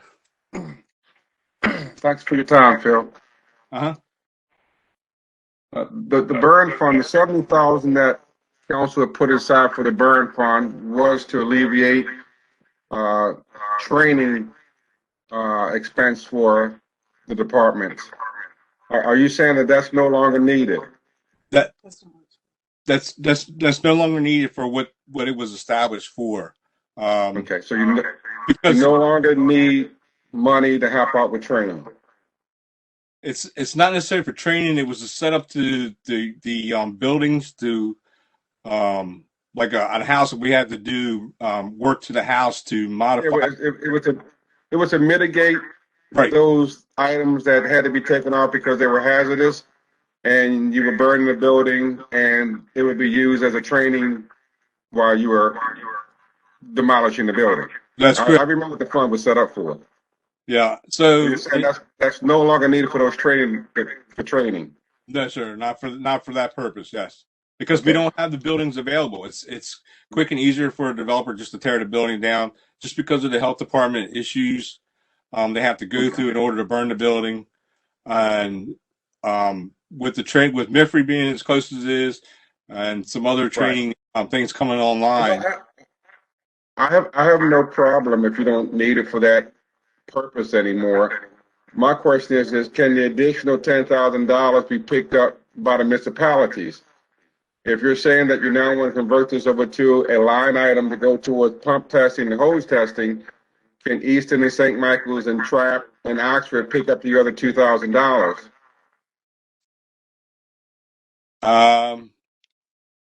That really wasn't discussed, and I couldn't speak for the towns. I think at this point, I feel that the towns would probably not pick it up because they're already covering the workman's comp for those departments. And that was a discussion that was brought up in two of our meetings about the workman's comp and going countywide. And I've kind of skirted that issue with the departments because the towns, the incorporated towns, have the workman's comp on the departments.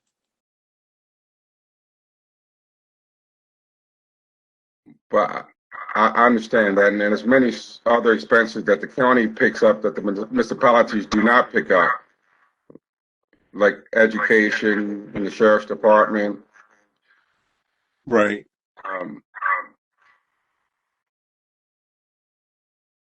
Okay.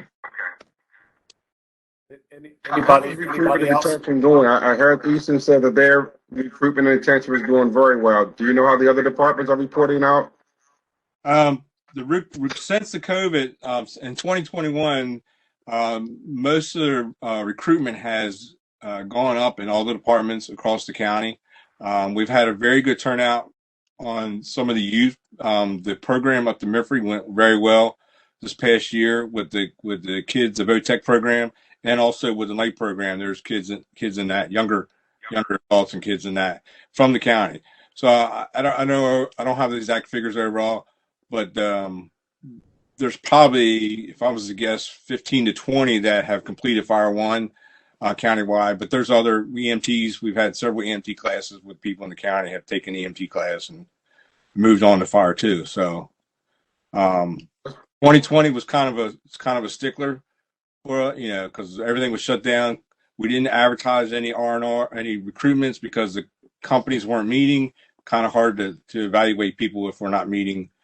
2021, it started picking up a little bit, and people just out of the blue started coming in, and so we're getting ready to run we signed an agreement with this radio stations. We're going to run some ads through the radio station. We'll be Saturday out to the Quality Inn. They give us free space out there to do some recruitment with the workforce thing. So that they called me about that. So we are going to be out there. But and we did some shirts last year. We did T-shirts for advertising for recruitment and retention. Great. Well, I'm glad to hear that those recruitment and retention numbers have gone up. Yeah, I was afraid that 2020 was going to be a little be a hamper on our efforts, but I think it worked out. People stepped up to the plate and want to volunteer, and I think overall the companies have gained new members. And yeah, the biggest thing right now, like I said earlier, is like the company's buying new equipment, and the cost of this new equipment is going faster than anybody can anticipate. I'll give you a prime example. Oxford alone ordered an ambulance. By the time they ordered it, the chassis had gone up like 12 grand just on the chassis itself. So, and then they're on a waiting list to get the chassis. So most of the fire equipment people have 20% increase across the board. It's crazy for fire equipment and delays getting it in. So, okay. Do you have any information on these hose tests and pump tests you can send to us? Yeah, I can. Well, I have some information on the pump testing. Do you want the? I can send you NFP standards. I can tell you. I can give you some ideas on what it costs. We did. Yeah, the cost. Yeah. It costs between $250 and $300 a truck to test it. It depends on the GPMs of the pump. And that's both dealers that deal this area. It's the same price. So. Okay. Well, I know last year when we switched over, for you used up money towards the line testing. Right. You sent us some information on it. Okay, I can do the same thing. Send us the pump testing. Yep, Yeah. I can do the same thing to you. Yep. Yeah. Okay, council. Any other questions? Chuck, Yes. can I add something real quick? So Yeah, absolutely. we'll probably speak up to this. I've not had the opportunity to speak with Phil yet, but Pete Lesher is chairing the American Rescue Plan Act Committee for Council. And so we're going to be reaching out to you to see if you could help us maybe quantify the impact over the last year to the fire companies for Council's consideration to add that as part of the ARPA grant opportunity. Okay. It was ranked fairly high in the public survey. So we'll be getting with you on that. And Pete, I don't know if you want to say anything about that, sir. A lot of the recommendations that were taken to council now, there are some recommendations that we'll be able to forward now, and we'll be holding up money for items where we haven't quantified it yet. So if this is something that the companies can quantify, it helps us front burner that funding and get it through in the first recommendation to the council. Okay. What kind of information would they be looking for? Well, hey Pete, what kind of information would you be looking for on that, Pete? Clay, do you want to, or I think and we can take this offline, and I will work with you on that and come back to council, and we'll figure something out. All right, Clay. Good enough. Good enough. Okay. I think Mr. DeVilliers, did you have something real quick? Sure. Okay. All right, Phil. You guys are doing a good job, and we appreciate all you guys do and all the care you and safety you give us. That's for all sure. right. Thank you, guys. Thank you, Chuck. Okay, buddy. Okay. Is Patty on? Patty, can you hear us okay? I can. There Perfect. she is. I'm early and you're early. That makes me even happier. I know it does. I know it does. Sorry, you might hear my bird. So I see the stars anyway. I see the stars. you might hear my bird, so I apologize. I came into my office because it's the witching hour in my house with 4 dogs. I got you. No problem. No problem. Well, I sent you our budget, what it's going to cost us this year. I'm going to be quick with you because it's not our first rodeo here with the Yep. Humane Society. As you know, Talbot Humane is the contracted entity for animal control. And because of that, we have to provide some services to the county that we wouldn't necessarily have to provide if we were solely private. One of those is that we take all the county animals, regardless of temperament, how full we are. We're open extra hours to provide for animal control. And Talbot Humane provides for after hours services to ensure that our police force and any severe acts of cruelty and neglect are covered. Our county ordinance requires us to hold animals for 7 days. That is the longest holding period within the state. And during that time, those animals are still the responsibility of Talbot County. Along with that, we have animals that are seized under the state law, involved in cases of evidence, held on appeal for weeks, months, sometimes close to a year. Currently, we have 2 dogs that have been in our custody since October 15th, and we still don't have a trial date for that, and costs accrue with that every single day. Many of the animals that enter our care are contagious, malnourished, in need of veterinary attention, and while they're still in the custody of animal control, that too is a county expense. An example, we had a mother and 10 puppies that came in a couple weeks ago. They came in as stray, and they were all in deplorable condition. There was expense associated with that. One of the dogs that I referred to that has been with us since October 15th, the first 24 hours of care for that dog was over $1,000. So as you can see, there are expenses that we can't account for with animal control that we simply have to cover. And we are trying to address that at the state level with a cost of care law for the 7th year this year. Let's all hope this goes through. But until then, these are expenses that we've got to cover it some way. Animal intake continues to be unpredictable. 2020 was actually a banner year for shelters across the country. COVID was a horrible thing for all of us, but shelters saw record low numbers coming in. Unfortunately, numbers are going back up. Compared to the first 8 months of this fiscal year, compared with the first 8 months of last fiscal year, we've seen a 16% increase in animal intake. Further, we know the cost of everything is increasing. We're seeing some supplies increase in cost monthly. Everything from veterinary services, shelter supplies. We know the cost of fuel is going up exponentially. Our aged building, I feel like every day I come in here, something else is in need of repair and maintenance.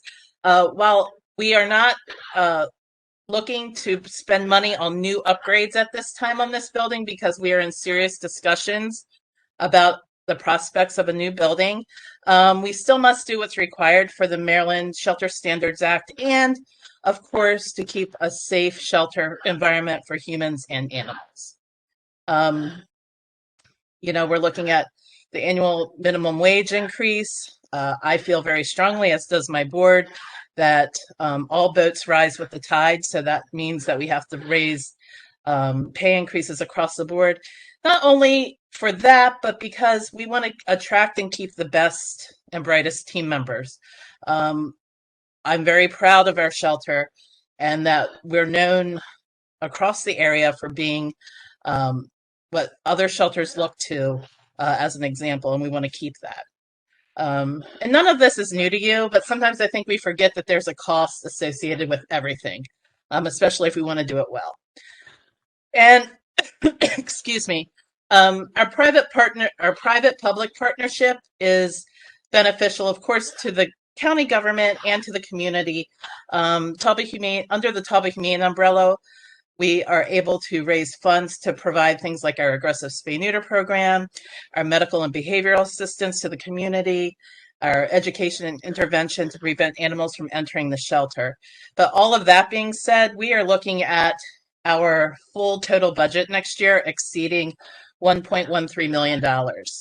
And that's just to keep the status quo. I've been looking at this budget and it's almost like playing bingo. I think we're all sort of in this place right now. But we did come in, as you requested, at the same flat allocation that we've been receiving for this past 7 years, even though we expect the cost of animal control to exceed this. And that's something that, we're going to have to look at in the years to come, because we can't continue to run in a deficit of animal control and keep services at the same level that our community expects from us. We have a very animal-loving community, and the citizens have extremely high expectations of our agency and organization. So I just hope that you can take all this into consideration when you're looking at our budget allocation this year. So, Hey, Patty. and my bird had a lot to say, so I hope you could hear me. So. I got you. Council, do you have any questions? I just am looking for a clarification here. The budget request is for a flat budget, but you've built a case for an increase, and so I just want you to clarify your request. Are we just to keep this in mind for a future year, or would you like us to actually look at an increase of some sort this year? I would appreciate you to consider it this year, because we are concerned about the not only the rising costs, but the concerns about over the next 12 to 18 months of our donors being able to support our need for, filling that gap. And as I said, we are judicious with our money. And we are very careful with our budget.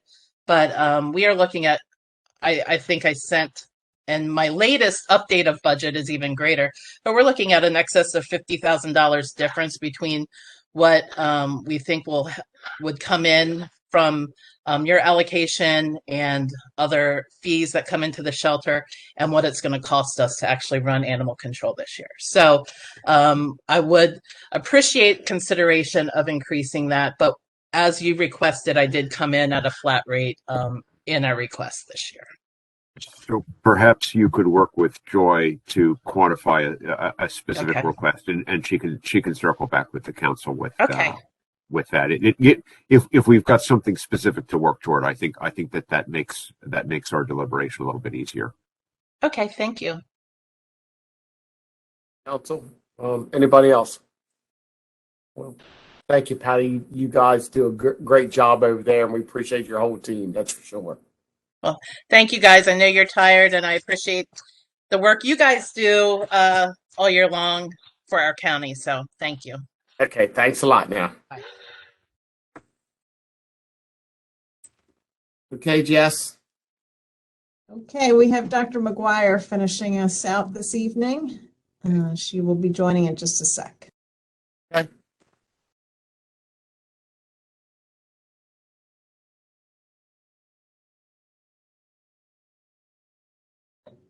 Can you hear us okay, Maria? There we go. Sorry about that. Had to Perfect. mute and make my video work. Good evening, everyone. I hope you can hear me. Can hear you. Oh, great. Thank you. Well, good evening, President Callahan, council members, county manager. Sam. Hello. Long time no see, eh? So anyway, I'm glad I'm the last one, because I was really worried that you guys were continuing on really late. But I do want to, in the interest of respecting everyone's time, I do want to make just try to make a brief presentation about the health department's budget. So we presented a budget basically that the bulk of it excuse me. We have 6 different sub budgets within the health department that we received from the county. This year, our total budget, we have budgeted for $9.541,388 million. That's actually a decrease from last year, because our COVID, a significant portion of our budget in the past 2 fiscal years has actually been COVID pandemic specific funding from the federal government via the state. And And so we expect that in our budget, our county allocation will comprise 27% of our budget. That is lower than historic rates, where it approached closer to 30%. But again, we are expecting a bit of that COVID money to continue, but just at significantly decreased rates for fiscal year 23, given the positive direction of the pandemic. As you're well aware, the health department conducts many different services for all members of the Talbot County community. And we reach about 1 in 3 individuals on the county in a given year. We for 4 of our 6 budgets, we have budgeted to be, level funded. However, there's 2 specific ones that I wanted to discuss related to an increased allocation request that we're putting in this year. This was made with a lot of thoughtfulness, because we really wanted to aim to come in at a level funded budget. However, with state mandated increases in salary and other costs, especially due to inflation, which I know everyone else is experiencing, we're having trouble kind of meeting that request to be level funded. There's specifically 2, as I mentioned, 2 areas that we would like to for the county to consider an additional funding. One is in the school health program, and one is in our senior services program. So as you know, our school health program for the county is actually made up of Talbot County Health Department employees who function under the medical license and direction of the health department, and specifically my medical license, and they work in the schools, so they're located in the schools. And we currently have 11 staff made up of nurses and certified nursing assistants. In the past 2 years, we've had 11 resignations, and there's been quite a lot of turnover. We've also noted that in the past 3 years, we've had a 59% increase in the number of visits of students to our health offices. So in 2018-19, that school year, we had 63,000 school health visits, and this year we're projected to have 100,000 school health visits in the health offices. The larger schools, such as the Easton High School, Easton Middle School, they see about 100 children a day coming through their school health office. So they are very busy. Over the past 2 years, they've been even busier because the nurses and health aides have participated a lot in testing students for COVID and helping do the contact tracing. And so this really led to a lot of our school health staff becoming really burnt out, and that did account for a lot of, resignations and early retirements. And so we're realizing that these very critical, members of our health staff are really overburdened right now. And what we would like to do is to be able to hire 1 additional nurse and 1 additional health aide, and that's why we've requested a funding allocation supplement of $85,000 for that program. We are also noticing an increase in complexity of students attending our public school systems.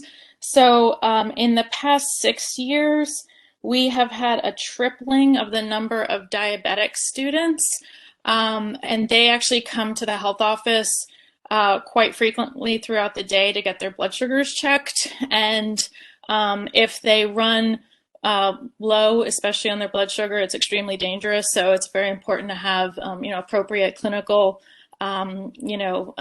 expertise to be able to be of service to those students. And additionally, we currently have 4 hemophiliacs in our schools, where a few years ago we had none.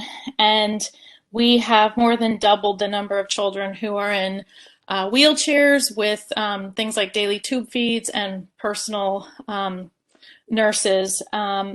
And additionally, some schools are now seeing that they give out up to 30 medications each day, so regular medicines during the school hours. So a lot of these are maybe ADHD meds that are required to be given, around lunchtime or so. So the school health nurses are really busy. And ideally, we like to have a nurse in every school.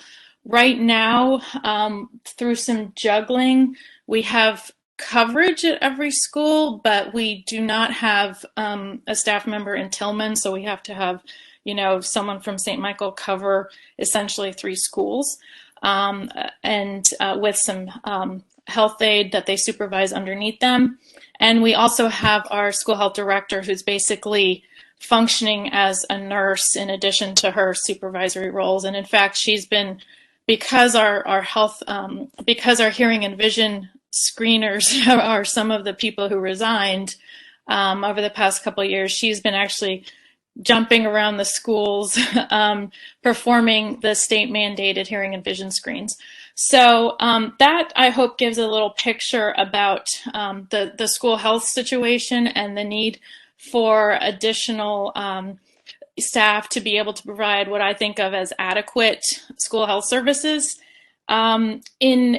In Talbot County, it's a bit interesting because we actually, as I mentioned, the school health staff are employees of the health department. And in addition, it's even more unusual in that the budget for these nurses comes from the health department. So in about, I believe it's 10 of 24 jurisdictions, the health department actually staffs the school health nurses in the public schools. But in, I believe, most of those cases, it's actually the budget for the nurses comes directly from the public school system. And so that makes it, important that we, consider the needs of the school system. So as their enrollment increases, we have to likewise make sure that we're providing adequate clinical services. So that is a summary of the need with our school health program specifically. And, for instance, there is a bill being considered now to require a nurse in every school. And if that were to get passed, we would certainly need to hire 2 more registered nurses. Right now, our plan is to hire 1 registered nurse and 1 health aide. So real quick, Maria. Hi, how are you guys? Hi. So that bill is a thing, and the thing is, it would be required to be in the school budget. It's like 2 different bills, but one of them would require being in the school budget, which we're opposing, and I probably need to talk with you offline or make sure that you're on board with MACO, because it depends on 1 nurse per school. Well, what if the school has 100 kids versus a school with 1,000 kids? Yes. And so we need to be mindful, though, of if we do any increases, if we put it in your budget and yet this passes, and it should, and then it goes in the maintenance of effort budget. So we need to stay connected on that issue, because I think there's a couple of bills that kind of do that same thing. So, and I'm sure that Macho, right? That's your organization. Yeah. Macho has actually issued a letter of concern specifically for that very reason. And you're exactly right, because Tillman Elementary has fewer than 100 students. And so in our history, and luckily because of the way they're set up, they have a school staff person who's like a medic, who helps us out. But it would make no sense to have a registered nurse there full time, given their population. So yeah, I think we're on the same page as Mako on that position. I still like Macho, Macho. Yeah, Macho. So yeah, but even without that bill going through, we do, let's put it this way, in schools where there are kids who have chronic health needs, it's not the safest thing to have just a certified nursing assistant. So that's why we definitely want to be able to hire 1 more registered nurse if we can. And the second program where we were requesting an increase was our senior services program.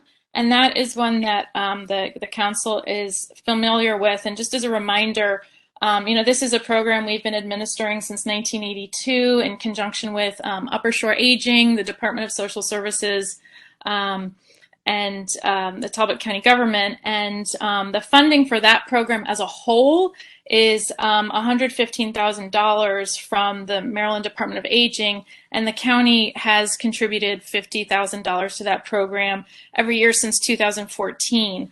That program is seeing an increase in enrollment of 5% per year. This year, fiscal year 21, they served 221 clients. And they're seeing obviously an increased number of seniors, and we're noticing that, we're seeing, we have quite the senior population in Talbot County. It's 30% of our population, and we're expecting that growth to continue. We were requesting an additional $15,000 to be allocated to the senior program for fiscal year 23, and the purpose of that is to provide additional personal assistance for senior care participants who need hand-on assistance for things like bathing, grooming. Currently, that program utilizes a licensed residential service agency to provide those services, and they charge $54 for a 2-hour visit. So with that price, we can only serve a certain number of clients, and we have others on the waiting list. And so with that additional $15,000, we'd be able to get those. We'd essentially be able to double our clients and who receive those personal services through that agency and get them off the waiting list to get those services they need. And so we again, the goal of that senior services is really to keep seniors active and in the community and out of nursing homes, which again are very expensive and cost approximately $225 a day. So it is a more efficient use of dollars in the grand scheme of things. And we want to continue that program to the best of our ability because it is really one of the premier programs in the state and something that we're very proud of. So that explains the changes in the budget that we were requesting this year. I'm happy to answer any questions about those requests or the remainder of the rest of our budget. But I just want to also mention that, the county has been really generous to us in previous fiscal years, and we're really grateful, and we really want to aim to use every dollar efficiently and effectively to serve the county. And so, thank you for your support in the past and also going forward. Thank you, Maria. We're grateful to have you guys too. That's for sure. Council, any questions? Well, I just became a lot more patient realizing that there's people on a waiting list to get baths. So obviously this is my problems are minuscule compared to that. That's important for us to recognize the need there. Thank you for bringing that to our attention. Yeah. Some of those stories we hear are kind of sad. So, Council, do you have a breakdown of those 100 visits that they're seeing at the high school? I know when I retired, I did some substitute teaching for a very brief period of time. And I know a lot of kids, hey, they wanted to go to the nurse just as a way of getting out of class, from my opinion. Is there like Chuck, right? Is there sometimes an overuse of the nurses in the school systems? So I definitely hear those stories as well of the kids who come to the nurse's office. It seems to be more in the high school and older middle school population. who kind of say the right thing to get sent down to the health office. I believe those visits must be counted in those figures because it is, we have to assess no matter what you came in for. But I'll have to ask the school health director what percentage she thinks those are. I don't think it's the majority. It's, they're seeing, in addition to kids who have, like, say, daily medicine. So, like, for instance, I mentioned there were, 30 daily meds given out at some of the larger schools. So that's 30 visits. And then there's kids who come in with, all sorts of physical and behavioral health ailments. And so there is a small proportion, a small minority that maybe go to the health offices, but even the elementary school where I don't think there is that that potentially abuse of the system, they're seeing almost 100 kids a day now that the two schools have been combined. Couldn't those prescriptions, administrative medicine, wouldn't that be more something that the CNA could take care of, and maybe the registered nurse could handle the true, and not to say that taking medication isn't true, but the more serious health-related or injuries? Oh yeah, for sure. And the so some schools don't have a nurse; they have just a CNA. Right. Some schools have, and so in that instance, it's the CNA performing all the visits and giving out the meds. In some schools, like the larger schools, so like in St. Michael's right now, there's one registered nurse and one health aide. But that registered nurse also has to cover Tillman. And so yeah, for instance, the CNA, they give out the meds too. I think the way they really do it on a daily basis is they just kind of tag team. And then if there is a higher level of clinical assessment needed, the nurse who effectively supervises the health aide, the CNA, basically, it's kind of the same relationship as like a physician would have to maybe a nurse practitioner, where they help in the assessment. But we're not, but the number in terms of how many visits they see, that's just total. It's not per nurse or per health aide, it's per school. Let me ask my last question. Is there, I'm going to say this the right way. Is there ever an illness that the school just can't handle as far as a student being administered with? I know we have Maryland School for the Deaf, which all the deaf students go to. I know that's the Maryland School for the Blind. Is there ever something where you have to say as a health officer, we just can't accommodate this in the classroom setting? Well, there are kind of two ways to deal with that problem. So one of the things we have is the school-based health centers, which is administered by Chop Tank. And so if there's someone who needs to see a visit and get a full what's called evaluation and management service, which is equivalent to going to like a doctor's office, then if the student's enrolled, they can go to that and get, a prescription, a test, and all that. The level of service provided in a school health office is not the same as you would get in like a regular doctor's office. It's basically kind of a triage, where we treat simple things. There's certain simple orders we can write, Tylenol, ibuprofen, give them medicine that's, albuterol for asthma if it's already pre-ordered. But it's not like a full evaluation and management. So that's one thing. Often what the school health nurse decides is to triage, can the kid go safely back to class? If they've had like a head injury on the, playground or something, or do they need to go home and get seen by their own pediatrician, or even go to the ER? The second situation is one where there are certain students, like I mentioned, there's 5 students in wheelchairs. And so there are certain students who need a personal nurse, which is actually, so it's like a one-on-one relationship where that nurse is, fully one-on-one with that student.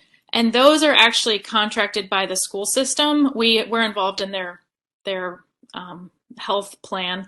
But that's something that's paid for and contracted by the school system at pretty high rates. And so those really needy students, the school health office doesn't really get directly involved in on a day-to-day basis. Generally, students have a right to, an education in their local public school system. There have been, to my knowledge, a couple cases where a parent chose to move a student to, say, the Maryland school, for the blind. But it wasn't a case of the school couldn't handle the child. It was just the better place for them. So my understanding is that every child should be able to go to their, local school, and that the school is required, if needed, to hire a personal nurse. Okay. All right. Anybody else? All right, Maria. Well, good job. We appreciate everything you do. I know it's been a tough couple of years on all of us here, but you're doing a great job, your whole team, and we do appreciate everything you're doing for us. That's for sure. Thank you so much. Have a good night, everybody. Okay, have a good night. Thanks, Mr. Callahan. It looks like we have a few more people that joined us this evening. They might have been looking for a presentation that's already passed, such as the Talbot County Volunteer Fire and Rescue Association. Tonight's meeting has been recorded and will be available on our website by close of business tomorrow. Sounds great. Okay, so good night, everybody. Appreciate the good job. Thank you. Good night.